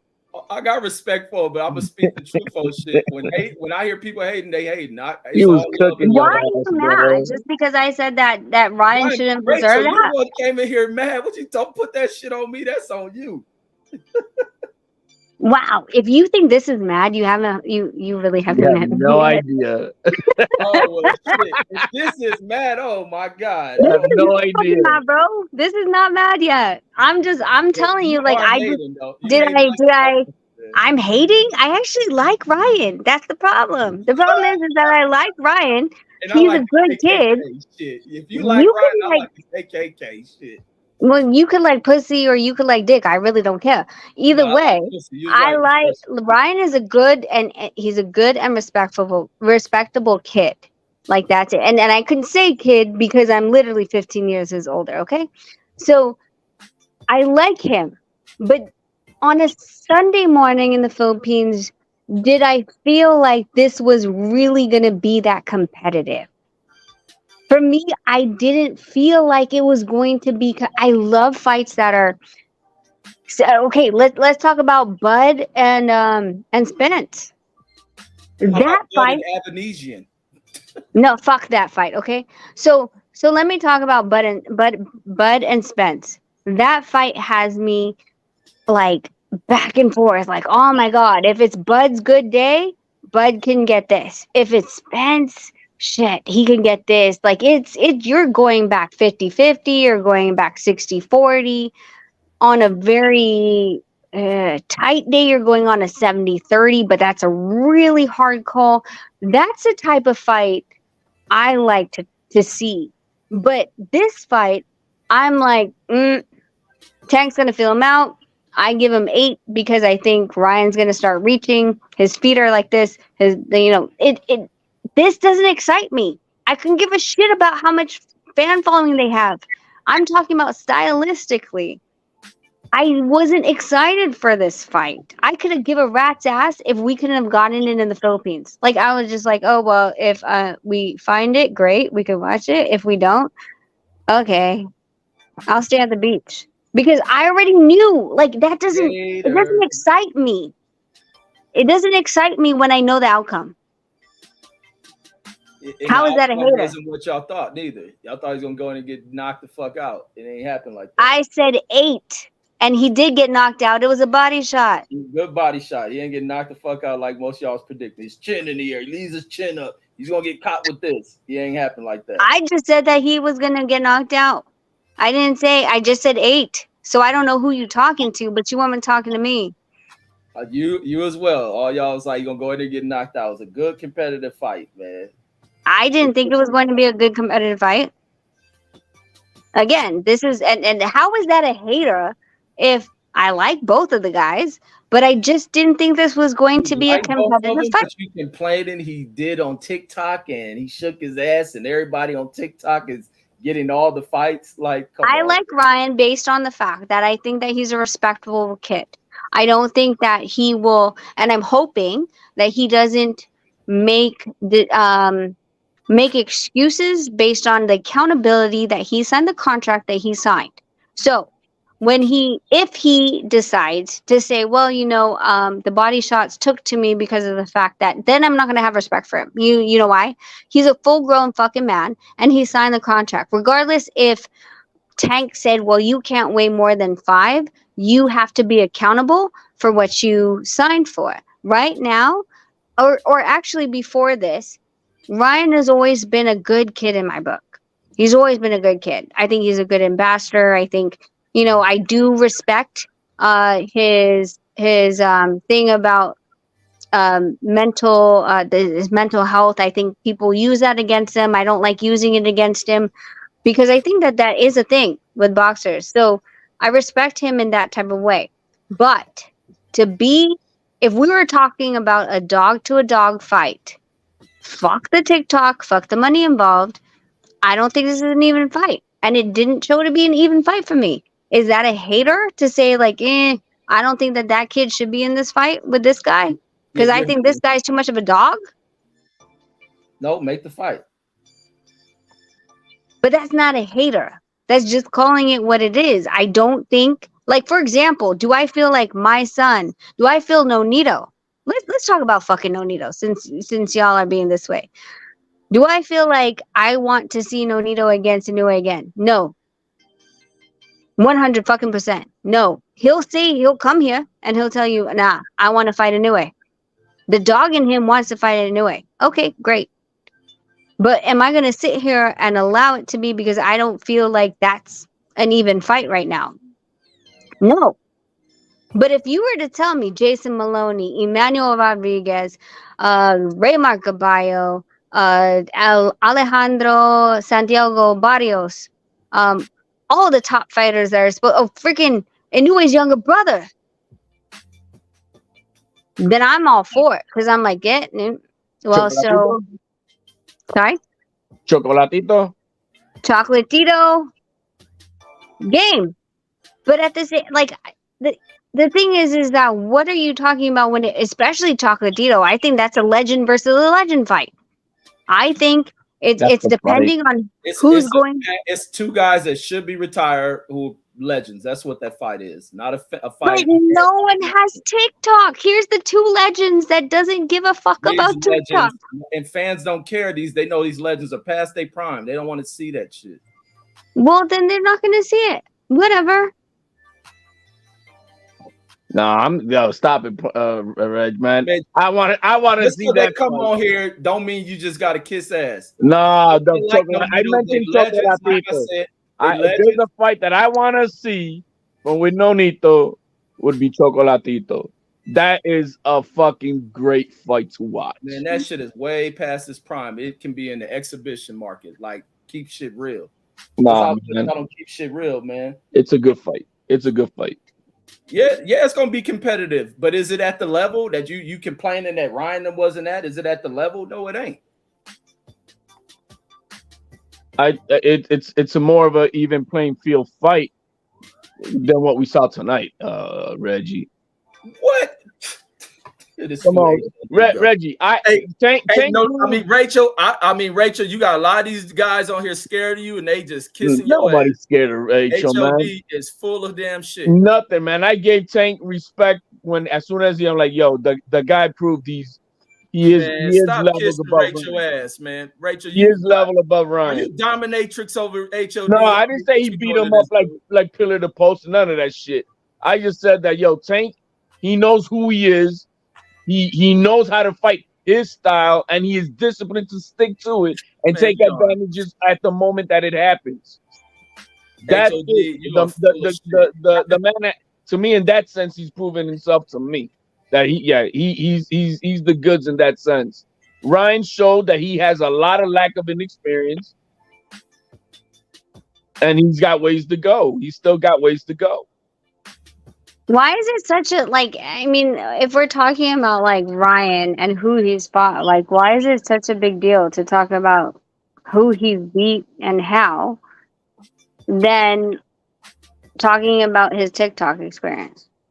What's wrong with the TikTok, Rachel? I mean, that's the problem with a lot of fighters. No, I'm just saying, like, so if you're saying like he deserves to be in the ring, okay, so if you're talking about deserves to be in the ring, when it comes to, like, yeah, you talk about the Jake Paul and all that stuff, they deserve to quote unquote be in the ring because of their fan following, not because of what they've done in boxing. So if you're talking about Ryan deserves to be in the ring, are you agreeing, or are you saying, or are you stamping on the fact that Ryan doesn't deserve to be in the ring because of his boxing experience, or only because he deserves to be in there because anytime there's a discussion on this division, Ryan name comes up in there with all these dudes. Devin wanted to fight him and pursued him. Tank wanted to fight him and pursued him. And the same thing with Shakur would have wanted to do it. Except he takes. So you're saying popularity. So you're saying because you just said because they're talking about him. You're not saying anything else, but you're saying because their name is being dragged in to the mix, and the what is it called? These are the numbers of the division. Like, the numbers. How is Ryan a premier guy for the division? You ask those sanctioning bodies that you go talk to. They'll tell you why. I'm asking you. You ask some sanctioned bodies you go sit and negotiate with, because I think Ryan was in position. He did work for a title. He turned down the title not to fight Devin, went out on his mental hiatus. So, I mean, Ryan's up there. Ryan's up there. Because what Ryan has done, he's undefeated. He has a lot of knockouts. He's A earned lot of knockouts. Based on what kind of competition?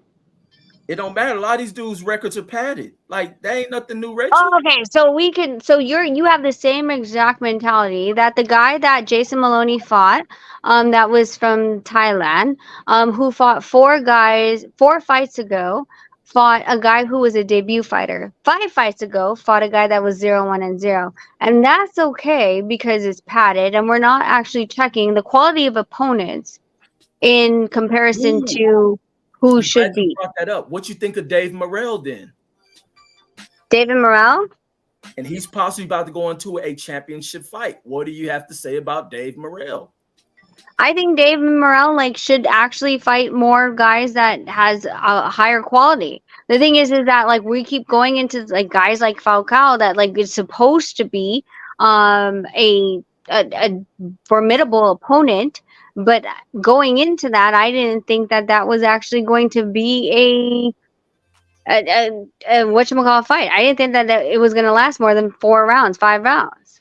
So with Dave Morrell in 8 fights, is he worthy of fighting the champions now? And I say, what has he done to earn it? Because you're bringing that up. Is Dave Morrell, is he worthy to fight who exactly right now? Any of the champions with belts, Benavidez, Canelo, whoever, because he's in line to go for a championship belt against David Benavidez, possibly. I don't think right now that he should be. That's as far as he is, the thing is that there's 4 different sanctioning bodies that will line him to be within wherever, right? And that's what people play on. That's exactly the same fucking shit that, like what's his face? Maloney played on. Maloney was number 1 in the WBC and he was number 1 in the WBO, and instead of fighting us, he went over to the WBO side. Like, this is because of the 4 sanctioning bodies. It depends on those rankings of those 4 sanctioning bodies on where he is placed at. Do I think that he should go straight for the title? No, I think that he should walk his way up. But you have faith in the sanctioning body, so it should be with whatever they allow, because you had faith in them when you started this argument. It depends on the sanctioning body and exactly where they are, because the sanctioning bodies have different people ranked in different divisions. So within our division, within the 118 division, there's so many different rankings within the top 5. They would even in the top 8 or top 10. There's different people in all those divisions for exactly the reason why. Is because if they were to say, I'm blah, blah, blah, and I'm going to fight number 8, and I want to move up in the rankings to fight that, and then I want to like jump, skip, and switch if I win. And so they do this within the sanctioning bodies, but that same person A, might not be ranked the exact same way that they are ranked in the other sanctioning bodies. So those people move within each of the sanctioning bodies and where they're ranked. I still think it's a flawed system. And if fighters are bouncing around, moving here, don't want to fight you, but I'm ranked here, shows flaws to that system. And they're all over the place with the way they rank people. Because why? You ain't paid money to us. We're not ranking you. It's not the fact that they're not doing that. It's more so the fact that each of them has their own rankings and their own fighters within those organizations. For example, like I said before, Jason Maloney was in the WBO number 1 position, and he was in the WBC number 1 position. He decides to go over to the WBO because he doesn't want to fucking fight us. And that's stupid. If you're doing what you're doing, you're winning fights. I think all the ranking bodies should have some close system of where each fighter that is fighting out here is ranked, but they don't. Why? Because you didn't participate over here and you haven't paid your fee with us. That's flawed and that's corrupt. It's not about not paying fees. Most of these guys in the top 10, all of them are ranked within the same organizations. It's more so the fact that who is ranked where and how. So, for example, like I said, number 10 wants to fight number 8, but number 8 is different in a different organization, then it's going to change. It's who you fought, how you got there. And all the different sanctioning bodies rank in different ways. It has nothing to do with the fact that you didn't pay. Flawed, Rachel. You could say it's flawed, but do I want something like the UFC? Do I want something like shit? There ain't nobody nowhere close with these ranking systems. And then when I hear people talk about, well, he ain't over on the IBF. He ain't over with the WBO. That's a problem. Yes, you want something like the UFC that controls exactly their own sanctioning body, that if you don't agree to what they decide to do, then they'll take away your belt. That's what you want. Yeah, but I think it's pushing it where you're going to get what Tank and them did tonight. You don't worry about what these sanctioning bodies rank you at or value this and that at. You're beyond that. Same thing with Canelo. If they tell him something, he don't want a belt, F your belt. I'm beyond you. I'll go fight who I want. Yeah, and that's fine. Exactly, if that's what you don't value, if that's what you don't value, is that hating though? Is that hating at the end of the day that I grew up? I didn't know. Wait. Let me talk because you keep overrunning me. The thing is that my problem or your problem or that your blame is the fact that I grew up in a sport that 1, 2, and 3 are the ones that get the trophy. Fuck your participation trophies. I grew up on rankings and team placement. Now, if you don't agree with that, that's okay. Am I hating on Ryan and Tank? Absolutely not. But I don't agree with it because my thought process and what I grew up in and my value system is different. If you look at my Twitter or my Instagram, could I go and I live in Vegas. Right now I'm not in Vegas. Could I go and call all my stripper fans and be like, "Hey, I need you to twerk. I need you to like can we get up my Instagram?" I can. But that's not something wait. That's not something that I value. That's what I'm trying to get past you. I don't value that. I don't value the likes. I don't value this. I value what you've done and and it's not the likes. I value your talent and what you've done in the ring and the competition in the ring. And that's a more old school mentality, and I understand that. Do I disregard or do I disrespect what is being done right now? No, I don't. Do I still watch it? Yeah. But do I agree with it? No. And that's my own personal right to say, I believe in a champion because of the way that I've had to fight through my own system, that the best had to fight the best within the ranking system and within the trees that I've had to fight. Well, what happened tonight is really an anomaly. We're not going to see this in any other division, anything like that. These two guys. Because every other fighter, everybody else is interested in fighting the best or looking for legacy with belts. It's only these two guys. These two guys were not interested in that. But I don't see no other division that's on that popularity contest that's how the fights are just going to be made. I keep on hearing that belts don't matter. It doesn't matter to these two guys because they have a large following. But Shakur wants those belts. Loma wants those belts. Haney wanted those belts. Tio wants those belts. Regis Prograis wanted those belts.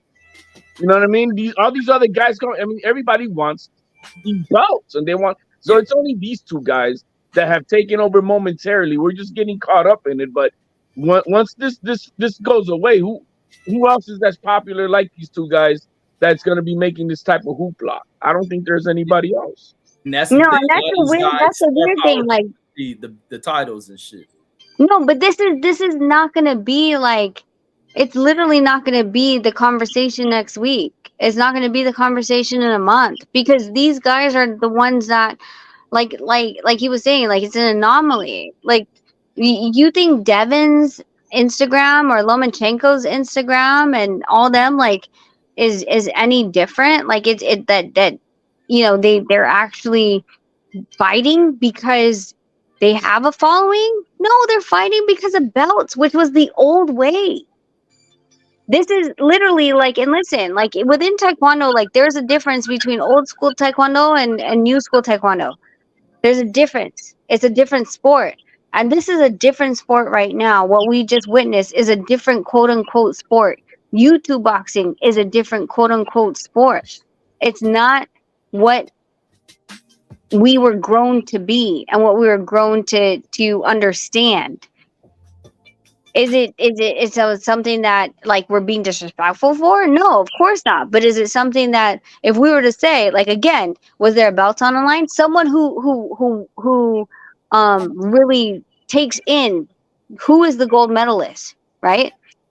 If I were to say that, because this is my belief system, then if I'm like, well, so who won? Who's the world champion right now? And you couldn't tell me who, then for me, no disrespect, but I'm like, okay, so we were just doing this just because. That's just, it is what it is. But this is not going to be the fight in 2 weeks. It really isn't. Any of the fights that you want to go look at the cards where you talk about Teofimo versus Josh Taylor, it's not about their social media likes. Yeah, that's what I said. These guys right now, they're going to be the face of boxing for the next week, maybe two, because of the talk, and that's it. But a lot of times when you get big name fighters, nobody gives a fuck about their belts. They give a fuck about that fact that those two people are fighting. Even when people still want to see AJ versus Deontay Wilder, they're not even champions. And it may be a bigger fight than the fucking Tyson Fury Usyk fight who hold all the titles. Fans don't care about that shit. They care about who's fighting each other. Depends what kind of fan you're talking about. There's boxing, What kind of like fan? You go about the calculation of all the money put together. You're gonna deal with the fans who want to see particular people fight. Fans don't be caring about them titles. Even when they watch Mike Tyson, they knew he was a champion. They didn't give a fuck about the name of the belt. They want to see him go in there and fight and knock somebody out. Hey, but Reggie, man, what fight is really more realistic that's gonna happen? The Usyk Fury or Wilder and AJ? I think they all gonna happen. The way them Saudis trying to line that shit up, I think all of them probably gonna be stacked in the car together. I don't think that's gonna happen. no. I heard that they said that it was what people be lying rumors. Well, I sound like following these people. You're right. They're not gonna put $400 million for this shit, bro. But damn, it's over in that region. I think that fight pulls away where it ain't where they with Saudi Arabian fights, they don't give a fuck about Americans' opinions on the fight game. That's more drawn towards UK audiences and those people in the Middle East, and especially the wealthy people, as Saudi Arabia. But you gotta look at what's happening in that region. That region is really trying to modernize itself and push it with Western sports. So why didn't they pay for Haney Lomachenko then? It's not that big a draw. You got heavyweights. These are heavyweights. Well, I don't know. These guys are right now. As far as how many fights are there that are super interested without no belts on the line? They're not that many. There really aren't that many. No, bro. It ain't about the belts really. It's about who is fighting who. When a fighter got a name, besides this fight tonight, what other fight was like big time? When fighters have establishments on their names, bro, they precede the belts, homie. Yeah, but how many of them are there? No, but some of these dudes got to fight for it. That's the difference with Tank. But all it takes is for you to win certain fights and you precede belts. Like star power is riding depending upon who you fight and the way you go in there and defeat. It's an anomaly, Reggie, man. The celebrity thing ain't about to end with Tank. It's not about to stop there. Well, these are the only two guys that we just seen like this. Nobody else. Yeah, you can't tell me anybody that's actually a boxer that has the exact fan following that these two have within boxing. There's not a lot. There really isn't. Like it's a handful compared to the amount of weight divisions there are and the boxers that there are. You can't tell me there is a lot. The percentage is probably about. Know why it's not? Because these motherfuckers got no personality. Ryan has an appeal. Let me just say this. Let me say this. That's separated. Okay. Ryan has an appeal to people through his attachments to Logan and Jake Paul, and as well as what they push as far as his look for people that like motherfuckers that look like him. Then you have with Tank Davis appeal is through his attachment with Floyd Mayweather. Floyd Mayweather has created star appeal with a lot of these guys that have notoriety in the game. So Tank's attachment to Floyd has impacted him a lot. Tank ain't big on social media, but a lot of these dudes have to. What you saying is wrong with the sport? No, that's what's right with the sport. These dudes need to start utilizing those social media platforms. This ain't the old age of shit. This is a rapidly moving world where fans want access to shit. You gotta provide them for it. You don't like it, but you become an old age. No, it's not that you don't. It's not. Reggie, have you ever fought? Ever? I fought a lot. I ain't fought doing the pro shit like y'all. I fought a lot of fights. Okay. You fought in what? I had a lot of street fights. Okay, that doesn't count. Okay, so it does count, but I fought boxing, so it doesn't. No, it doesn't. No, you outdated. No, Rachel. okay. No, I'm not outdated. And this is why I'm telling you. And I'm telling you very honestly. When you are trying to focus on everything, like street fights, yeah. Can I go outside right now and get in a street fight? 100%. But if the money that your family is dependent on is you winning a fight, right? And now you have to put on a presence. You have to do lives. You have to do collaborations. You have to do all these things that are taking away from you focusing on why you're supposed to be this fighter. Let me tell you right now, do you know what the whole thing about Tank is? People are so ecstatic that Tank is actually letting them into his world. Before the fight happened, they're like, oh my God, like we're seeing more of Tank. who Tank is, all these other things. But Tank already had built that without even actually showing who he is on a live stream basis, on a collaboration basis, on trying to make sure that he partners with the right partners on Instagram. That is another job in itself. I mean, being with Floyd Mayweather definitely helped his Yes, for sure. you know. Yeah. But the only guys who have bigger followings than like Tank and Ryan Garcia are Canelo, like That's it. Canelo, Anthony Joshua, Fury. But all these guys, those guys that are above them, all have it because of what? They sought out belts. I don't think it's the belts. I think it's because of who they fought. Fury's popularity gained from the Wilder fights. Simply as that. Before that, Fury was nobody. Even when Fury held the titles, he was nobody. It's all about who you fight and what you go in there and do. Defeating Wilder was everything. You're still talking about like if you can actually like okay, so Reggie, but let me say this: Usyk got more belts than everybody. He ain't even that big in heavyweight, so the belts don't mean shit. But okay, but you can't tell me if you can tell me. So if you can tell me an actual Excel spreadsheet of the fighters that have the most amount of followers and the ones that are actually fighting without a belt on the line, and they're the way that they got there without having to use their fan following ship, then I would understand that. But again, this is not something like even if you look at Manny Pacquiao, you look at like and this is like more so of the fact that he had built his legacy over time and like his fan following has come over the time that he fought people that for belts, et cetera, and challenged all the weight classes and etc. Then you can't even use that. And he has a lot of the fan followings. You talked about Oscar De La Hoya. Again, not the same thing because he went over into a promoter side of the thing. So if you could name me 5 to 10 boxers whose online presence is worth more than them actually trying to go up the rankings to get a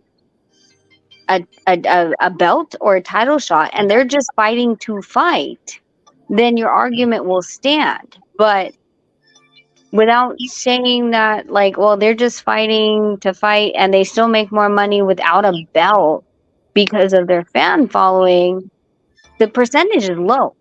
Rachel, The bottom line that there's nobody without belts like these two guys who have over 1 million following. There's nobody. Everybody else has belts. That's why they are up with the numbers of their following. Nobody is like Ryan Garcia and Tank without no belts. It's about fan following. Even let me just say this. When Wilder was on his run, this is what changed for Wilder. Wilder was a champion for a while. He was reigning champion. The thing that took Wilder's profile as a champion over the top is when he started gaining a huge social media following, especially through YouTube. So stop it. Fan following means everything. Same thing with AJ. Major fan following. Nobody give a fuck about his belt. So they didn't go and try to get belts? Wilder was a champion for a while. He'd been a champion. So if belts didn't mean anything, let me say this: the thing that changed for Wilder's profile and following is once he gained huge following through social media, especially through YouTube, huge following. Same thing with Anthony Joshua. It just wasn't him being a champion; it's about his fight to go through that grueling fight, along with what Anthony Joshua looked like. They modeled him. Without fighting for the belts, Reggie, they would not have this following. Bro, you can hold the belts, don't mean shit. Usyk got all the belts. They would not have this Usyk got all the belts, and he ain't bigger than nobody. Who? So stop this shit. Usyk. Usyk has got almost 2 million followers. What are you talking about? Man, Usyk is not bigger than nobody in the fucking. He's bigger than Crawford. He was a unified champion in cruiserweight and wasn't that big. Once he beat AJ, but AJ's still bigger of a following than him. So stop it, dude. And AJ without the belts would not have that following. Your presence, fan-wise, through social media is everything. What social media does Anthony Joshua be doing, bro? What you talking about what he be doing? Are you serious? He's in commercials like a motherfucker. He's in fucking films like a motherfucker. Like, stop it, bro. Films? To build people to grow followings. Like, films? About film, movies. I mean films, not movies, but films and commercials. So stop it. Motherfucker on commercials, all type of shit. Motherfucker endorse, like stop it, bro. Oh man, all these Reggie, you gotta let it go, man. Everybody's got big followings in all of boxing, got belts, all except for Ain't Tank made these and Ryan. These belts ain't making these dudes just stars. Do they get opportunities? Yeah, I can agree with you. Some opportunities come from having the belts, no doubt about that. I got to agree on that. But Why are they all chasing them then? Let me say this. Let me say this, bro. There are many people with belts in boxing. Many of them. What's the separator? Followings. Fan base. You get the followings from what? They don't get the followings without nothing. They're fighting because they're trying to be done the best. Anthony Joshua following started growing even when they're displaying and building for who he is and how he looked. And the minute he fought that Klitschko fight and went through that battle is where he started to build up. And that was for what? It was for the title, but it was against a legendary guy. Yeah, but here's the thing. Here's the thing. What you're missing is that okay. Can AJ continue to fight with his fan following and fight the top 50? No, a lot of these fans are starting to break on him. Even when he gained the title back, fans will start breaking on him. But he can't. So if here's the thing, you can't separate that, like where the fighter is. And I'm going to tell you right now, because you're a street fighter. Fighters want to be I'm an old father is what I am. Okay, well you've never fought in national competition. You fought on the street. So we're not the same people. Oh no, 100%. Same people. We're not. You've been on national team every day, and then you've been on national team. Have you been on national team? If I competed, okay. And my parents kept me in the gym, I would have competed on that. Did you? Well, but you didn't. So you can't say I could have and would have and should have. But I did. You didn't. So it's easy. It's easy. It's really freaking easy. I observed the sport, and I'm really listening easy. to say a lot of shit that ain't making nobody famous. It's really easy. It's really easy. You have never been where I've been. Okay, Rachel, let me listen to you now. Let me bow down like HOD. I'm not telling you to bow down. All I'm saying is we're not on the same level. No, Rachel, I'm on the level with you. You really haven't. You have never been in competition. You did a street fight. I've been in street fights, but that's not where I actually level it. Leveling is to be where, okay, we're both the same belt and we're at the both same caliber and we are agreeing to fight under the same rules. A street fight is not that. A street fight is I can bash your head into the marble slab that I see because it's fun for me to do so. It's not. It has nothing to do with rules. So we're not the same people. Again. No, Rachel, we're not. And I don't want to be like you. You're a hater. So no.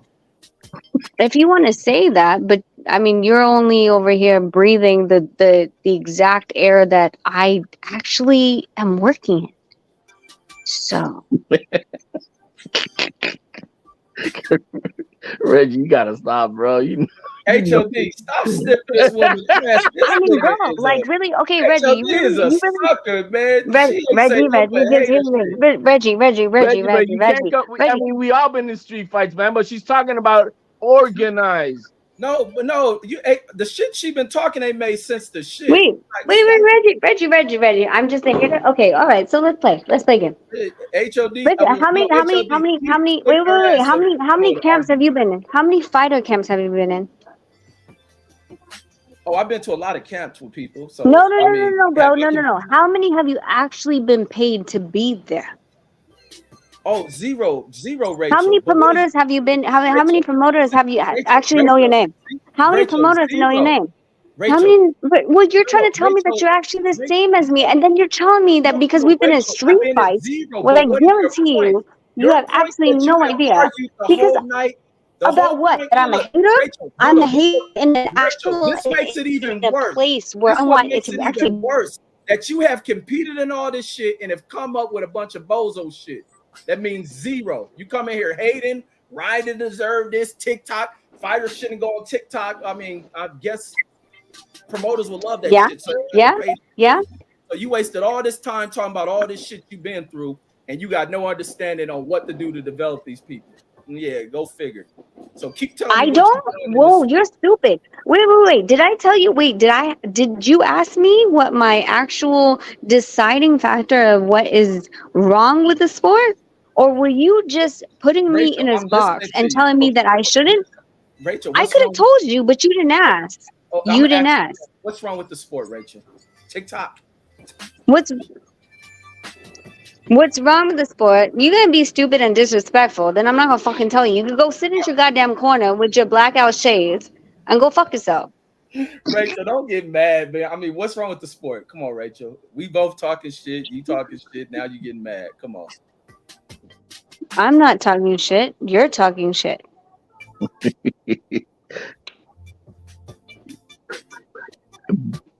I don't know where we're at with I'm the talking shit, conversation. but you telling us the knowledge. So I mean, tell us the knowledge part of the game.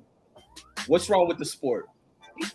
I've been saying it all this time. The problem with the sport is that we have people that haven't understood how the social media aspect can actually be helpful to their boxers. So you have people that, they're okay, keep running up the fucking hill.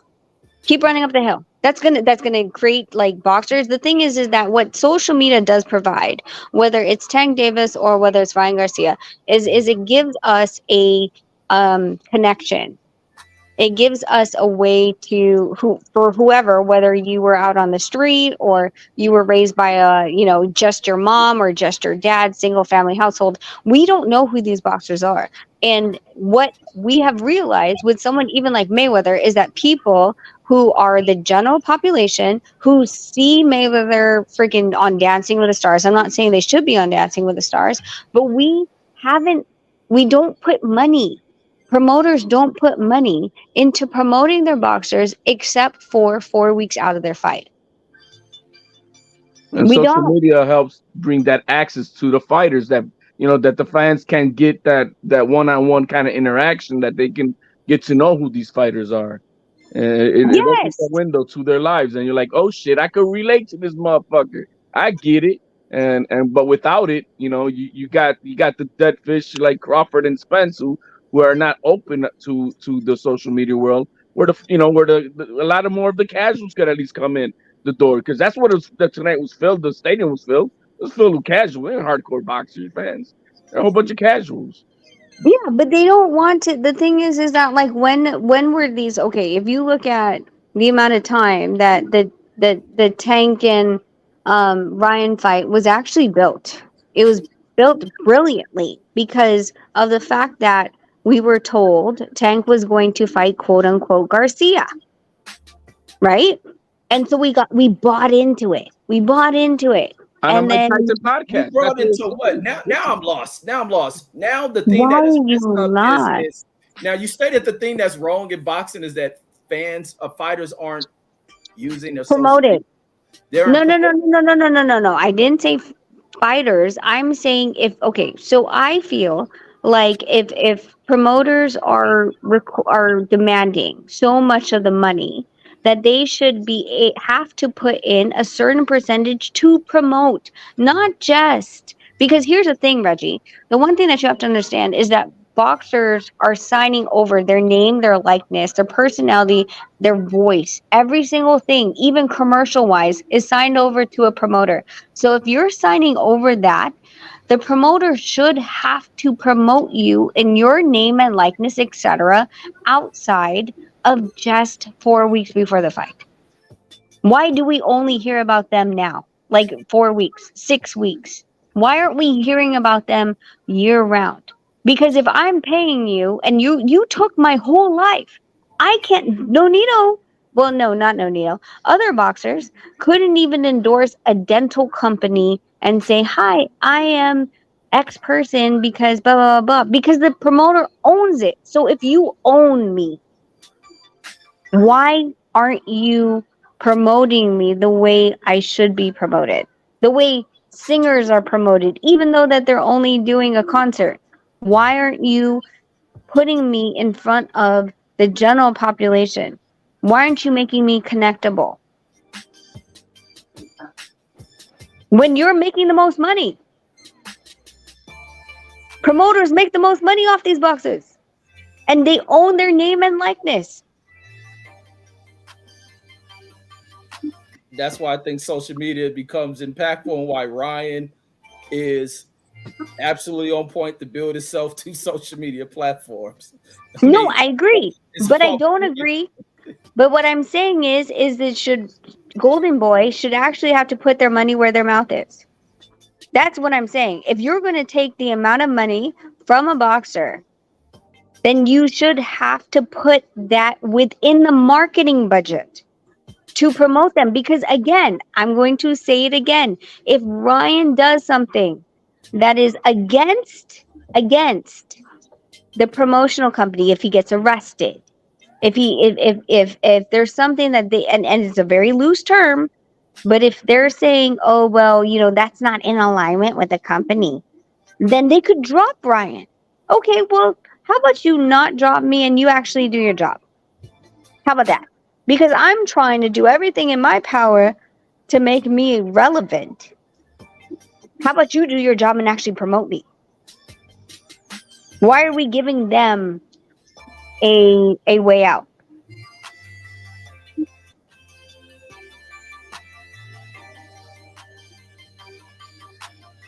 I don't think it's giving them a way out. I think they fund a lot. They put up the money. Fighters don't put up the money for an event, but could they do better promotion? Yeah. But why do they put promotion up when they deal with fighters who don't have personalities? But that's not fair, though, Reggie. Okay? Listen to me and everybody in the chat. Dana White sees fighters. He ain't promoting everybody. If he got a fighter with no personality, he's not going to do it. Fighters have to learn that they have to do their part as well. UFC invest. Wait. UFC invest in their fighters, and they actually, because I train UFC fighters, so I know they have a whole course and class, and they oversee the boxer's social media and what they post. There's a partnership. That's what I'm saying. Like, you can't be like, oh, I own your name and likeness, but I'm also not going to allow you to do anything, and I'm just going to sit here and not do anything with that power and responsibility. No, I mean, I will, with certain fighters, the way they act, I will want to control some of the shit from a PR perspective on some of these fools. There's nothing wrong with that as a promoter. If I'm signing you, I don't want you going out here uploading dumb shit, political shit that just draws bad to your name. You have to deal with this shit, public opinion, and that's what some promoters have to be mindful. You look at it with people who are public figures. You say something wrong politically, socially, people are down your damn throats, and that's where PR becomes very important in this shit. But these fighters, if you're not doing anything where you falling on the brink of certain opinions of shit, but you showcasing boxing shit or tied in with certain people, then yeah. But you have to utilize the social media platforms, build yourself, allow access to fans, do interviews where you should do them. A lot of times the YouTube thing gets killed itself off because it was a great place for fighters to come and do their interviews on a lot of channels. Then channels start getting into the delivery of drama and trying to make fighters say things anti-promotion. Like, no, that's what ruined a lot of shit. But Ryan is in the right space to open in the doors for how fighters can build a huge following. That's through the TikToks, Instagrams, and YouTube. You got to use these mugs. Yeah, but you can't have both, is what I'm saying. That's what you're not understanding. This is a rapidly. You can't. That's not what's in the contracts, Reggie. That's not what's in the contracts. That's not what's in the contracts. There's a reason they're very careful. I see every fighter with these social media platforms. So I don't get what you're saying with that.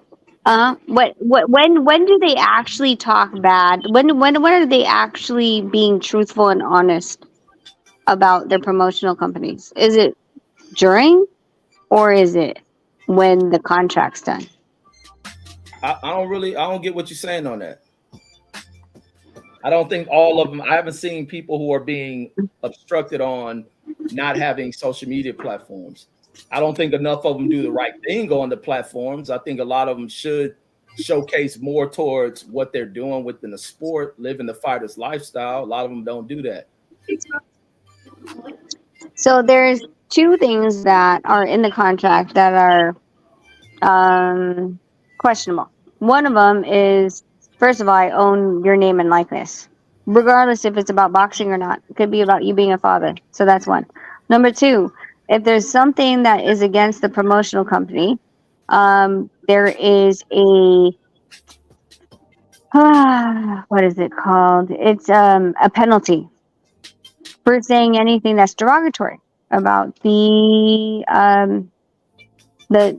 promotional company that you're signed with. So, meaning to say, you are not going to want to say anything about the promotional company that you're signed with. In addition to, if you secure anything out on your own with, let's just say TikTok, let's just say Ryan, and before, let's just say after Ryan signed with Golden Boy, not anything that he signed before. He was an Abercrombie and Fitch kid. He was with, whatever. Let's just say tomorrow he signs with, I don't know, let's just call it Sky Clothes. Within that, because he signed with, during the time that the new, what is it called? The new company has been signed. They are totally 100% about, I think depending, but 30% they'll take the commission, whether or not they did anything to secure that deal for them. The promotionals are. So what I'm saying is, if you're going to be responsible and oversee a certain type of thing for a fighter, and you're responsible for making them big, this is, again, promotional, and you get a cut and percentage off of that promotional, then you should be more than willing to promote the fighter. I mean, I think promoters can do more for promoting these guys, but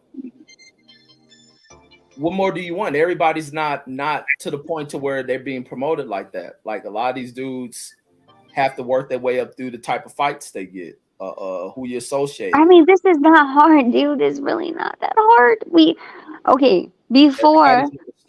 No, it wasn't that hard. It's not that hard. I mean, like, you're talking about, like, we're talking right now. We're talking right now on social media. And before, it was all about TV networks. You had to buy airtime. Right now, social media has an ability for these promoters to create fan followings based on putting the money behind these fighters more than 4 weeks out of a fight, more than them running up a goddamn hill. Everyone's sick and tired of watching a fighter run up a fucking hill. That doesn't tell us anything about a fighter at all. Well, I think they're getting back to it. I think they're doing more profiles on certain fighters. Some fighters got unique stories. I think it's good when they run in more of the documentary, like the Andre Ward shit coming out, the George Foreman fights. We're talking about fighters who have left already. Who gives a fuck? Not that they give a fuck, but do that for the fighters that are younger. It draws people around the sport. Now you can begin to tell everybody else's story. You can kind of feed off of that type of thing. You got to start luring people back over. You feed off of it. And now you start telling the story of these guys. Like, things take slow. Boxing went through a downturn. It went through a huge downturn. It went through a lack of one to invest in this shit. Promotional companies. So I'm going to tell you right now, marketing wise, like, George Foreman nostalgia for us, for sure. And for Andre Ward, again, same. You're looking at 2000 Olympics, so my same age range, 1982s, possibly 1975, all the way to possibly 1985 to 1990s, and this nostalgic era of actually full boxing enthusiasts. The younger generation is not going to give a fuck. No, trust me. I mean, Tio recently had to hire his own production crew to come out and do a couple of like docuseries for his shit to promote. He started doing that. He did a documentary about his come ups in fighting. He did some other, he's had a couple of these, professional productions stories about his fight, but it's because he had to do it on his own, not because Bob Arum, Tom Brady did it for him. That's what I'm saying. And if they're going to, if we're paying, quote unquote, we're calling them promoters, right? Promote promote. But I And think. Oh, no, go ahead. I'm sorry, Rich. I'll go after you. Go ahead. no, I just there's so many young talent right now. And I think that, they're resorting to try to figure out what the YouTube space is and what the Instagram space is. And I've told numerous other guys, I'm like, listen, I can only watch you do the mitts or do like the speed bag so many times on fucking Instagram, bro. Like with it doesn't show me anything. Why would I want to follow you? But that even like what you're bringing up about T.O. doing that thing with his promotion, T.O. burnt a lot of bridges within that Top Rank shit. There's a lot that Bob and them won't do for him. T.O.'s done a lot to railroad that situation that he has over there. Man, T.O. what he did wrong was beat Loma. That's what not even just beat Loma. Remember, he get caught trying to do these bag deals. He got caught trying to. No, my man. The back deal is that we saw Bob Arum call look. First of all, he wasn't asking for all that type of money. He was asking for $2 million for this fight. Did you hear what he got caught on mic doing with Eddie Hearn? Did you catch what Bob Arum did, calling all the promotional companies not to bid on the first bid? Yeah, that's right. When the moment where fucking T.O. burnt bridges with them. Then going out here doing the Thriller shit.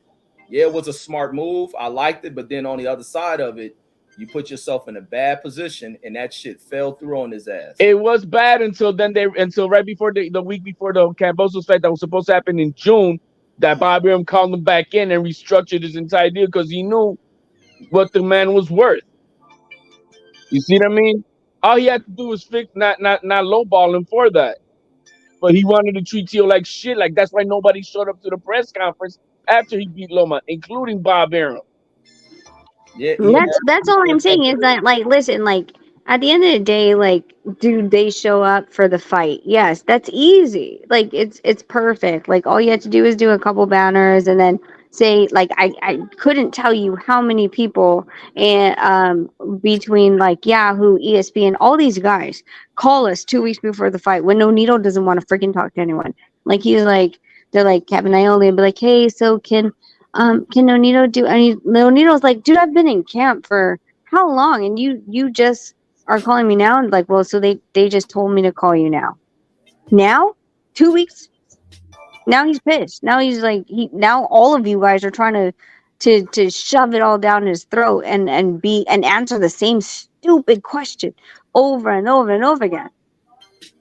Why can't we, as far as and I'm going to say we as boxing promoters, why can't we marry their personality as far as young kids within TikTok and their families and etc. before 2 weeks, before 4 weeks? Because honestly, the reason why social media is even anything is like again with Ryan Garcia, I actually respect his mental health. I connect with him because of his mental health. Right? I think mental health is a real issue, and I think that it needs to be addressed. And I respect him for bringing that out.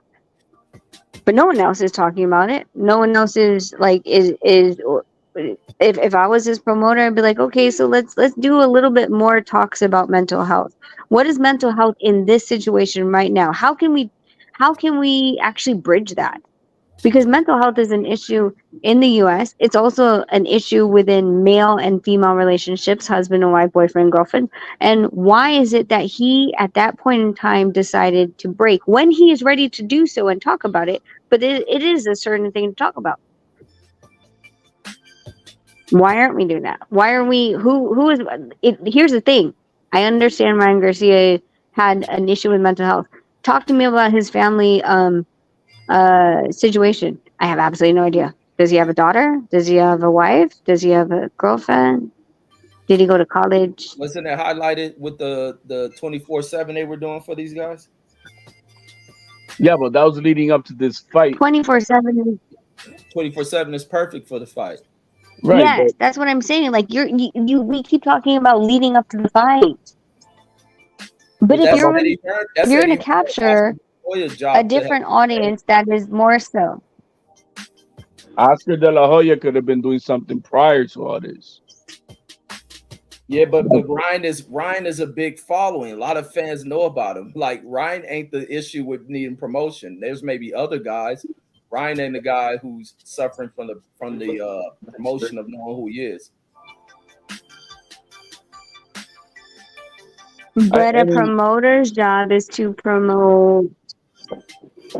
That's why they make the big money, right? That's why they get to keep all the that's why people were trying to protect fighters off of what the promoters were trying to pocket. That's why everything's supposed to be out there, because if you're supposed to take in X amount of percentage off of the profits, what are you doing for those profits?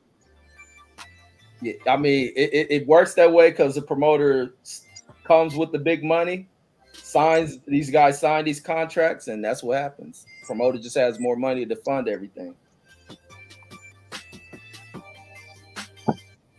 I think outside of just the promoters, I think we do need a regulator, somebody who regulates to enforce the proper rules of all four sanctioning bodies. That the boxers have someone to just say, yo, I want to appeal this, not to the sanctioning body itself, but someone who will govern to make sure that the rules are being followed through as they are supposed to be, and not the way they just feel like doing, so that we can have at least a voice for these fighters, because these fighters are at the mercy of their promoters and the sanctioning bodies, and with no one to they can really complain to, that they can like have their voice heard and enforced. They have no backup at all. I mean, am I wrong there? Right? I mean, do fighters actually have a backup? I mean, who's their backup? There really is nothing. If you go against your promoter, like, you're pretty much, they'll shelf you. You've seen it a bunch of times. You just, maybe you haven't really paid attention to it, but there's a lot of boxers that have been shelved because of what they said about their promoter, and it's it's unfortunate. It really is. It's difficult because I'll tell you time and time again that when it comes to people trying to figure out like what the Muhammad Ali Act actually proposes, what it shows you, what you're supposed to make, and things like that, these boxers are signing documents that are folded into 16ths that doesn't show the actual profit and the gate and the what is it called, the pay-per-view numbers. It's just to be announced. How do you make a decision off of to be announced? That's why they lose. A lot of the times these boxers lose when it comes to trying to sue a promoter, because they're like, didn't you sign this paperwork? And they're like, yes. So you were told about your Muhammad Ali Act. You signed off on it. Yes. Did you follow up on it? No. So how much do you feel like they quote unquote stole? I don't know. You're stuck between a rock and a hard place. Yeah, it seems like the government is the one who's going to have to step in and force them to be regulated properly. This Muhammad Ali Act is something that seems like everybody wipes their ass with it. It's toilet paper. It's for sure it's toilet paper. Yeah, it's toilet paper. So it needs to be regulated. They need to be forced, and an independent commission, it regulates at least their fucking own, their own rules and regulations for sanctioning body, because we know they don't enforce each other's stuff the way it's supposed to be. So, but I mean, other than that, I mean, until the government steps in or something to that effect, we're stuck where it's at. But back to the the whole social media thing, it has its advantages, but if it's not used properly, it's not doing nothing for you. And to say that the only two guys that don't care about belts is Tank and Ryan Garcia. Everybody else is fighting for belts, and it's the tool to use to promote themselves, to catapult to where I am the best of this division, and I have a say, not just based on popularity contests. Yeah, most people actually have to fight their way up. They have to get like a regional. They have to get like challenged for a belt to even get noticed. And in the normal aspects. Ryan and Tank, this is not normal. It really isn't. You don't see, you don't even see 40% of the boxers to have a huge fan following to be able to fight for a title where it doesn't make like it. There is no title actually. Sorry. 40% of the boxers that have a huge fan following and they don't fight for a title or try to get ranked higher to get that title. It's not normal. Well, I mean, point And exactly is Wilder just had that fight with Hellenius, and what the hell, man? There was nobody there. It didn't sell shit. And it's why he has like a 2 minute. No, man, he's not fighting for nothing. No, it was the opponent. Nobody wanted to see that opponent. That's simply all it was. And just because you put people in position don't mean the fans gonna always turn out. It don't matter what you rank people in, or you bring these two top level guys. If they ain't got establishment of name behind them and fan following, regardless of where they sit in the rankings, like that don't mean fans are gonna turn out for it. That don't mean fans are gonna buy it. But if you do get two properly rated guys who have proven themselves, move up high in the rank, yeah, fans will turn into that shit or want to see that. Like the best fighting the best type shit. Yeah, fans will want to see that. But there's also fights that are outside of just always the top two guys fighting each other. You can find popular guys. Like that's what people are going to track towards. but that's not normal. It becomes normal. Even some people without belts. Ali was still famous without belts. Tyson was. Like some people are just going to do that. Again, you're talking about like you're talking like a 1% over how many boxers that are actually fighting right now. They 1%ers. Like yes. Okay. Thank you, God. Thank you, God. Okay. Thank you, Reggie. That's all we were saying. This is not normal. It's okay to say it's not normal. It was normal. Oh my God, that's what I said. I'm like, it's TikTok. Like this is like Ryan is not ranked high. He's an anomaly. These two guys. This fight tonight was an anomaly. That's what we were saying the whole time. Anomaly. There's just two big name dudes fighting each other. That's what you're gonna get. Big name dudes like on popularity. That's where it is in boxing. I don't know why y'all complain about it. It is what it is. Who's complaining? We're just calling a spade, bro. A spade? I guess that's what y'all call it. I guess. A spade is a spade. Bro. I'm a female, and I don't even know if I want to use that right now because that's such a weird thing to talk about. But I was born a female, and I am a female. A spade is a spade. This is a very popular fight. That's it. Was it for a title? No. Am I hating because it wasn't for a title? No. This is what it fucking is. Like it is what it is. It's popular. Why you spend all this time even?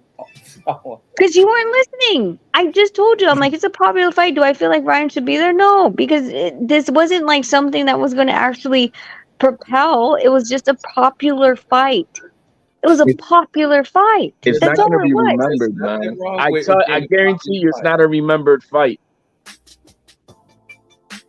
People are not going to say, man, remember when Tank fought Ryan Garcia? When you talk about Tank's fucking fights, Ryan Garcia is going to be in the discussion of Tank fights. Not none of them other guys Tank the walkthrough. So stop the hating ass shit.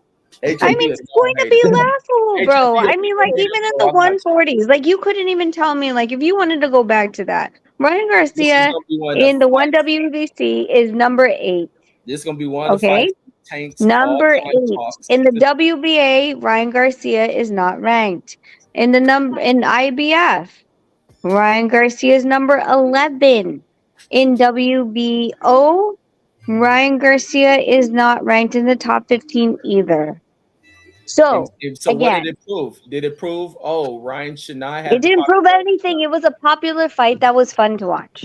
And that's exactly what the market is going to set. So this is what I've been saying the whole time, and you wanted to fight me on this, and I was hating on it. I just said, I was like, it's a popular fight, fun to watch, but didn't mean anything.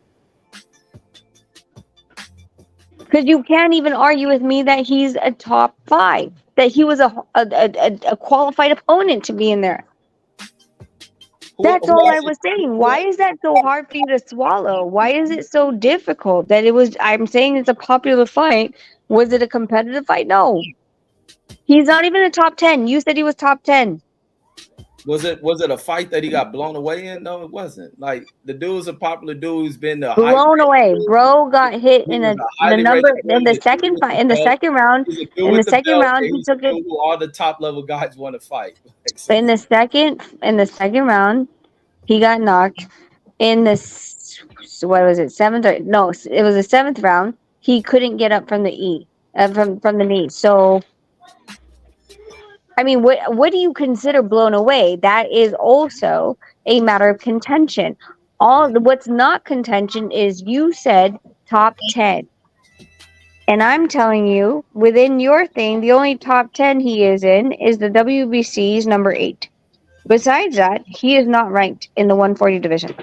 So, again, Wait, who was is it hating to say that this was a popular fight? Why are you so mad that I'm saying it's a popular fight? It's okay to be a popular fight. Mad is attached to you. It had repercussions at 135, by the way.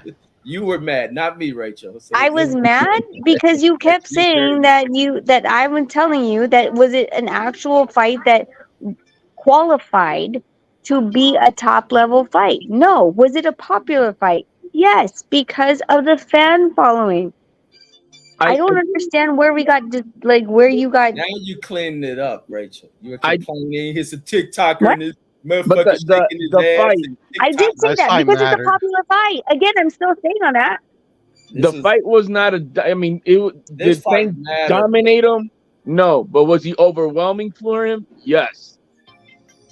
He was overwhelmingly too much for Ryan Garcia, and it showed. It showed that the experience levels are far apart. You know, did he dominate him like beating his ass up? No, but was he overwhelmingly too good for him? Yes. That's what we saw tonight, I think, in my opinion. And we're not going to remember about this fight down the line. We're not.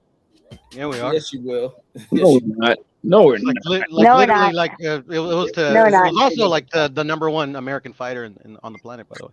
Yeah, Nobody's going to remember this shit. Yes, they are. You just a hater, HOD. It's not going to even tell me he's going to be nominated Fight of the Year. Nope. Just because a championship fight and the biggest fight don't always How make about it knockout of the fight year?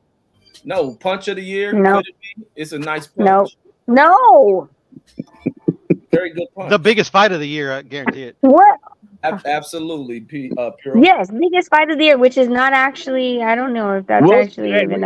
That's still open to debate. We'll see if it is the fight. Yeah, of the up year. for the debate, bro. It's not. We'll see. What fight's bigger? What fight's bigger? We'll see the numbers. That'll prove it.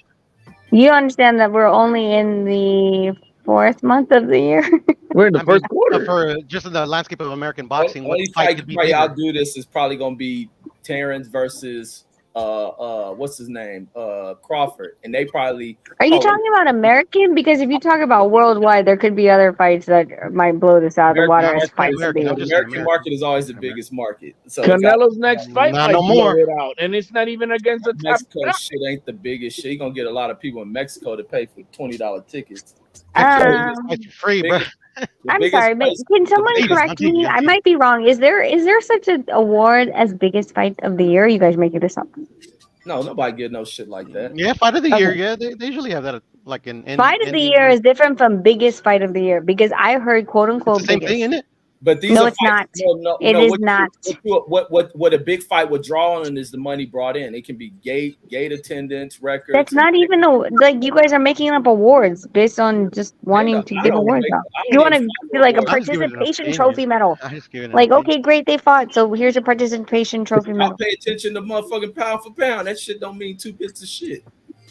I mean, fighters fight for participation I don't pay trophies all the attention. time. Man, I don't pay attention to pound for pound either. Oh, okay. Yeah, I hear so many people bring that bullshit up. I don't give a shit about that because I think that it's all opinion based. There's no actual calculation. That's a fact. I mean, the only calculation you could take is that the best heavyweight in the world is the best fighter in the world. Stop it. That used to be the case, but not anymore. You know what I mean? So, but this fight is not going to be. Come on, man. Nobody's going to remember this fight. This fight is not going to be something that's going to be like, oh my God, do you remember that time? No. Even though the Spence and Crawford fight might not be maybe as popular as this one when it comes out to play. Because now with this fight, the way it came out, I think that's gonna help. Actually, people are like, man, that fight's got to be a lot better. So if it gets made, bro, I mean, like this, it's we're talking about a fantasy fight at this point. Wait, what? If it happens, Yeah. that fight will be remembered way over this one. Well, shit, it can't even get made, so I don't think they believe you. I mean, I don't think there was no fantasy of like, man, Tank and Ryan, man. That for 5 years of a fantasy. Two of the top 135 pounders, yeah, you know. I think HOD is just a fucking hater, man. A lot of these dudes who follow boxing are just fucking haters. Nobody. Okay, so literally, Reggie, I don't understand the hate comment because I think all of us have our own opinion, and like I can argue with you about every single different like fighter and XYZ, but that doesn't mean I like. That's the funny part. At least for me, I don't hate any fighter. Like I don't know any fighter that I actually am like, nah, fuck him, blah blah blah blah blah. Like even and then let me just say this, and you can go with even like Bud. Like I in the ring, me and Nonito completely in his corner against Spence. And do we get shit for it? Yes. But outside of the ring, what he's decided, do I agree with it? And no, I don't. And so people are like, you just hating on Bud. And it's like funny because I'm actually the biggest cheerleader when he's in the ring. So I just call it like I see it. I don't think I have any malintent, and I'm not really that much invested in hating. I feel like hating is such a weird word for me. I don't know. At least for me. Like I don't have any That's just the word used to scapegoat an argument, Rachel. No, sure it is HOD. You just don't want people using it. Some people do hate, you know. HOD don't want to use on him because he knows he's official hater, certified, licensed hater. See, he's using it with me too because he got no way of winning it. The word is definitely a word that is attached to people who are fucking haters. Now, the thing with events like that is that fans set the market on what is a big event, what they want to come out and see. Certain fans don't want to see certain shit. They don't want to see certain fighters, and they won't turn out for it. And therefore, it shows in what you get in the buyout for a fight.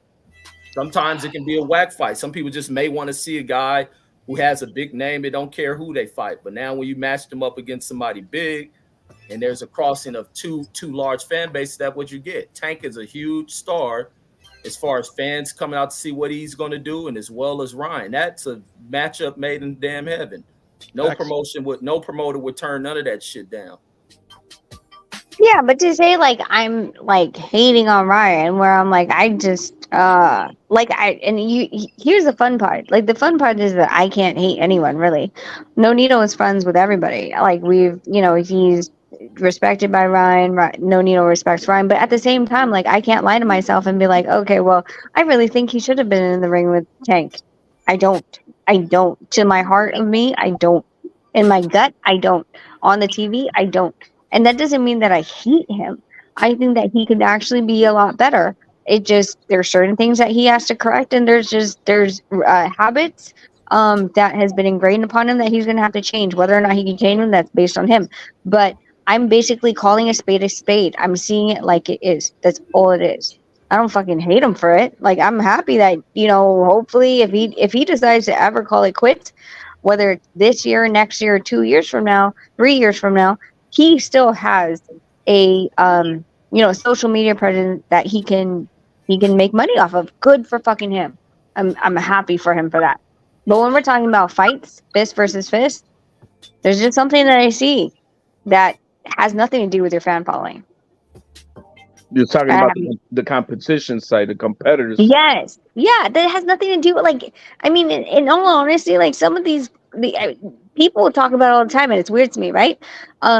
They say, well, Floyd, I'm like, Floyd he's masterful. He's smart. He knows the timing and distance. He knows how to roll. He knows how to do this, blah, blah, blah. People go, but he's a woman beater. And I'm like, first of all, I don't know about that.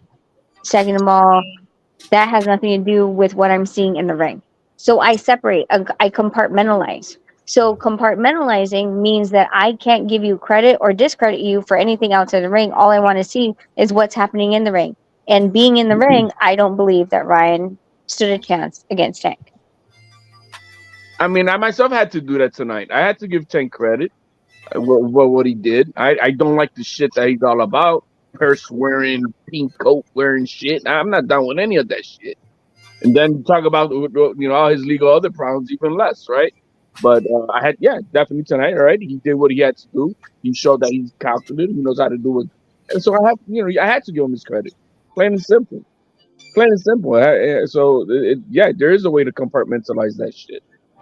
But am I a fan of his? No, I'm not. I am. Yeah. Well, that's what I'm saying. Like, just because, he just, blah, blah, blah, he has all these following. Tell me technical wise. Talk to me about where his foot placement was. Talk to me about which way he dipped. Talk to me about all these other things. Talk to me how he did it before. Talk to me about his distance and how he actually leans, the way he leans, actual distance he does when he's jabbing from the outside, where his weight distribution is, what's his habit based on that, what happens when he's pressed, what happens when he moves forward, is he front foot heavy, is his weight distribution on the even. If you can't freaking tell me this and you're just telling me, well, he's a TikTok star, then talk to me. That's what I want to talk about, Reggie. Like, talk to me about technicality. You just said he's a TikTok star. I thought No, I'm like, you're saying like he belongs there. So how? Tell me how. Like, engage me. He didn't get ran through at all. He competed. That has nothing to do with anything. Anyone did. Paul Butler didn't. Listen. Paul Butler. Okay, go ahead. There's gonna be outcomes in the fight, and Tank won the fight. Tank made the adjustments. Some fighters are more smart than other fighters. People made these complaints anytime Mayweather will defeat somebody. You just got to give it up to a guy when they're better. But it ain't that Ryan went in here and just got walked through. He got hit with a shot. Was it a bad shot? No, he found a punch to throw of his own. Tank found a better shot that got there quicker. It was simple as that. Ain't nothing to take away. You can't shit on the dude. He ain't get his ass whooped. He can get in the gym tomorrow if he wanted to. He ain't take no brutalizing ass whooping. Nope. Fundamentally wise, Ryan plants his foot heavily. You're not going to change Ryan into some old hip hop dancing good foot fountain. Not saying that. He just got to take from what he got. What he got is what he got. It's only because of the fact that, honestly, like, this is the weirdest observation, but watching these TikTok and YouTubes and all these other things, you don't want to actually move around when you're filming. So you plant your feet heavily and then you just go, that's what you do. That's literally what you do. And because of that, if he was actually lighter and shortened his stance, he would have had more of a chance to move around. But because of how he plants himself, he was stabilized into the position of where Tank was able to move and hit him exactly where he was. And he had no way of getting out of it, is what I'm saying. This is something that Ryan has always done. So knowing that you're, like, when you're fighting someone, you have to understand what he's going to do, what things he's going to capitalize on, your weaknesses, and the strengths that you can actually push around him. Tank wasn't doing anything different than before. We already knew Tank was going to cut the distance. We already knew which side Tank was going to go to. So for Ryan to actually dip to the side that Tank was going to throw the straight is the exact same thing with Zerto and Bivol. That happens when you're doing a southpaw versus an orthodox fighter. But you have to have enough sparring to make sure that the way that you move becomes very, it's second nature. You're not even thinking of dipping to that side at all. That's one. Two, go ahead. No, my bad. I want to cut you off. I was gonna say I need to make a run real quick, but I'm gonna keep myself on here. I'll be back in like 15 minutes. I need to run around the corner real quick. Okay. Rachel, that liver shot that the young man took, I understand how how painful, and because I've been hit and I know it hurts like hell. I haven't been hit by a guy like Tank, but I know it hurts like fucking hell. But what is it to the point that like really you couldn't endure the pain to get up at all? And He then breathed. He breathed. So the problem is that like instead of like holding it, so if you get body shot like that, you're supposed to stop your breathing, and you're not supposed to breathe in because he was trying to play it off and try to box out of the situation. He breathed. Once he breathed, then that cramp sets in, and that's where you take the knee. So Shit, he name me took the the knee, last but he fighter that couldn't got get up from a up. fucking liver shot, though. Huh? I mean, You have to does it also happen remember, often? like, so when you're throwing, right? You're throwing, especially when you're throwing the straight. You're exhaling on that throw, Right. right? You're not inhaling, you're exhaling. So you're exhaling on the throw, and so his full extension of his lung capacity was expanded out, like there's no more, right? Right. And then he caught him on that. So the next natural occurrence is because you don't have any more breath, you're going to suck in. At the point that you suck in with that shot, that's where you're going to get that cramp once you suck it in because it's already collapsed. There's nothing else. It's such a perfect timing at the moment. So everything was perfect for that to happen because he was throwing that right when he got yeah, I see what you're saying. Yeah. There's nothing else. Like exhale, like inhale and exhale at the fullest potential. And then from there, like hit yourself on the side. There's nothing else for you. You can't flex. There's nothing else there. And so you're supposed to hold it at the best timing. Hold it if you perceived it's gonna come. Hold it. Don't breathe in until oh god, like 3 seconds, 4 seconds. And then like slowly takes little sips of air so then it doesn't cramp up on you. It doesn't just like paralyze you. But he was trying to play it off.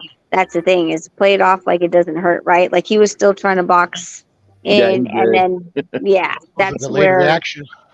no, like it's delayed, but at the same time, like that's when, like as soon as, like I said, it's not going to hit you right off. It's when you take that inhale. When you take that inhale, your body just it will crumble. You can't do anything about it. Was taking the knee a smart thing to do at that point? Yeah, no choice. I mean, His Tank would have body seen made him it. take that knee. Yeah, you can't. There's nothing you could do about that. Now, whether or not he could have caught it, like if he knew how to breathe and like catch it, like so. Let's just say he took a half a breath, felt the pain, took a knee. He could have recuperated it from there. But if he took too much of a breath, like so, you get the wind knocked out of you, and then you go. Okay, now you have a full cramp. But if you stop the cramp, like the way that Nonito did with a Nue, you can stop it. But oh fuck, like you're really fighting against your own nature to want to breathe. It's difficult. You have to be very cognizant of how to take that breath in. So I wasn't surprised that he wasn't going to be able to, because even at the point where you're like 8 and you're supposed to stand up at 8, like you can think you're thinking in your mind you can take it, and then you stand up and it's not gonna let you. It's I love body shots. I fucking one of the best things that me and Nonito used to argue about this. I'm like body shot, headshot. He's like headshot, and I was like, yeah, I like body shots. And he's like, why? And I was like, well, because no matter what, you're fully cognizant, and your body's saying no, stay down. You can't fight it. There's nothing you can do. To me, it's like otherworldly when fucking fighters get up from a liver shot. It's nuts. Yeah, it's nasty. It's really hard. But that's one of the things that we did talk about is when you're that 10-pound rehydration clause, the weight cut, all these other things, like it does drain your body. And I think Nonito called body shot. I think he said it. Said that you're, as much as people do say all the time, like you're being a weight bully, and these things, the one thing that people don't recognize is that when you're going down in weight, that you do have a disadvantage when it comes to body shots. You're more susceptible. You're more sensitive to taking those things. You're not as sturdy. So, I mean, I was saying it may have played a part in the severity of how he took that shot. Will we ever know? I guess not, but it has to a certain degree being draining everything. I mean, your all the enzymes out of your list, everything. I mean, I can imagine it has to take a toll.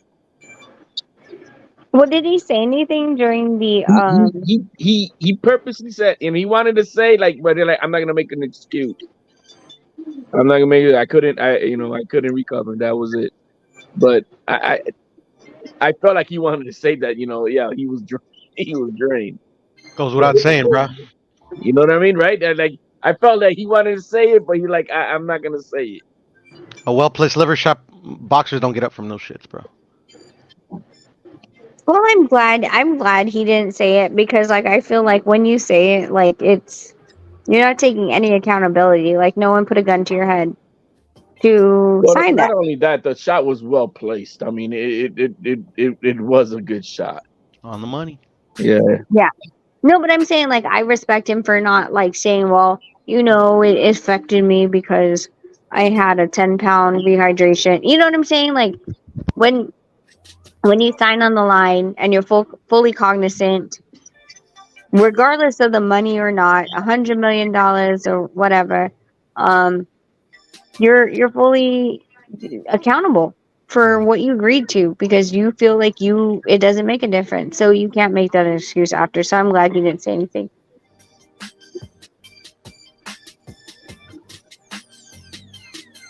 So who's going to take was on there a Tank presser? at 135, Rachel? Who do you think could take on Tank right now at 135? I mean, right now I'm not like so hyped on Loma, only based on his last performance. Devin, and Shakur, right? There's Loma, Devin, Shakur. Who else is there? Pretty much it. That's pretty much it. Yeah, because everybody's not going to 140, and Haney himself is. I don't see Haney staying at 135 after Loma. If he beats him, I think he stays. I've heard two different things. I heard he's going to stay at 135, and then I heard he's going to move up to 140. So I'm kind of confused as far as that. He this week himself clarified what his father tried to push on during the Shakur fight, texting Tessitore saying that they're going to stay. He said he has to see how he feels after May 20th and see what happens. I don't see him staying. I mean, if Ryan Garcia was the way he was, I can, we all see how Devin Haney gets. I mean, yeah, Devin, like, dude, Devin looked huge against when he was standing next to Loma. Of course, he's never like. Here's the funny part: like, their walk around weight, they're never gonna look that big anyway, right? But they're going to have to cut down, and Loma is also not doing that 10-pound rehydration clause. No, so there isn't that. Yeah, so whatever Haney, I mean, Loma can't really say anything. Devin's the one who calls all the shots at this point. Fighting Loma is not beneficial to him anyway, right? Like, I feel like, I don't know. I've heard a couple different things. I heard that the Loma fight is the last fight with Top Rank. It's the last 135-pound contractual that he has with Facts. with Top That's what Rank. I've read. That's what I've read. Yeah. So I mean, if that's the case, then fine, take him on. He didn't look that great the last fight out anyway. And if you can outbox Loma, don't get in the mix with the Matrix and don't let him cut the distance. Devin has a very good step back, which is something that I wanted Ryan to have when it came to the left hook. I wanted him to be able to, jab defensively and create that distance, but Ryan's feet doesn't move that way. So with Devin, I know he has that. He also has the distance and height. So as long as he can keep Loma out of the way, and at that distance, I think he'll be safe. Now, if we're going to a firefight, I don't like that for Devin. I think firefights will be Loma's game plan. But with Tank, like here's the thing, like I think last year like screwed me up. I think like I have PTSD from from the Spence and Crawford and the run that they did on us, that I feel like I'm like, you know what I'm saying? Like I'm like, Yeah. you want to talk about fantasy fights? Okay, but I mean, are we really gonna get it? Next thing. I don't think Bob's really gonna play with PBC. So that's how I feel about it. I don't think any of those fights are really gonna happen. I think Tank goes back to fighting the Pitbull Cruz, maybe on a rematch or something to that effect. It's a good fight. You know, right? I mean, that's what I see happening. I don't see Tank. You know, he's gonna continue doing what he's doing. And if the And belts do I mean, scatter, he even if becomes you the look at like, champion. You know, the ultimate champion or whatever. well, I mean, even if you look at like when Isaac was ordered to fight Shakur, you know, they made up this whole thing like, oh, well, his dad said no or whatever BS. It's literally Aram telling Sean Gibbons to tell Isaac to not fight Shakur, right? That's So what happens, right? yeah, I don't think I don't, and then that's gonna be the problem, right? Like, who is he supposed to fight in the 135? It's PBC. But it's gonna be like I hate that stuff. I literally hate this little game that everybody plays. So yeah, like I I think feel like Shakur's life at 135 very short because there's not gonna be that much competition. yeah, I think 135 and 140. I think they're all gonna fight each other at top rank. That's where I feel like they're just gonna round robin and play nice with each other, play patty cake before they ever have to be sanctioned or ordered to find anybody else. And at that point, then it's gonna have to be like, well, so I mean, does the money make sense? If not, then we'll just, we'll decline and move on. Rachel, I want to ask you, since you're still in the Philippines, correct? Yep. It's So 5:45 p.m. here. 12 hours. Shout out to the Philippines. How popular was this fight last night over there? Was it something that everybody was buzzing to watch or no? No, not at all. Nobody's talking about it over here. Wow. And you would consider it to be a boxing country, right? A fighting combat country that they're into this shit. Yeah, but I think like here's the thing, like there's two things. Like it's a very Catholic country, so their Sundays are very they're very traditional. taken very seriously. You're supposed to be with family and stuff like that. We were at a weekend home, and we were able to we basically had the weekend with a bunch of the boxing people. We did island hopping and we ended up at this weekend home, and we all woke up and the fights were on.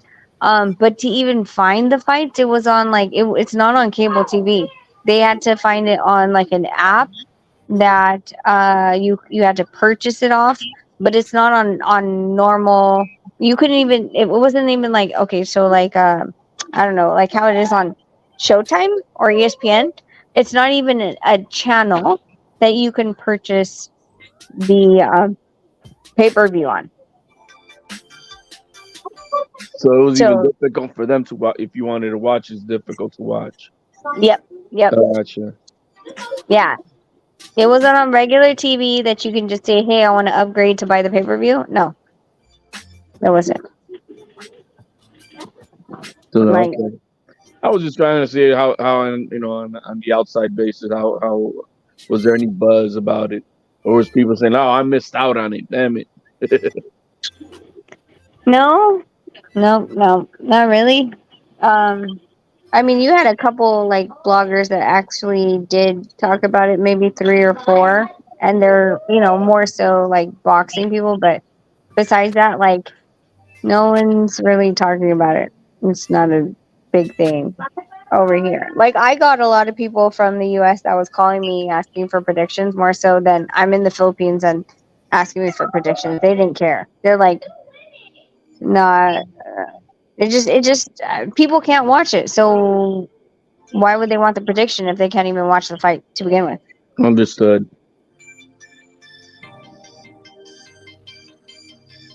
So you guys gonna be out there that much for? Are you guys making this permanent? Nonito has some fighters that he can fight here and spar with for his next fight. So I think he's decided that we're going to stay here until June and spar. So I mean, it's really nice here. Like it's hard to go home. Like like I said, we were on a boat all weekend. We have we're at a penthouse here that costs $2,000 a month for a 4-bedroom. Like we have a driver, we have people who help us out with the house. Where in the States, you guys know me, like I'm by myself. Like I drive Nonito to the gym. You know what I mean? Like you're living like a queen. yeah, like I'm watching. Like the kids are playing right now. The helpers are are cooking their dinner. The other one is cooking something else. The kids will be in the shower in a bit. Like it's harder to go home. It literally is, and it's beautiful right now. It's freaking beautiful, nice and sunny. You said that Nonito's got a fight lined up, possibly already, or Nonito has a fight lined up, but I can't announce it. Yeah. All I can say is that we're in pre-camp, and in a couple weeks we will be in camp. It is a summer fight, but what they like to do is they like to line up the entire card before they announce it. So, an announcement in 2 weeks, a month, what? What month are we? We're in April, May. Yeah, so probably a month because we're in pre-camp. We're in pre-camp. So if I tell you we're in pre-camp and then we're gonna move into like full camp, then I'm kind of trying to give you the timeline without giving the timeline. Yeah, you said summer. That's how. Yeah, that gives us a window. So out of all these new guys that you guys are seeing, are you guys have an eye on anybody that's like, damn, this kid is good? Oh no, they have a lot of good kids that are fundamentally sound. I think like the difference is just the fact that sometimes like you get boxers that you just got to tell them to believe in themselves, right?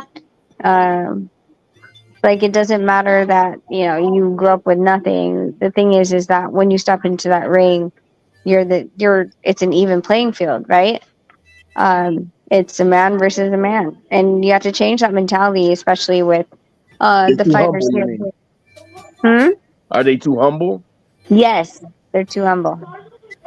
So nobody's trying to give Nonito the goods. Like, yeah, I'm gonna see how good I am against Nonito, and nobody's done that. No, they're not like that. No. You don't see that here at all. In addition to, it's like the first time they met me was at the fight. The second time they met me was a Monday, and Nonito's like, "Oh, run them through drills," and then I ran them through drills, and then they didn't walk for the next couple days. Like they know we don't play. I'm like, let's play. They're like, "What is wrong with her? Why does she like they to?" must see you so different over there, huh, Rachel? Because you're not the typical woman that's in the Philippines. I can imagine. No, yeah, it's totally different. Like we spent time this weekend with the boxers, and it was different, right? Like they're quiet, they're on the boat, beautiful, nice day, jump off the boat and all that stuff, and it's hard. Like it's like pulling teeth to get them to talk to you. It's like, hey, so why do you box? Because I like boxing. Okay. So what do you want to do in boxing? I want to win a championship. Okay, so it's a little bit more difficult, but you have to remember that I speak English and I speak Tagalog, which is national language. They speak Visayan, which is Nonito's language. So They're actually 3 languages away from me. Oh wow. Yeah, they speak Nonitos dialect. There's a totally different dialect here in the island that we're at right now. But for the most part, I've seen a lot of Filipinos over there speak proper English very well. Well, I've seen that a lot. I don't know if it's the case with the kids that you're with right now, but Yeah, but just I mean, not like they're okay for like um interviews, but when it comes to like conversational and expressing themselves, they're more comfortable in Visayan. Gotcha. Where did Mark go? Yo, Mark, you fell asleep on us? He did, bruh. He's dead, What bro. the hell, Mark? Man, Mark has been drinking since Friday. He's been geeked up for this fight. So he probably passed out on us. So where's Nonito now? Is he out on the beach somewhere? Or what's our Nonito doing? Training. Really? Well, yeah, because we didn't get to train yesterday. So Friday trained, Saturday we were on the boat from 10 until 6, and then went to the weekend house, got there about 8, had dinner, went to sleep, woke up, and then I can hear it. I can hear the fight was on, so they were watching fights. And then had lunch, moved back over to the city house, and then he was like, okay, I got to move around and train. So he went downstairs to the gym, but not the boxing gym, but just to move. Cool. Yep. I'm about pooped out here. I don't. What else we gonna? What else we gonna tell us, Rachel? Because I love the rant. I love the rant that you had with Reggie.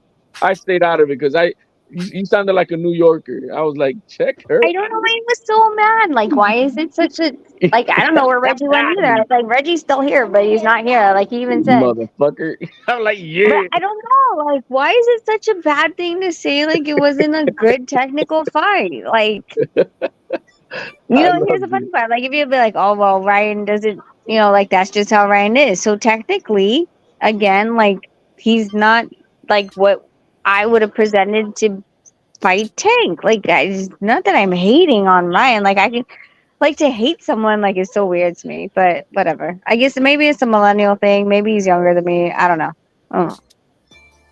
I don't hate nobody. I don't want to switch lives with him either. So I mean, like it. Like you can't even say I'm jealous. Like I can give a rat's ass about freaking social media. So I don't know. What's next for King Ryan? I think he comes back this year. I'm thinking shit, bro. Maybe like whoever, bro. Bring him on. Who does the zone have for him at 140? Who does Golden Boy match? Oh yeah, Golden Boy. Well, actually, Garcia fights on any network, so it's any fighter.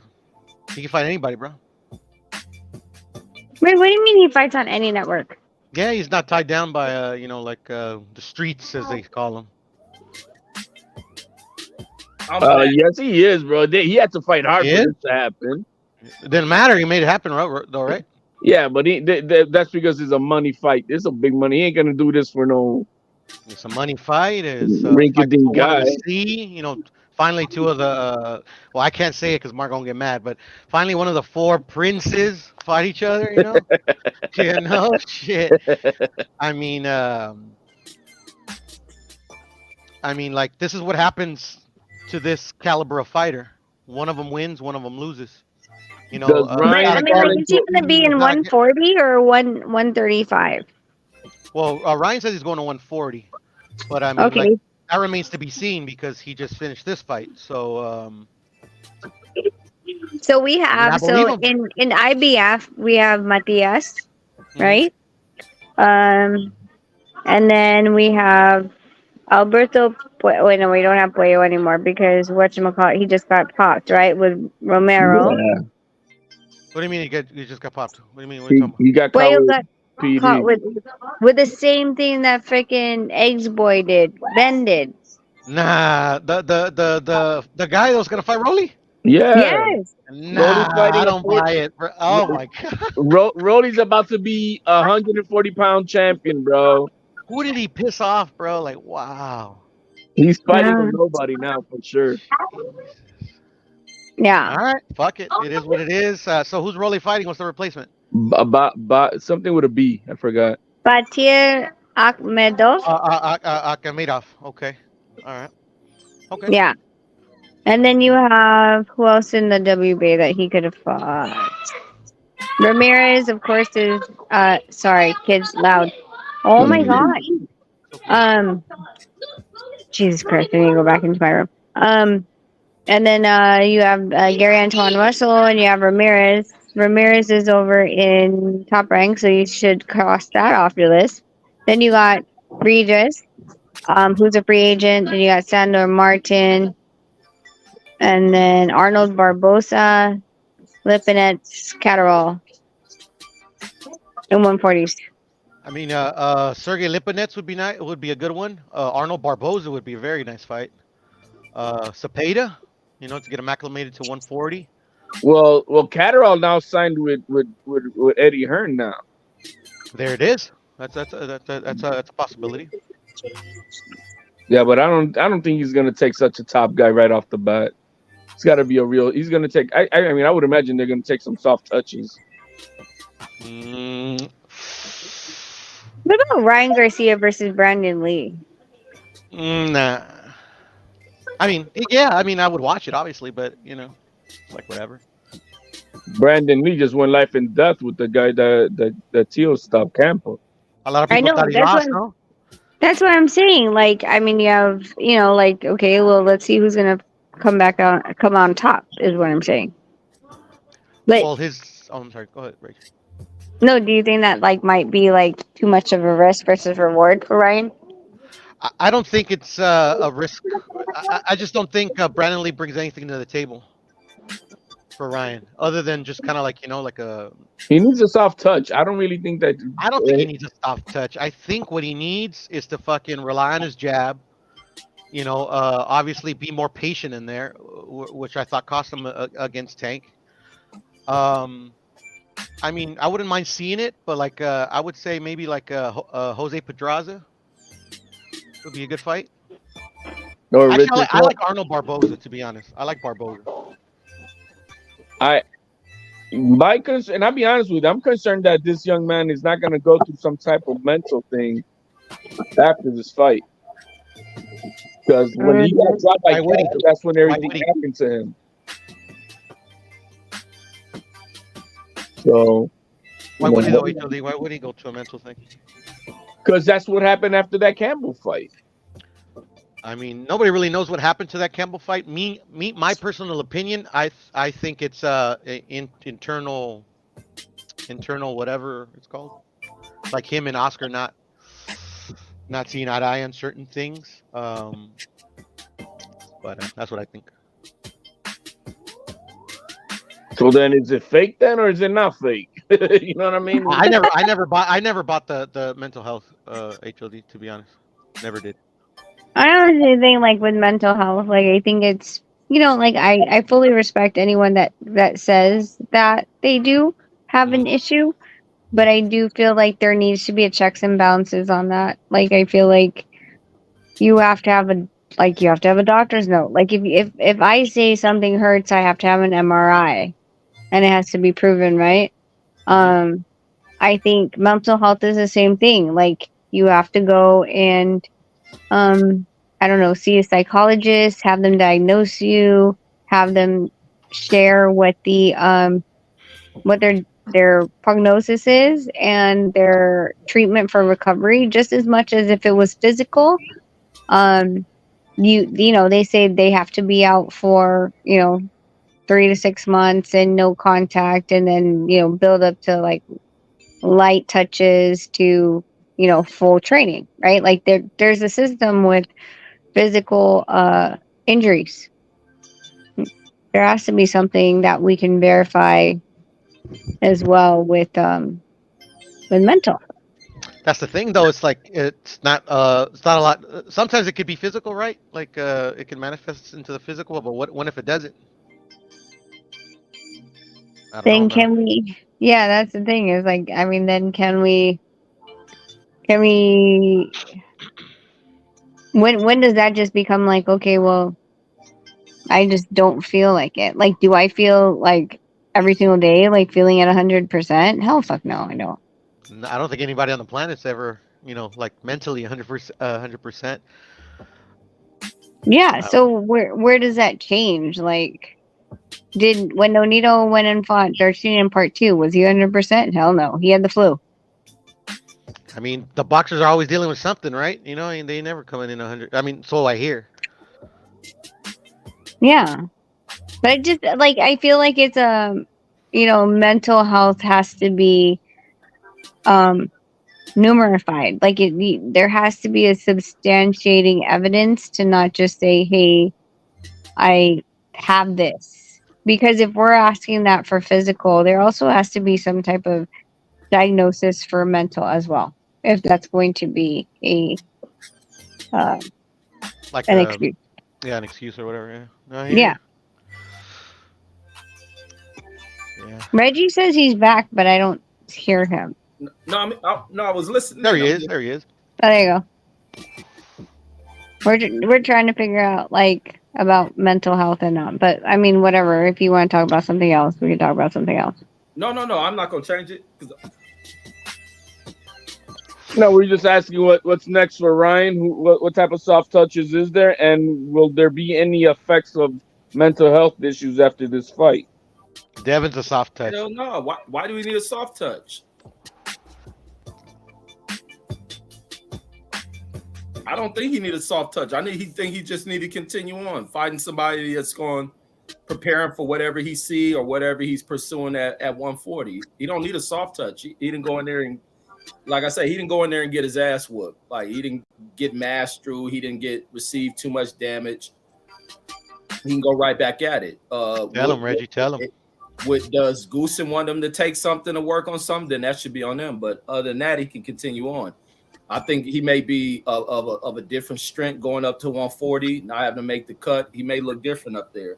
But I still think the champions up there for anybody come to one. I don't know. I don't know how to look at it, but I just don't think I see any of the guys that are hot at 135 beating Sabril or fucking or beating what's his name Regis. And I'm just being biased with Taylor because of that shit where I thought he ducked Catterall. And I'm discounting him a little bit, but I recognize my bias on that shit. But even with Taylor, I think can beat a lot of those 135ers moving up. But outside of that, I think he can go up there and do his shit at 140.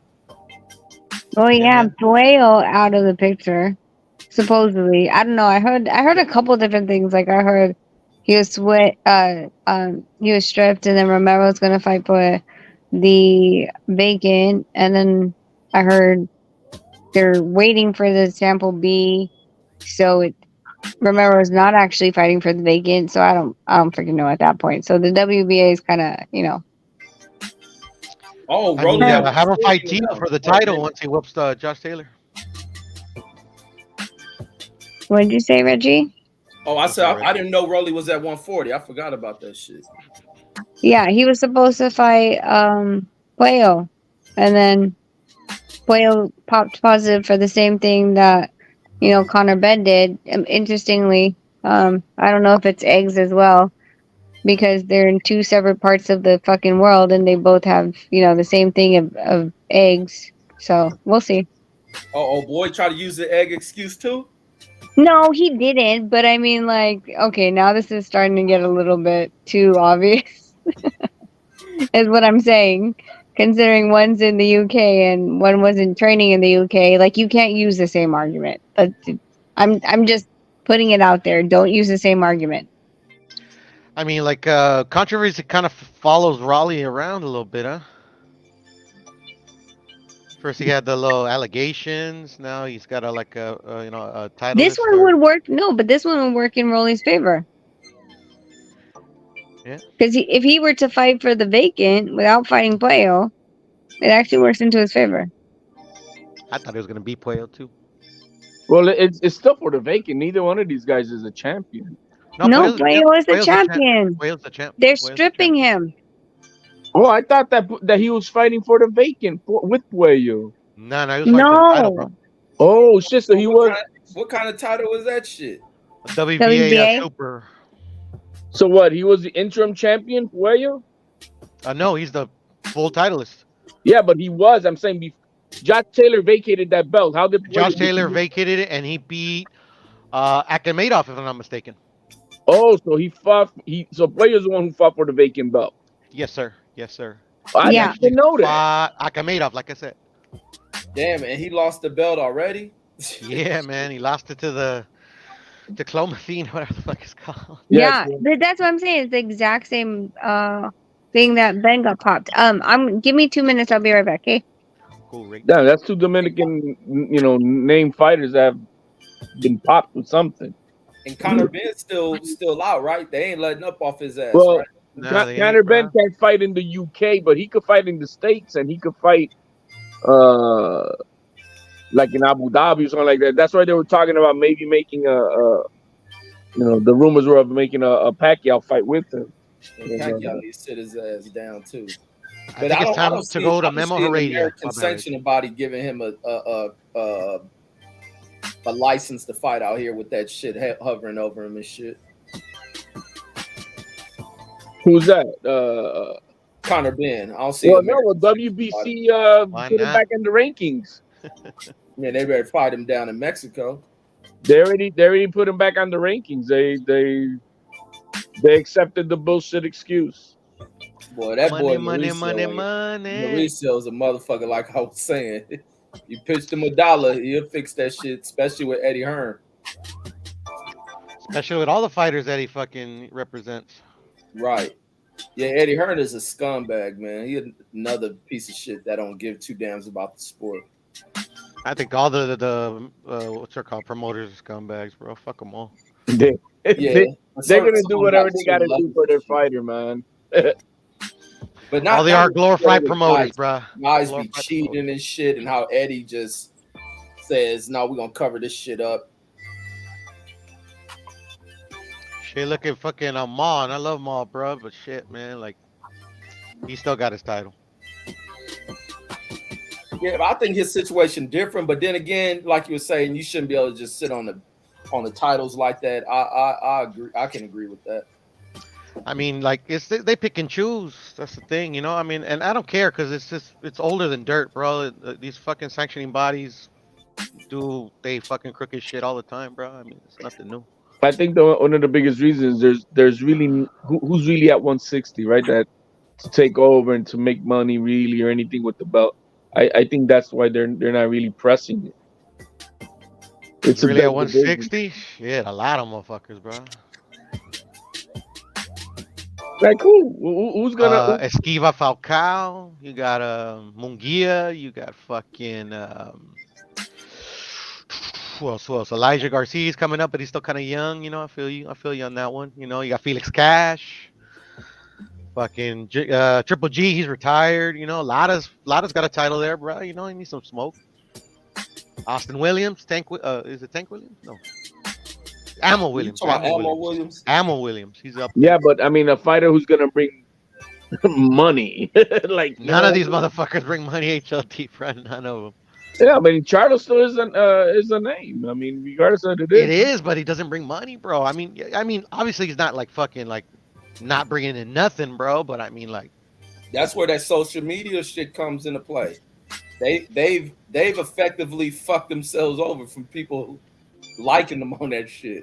They should have taken a different route, man. Because I'm telling you, I don't like them as what they are, the way they act and shit. But what I saw today on the screen, I saw two healthy young men. You know, and their drip was nice, right? And they were smiling, and it looked pleasant, bro. It's like, all right, man, these guys, why ain't they doing this shit right? Because they could be liked a lot and be a good positive influence. Instead, they're the other way around. I don't understand why they're not liked. Like American fans usually like the shit talker. These motherfuckers talk shit like a motherfucker, man. It's their approach to people. Like they'll fuck you up type shit. I like that energy, though. I like that energy. I'm a fan of them. I like them. Yeah, me too.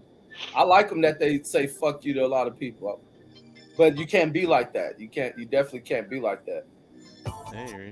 People like it when you check people on a disrespect. Like if you go up on somebody for disrespecting you, and some people see that like, yeah, man, fuck that dude, get him, Charlo, right? And that type of stuff.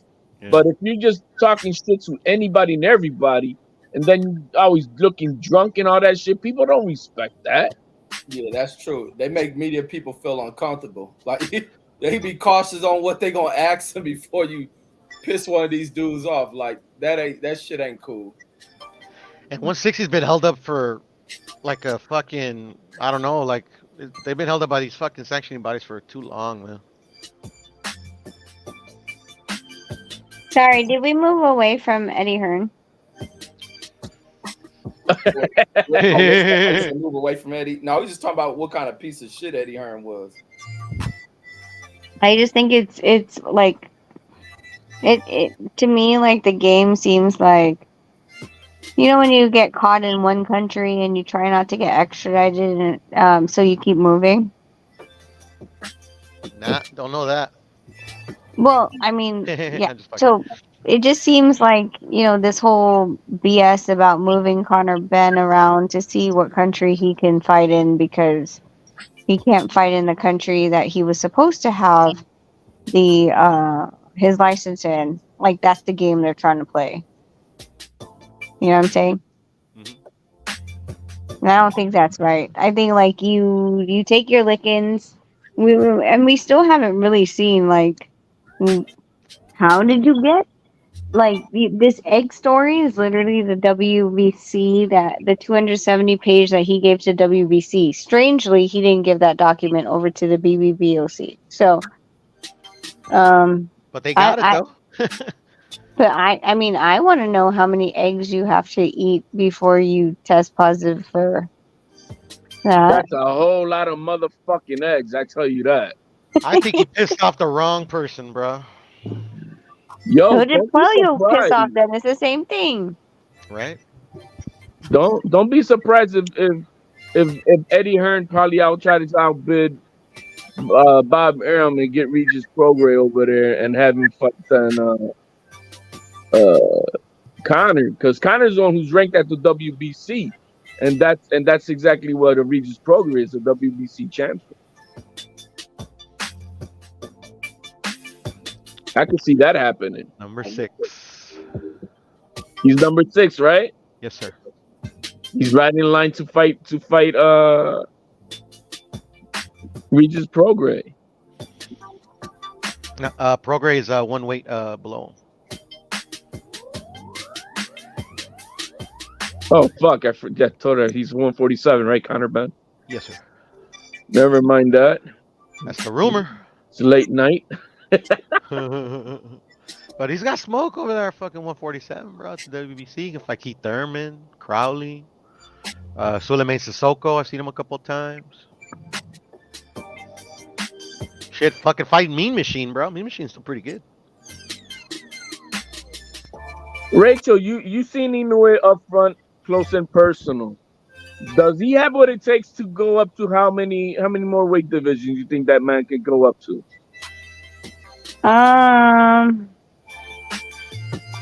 Dude, maybe 2 more, but I mean 2's pushing it. Like here's the thing, like when you see them off of camp and stuff like that, like they're huge.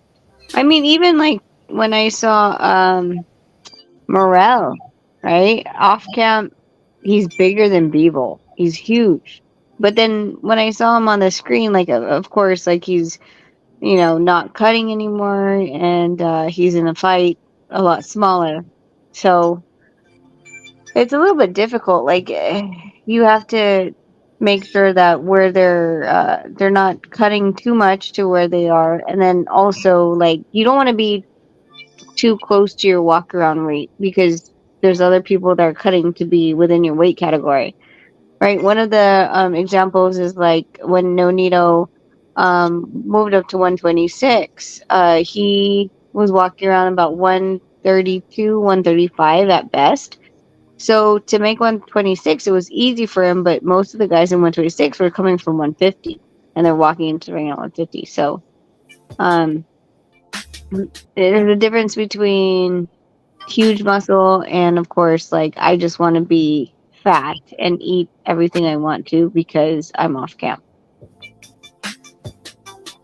So it's really like a big anomaly with Pacquiao. So he doesn't have the same the bone structure like a Pacquiao would have then, right? He's not. No, no. Like, and you have to remember, Pacquiao, like he does have, he has huge legs, right?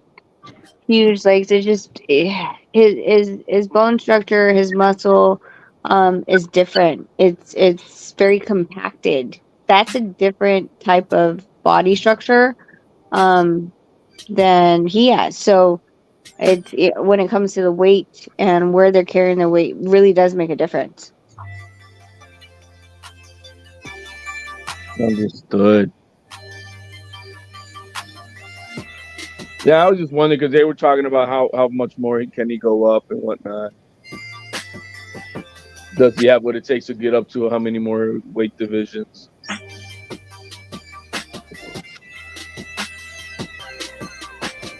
So, do you like Eddie Hearn, Rachel? Is that a thing? Is Eddie Hearn a good promoter, or a shitty promoter like Reggie's saying? Well, I mean, I think like honestly, like all promoters have their pros and cons. Like one of the things that like they're like, well, PBC, like they keep their fighters fighting their own people. Sorry, all the promoters do the exact same thing, right? For me, the only thing that I really am not too particular about is this whole jumping the system as far as the drug testing thing. That leaves a sour taste in my mouth because you know that Nonito is very like, hey, like I want like 24/7, 365 drug testing, and being the cleanest fighter. Like it does have its inconveniences, but yeah. Hey, I gotta go real quick. I'll be right back if you guys are still here. All right. Yo, Mark Nash, you there, my man? That fool in the Hennessy coma, man. I'm about to get up out of here too. Yeah, I don't want to leave this all like that, man. You got his number, buzz him up or something. You know what I mean? We got to close out the show. Yeah, I'll send him a text, but that fool probably out. You know, I don't want to leave it live like this. You know what I mean? Yeah, there's still a lot of people in here and shit. Yo, Mark Nash, man. Mark Nash breaking the beats. So y'all say peace. Y'all write some shit. Y'all people driving and all that stuff out there on them roads.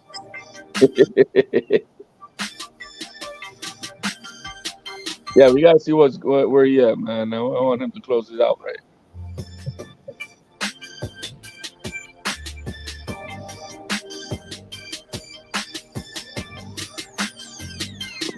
People still in the chat?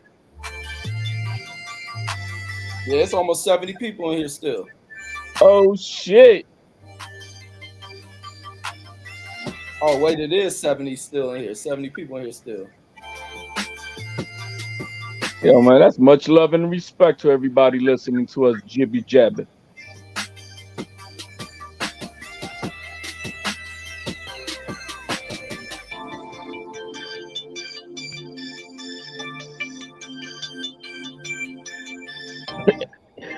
Any luck to him responding, man?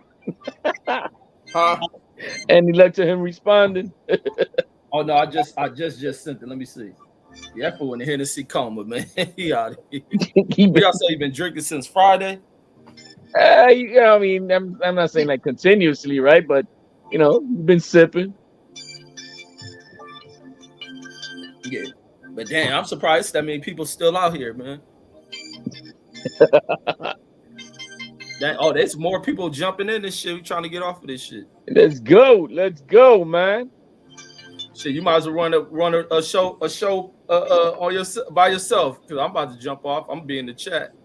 Well, that's what I'm trying to do, man. I got to get these Z's in, bro. I'm trying to get my Z's in. I stayed on because, you know, Rachel came through and whatnot. Oh yeah, look at it, man. Rachel married, man. Stop flirting with Rachel. No, man. She's good people, man. Yeah, no, absolutely.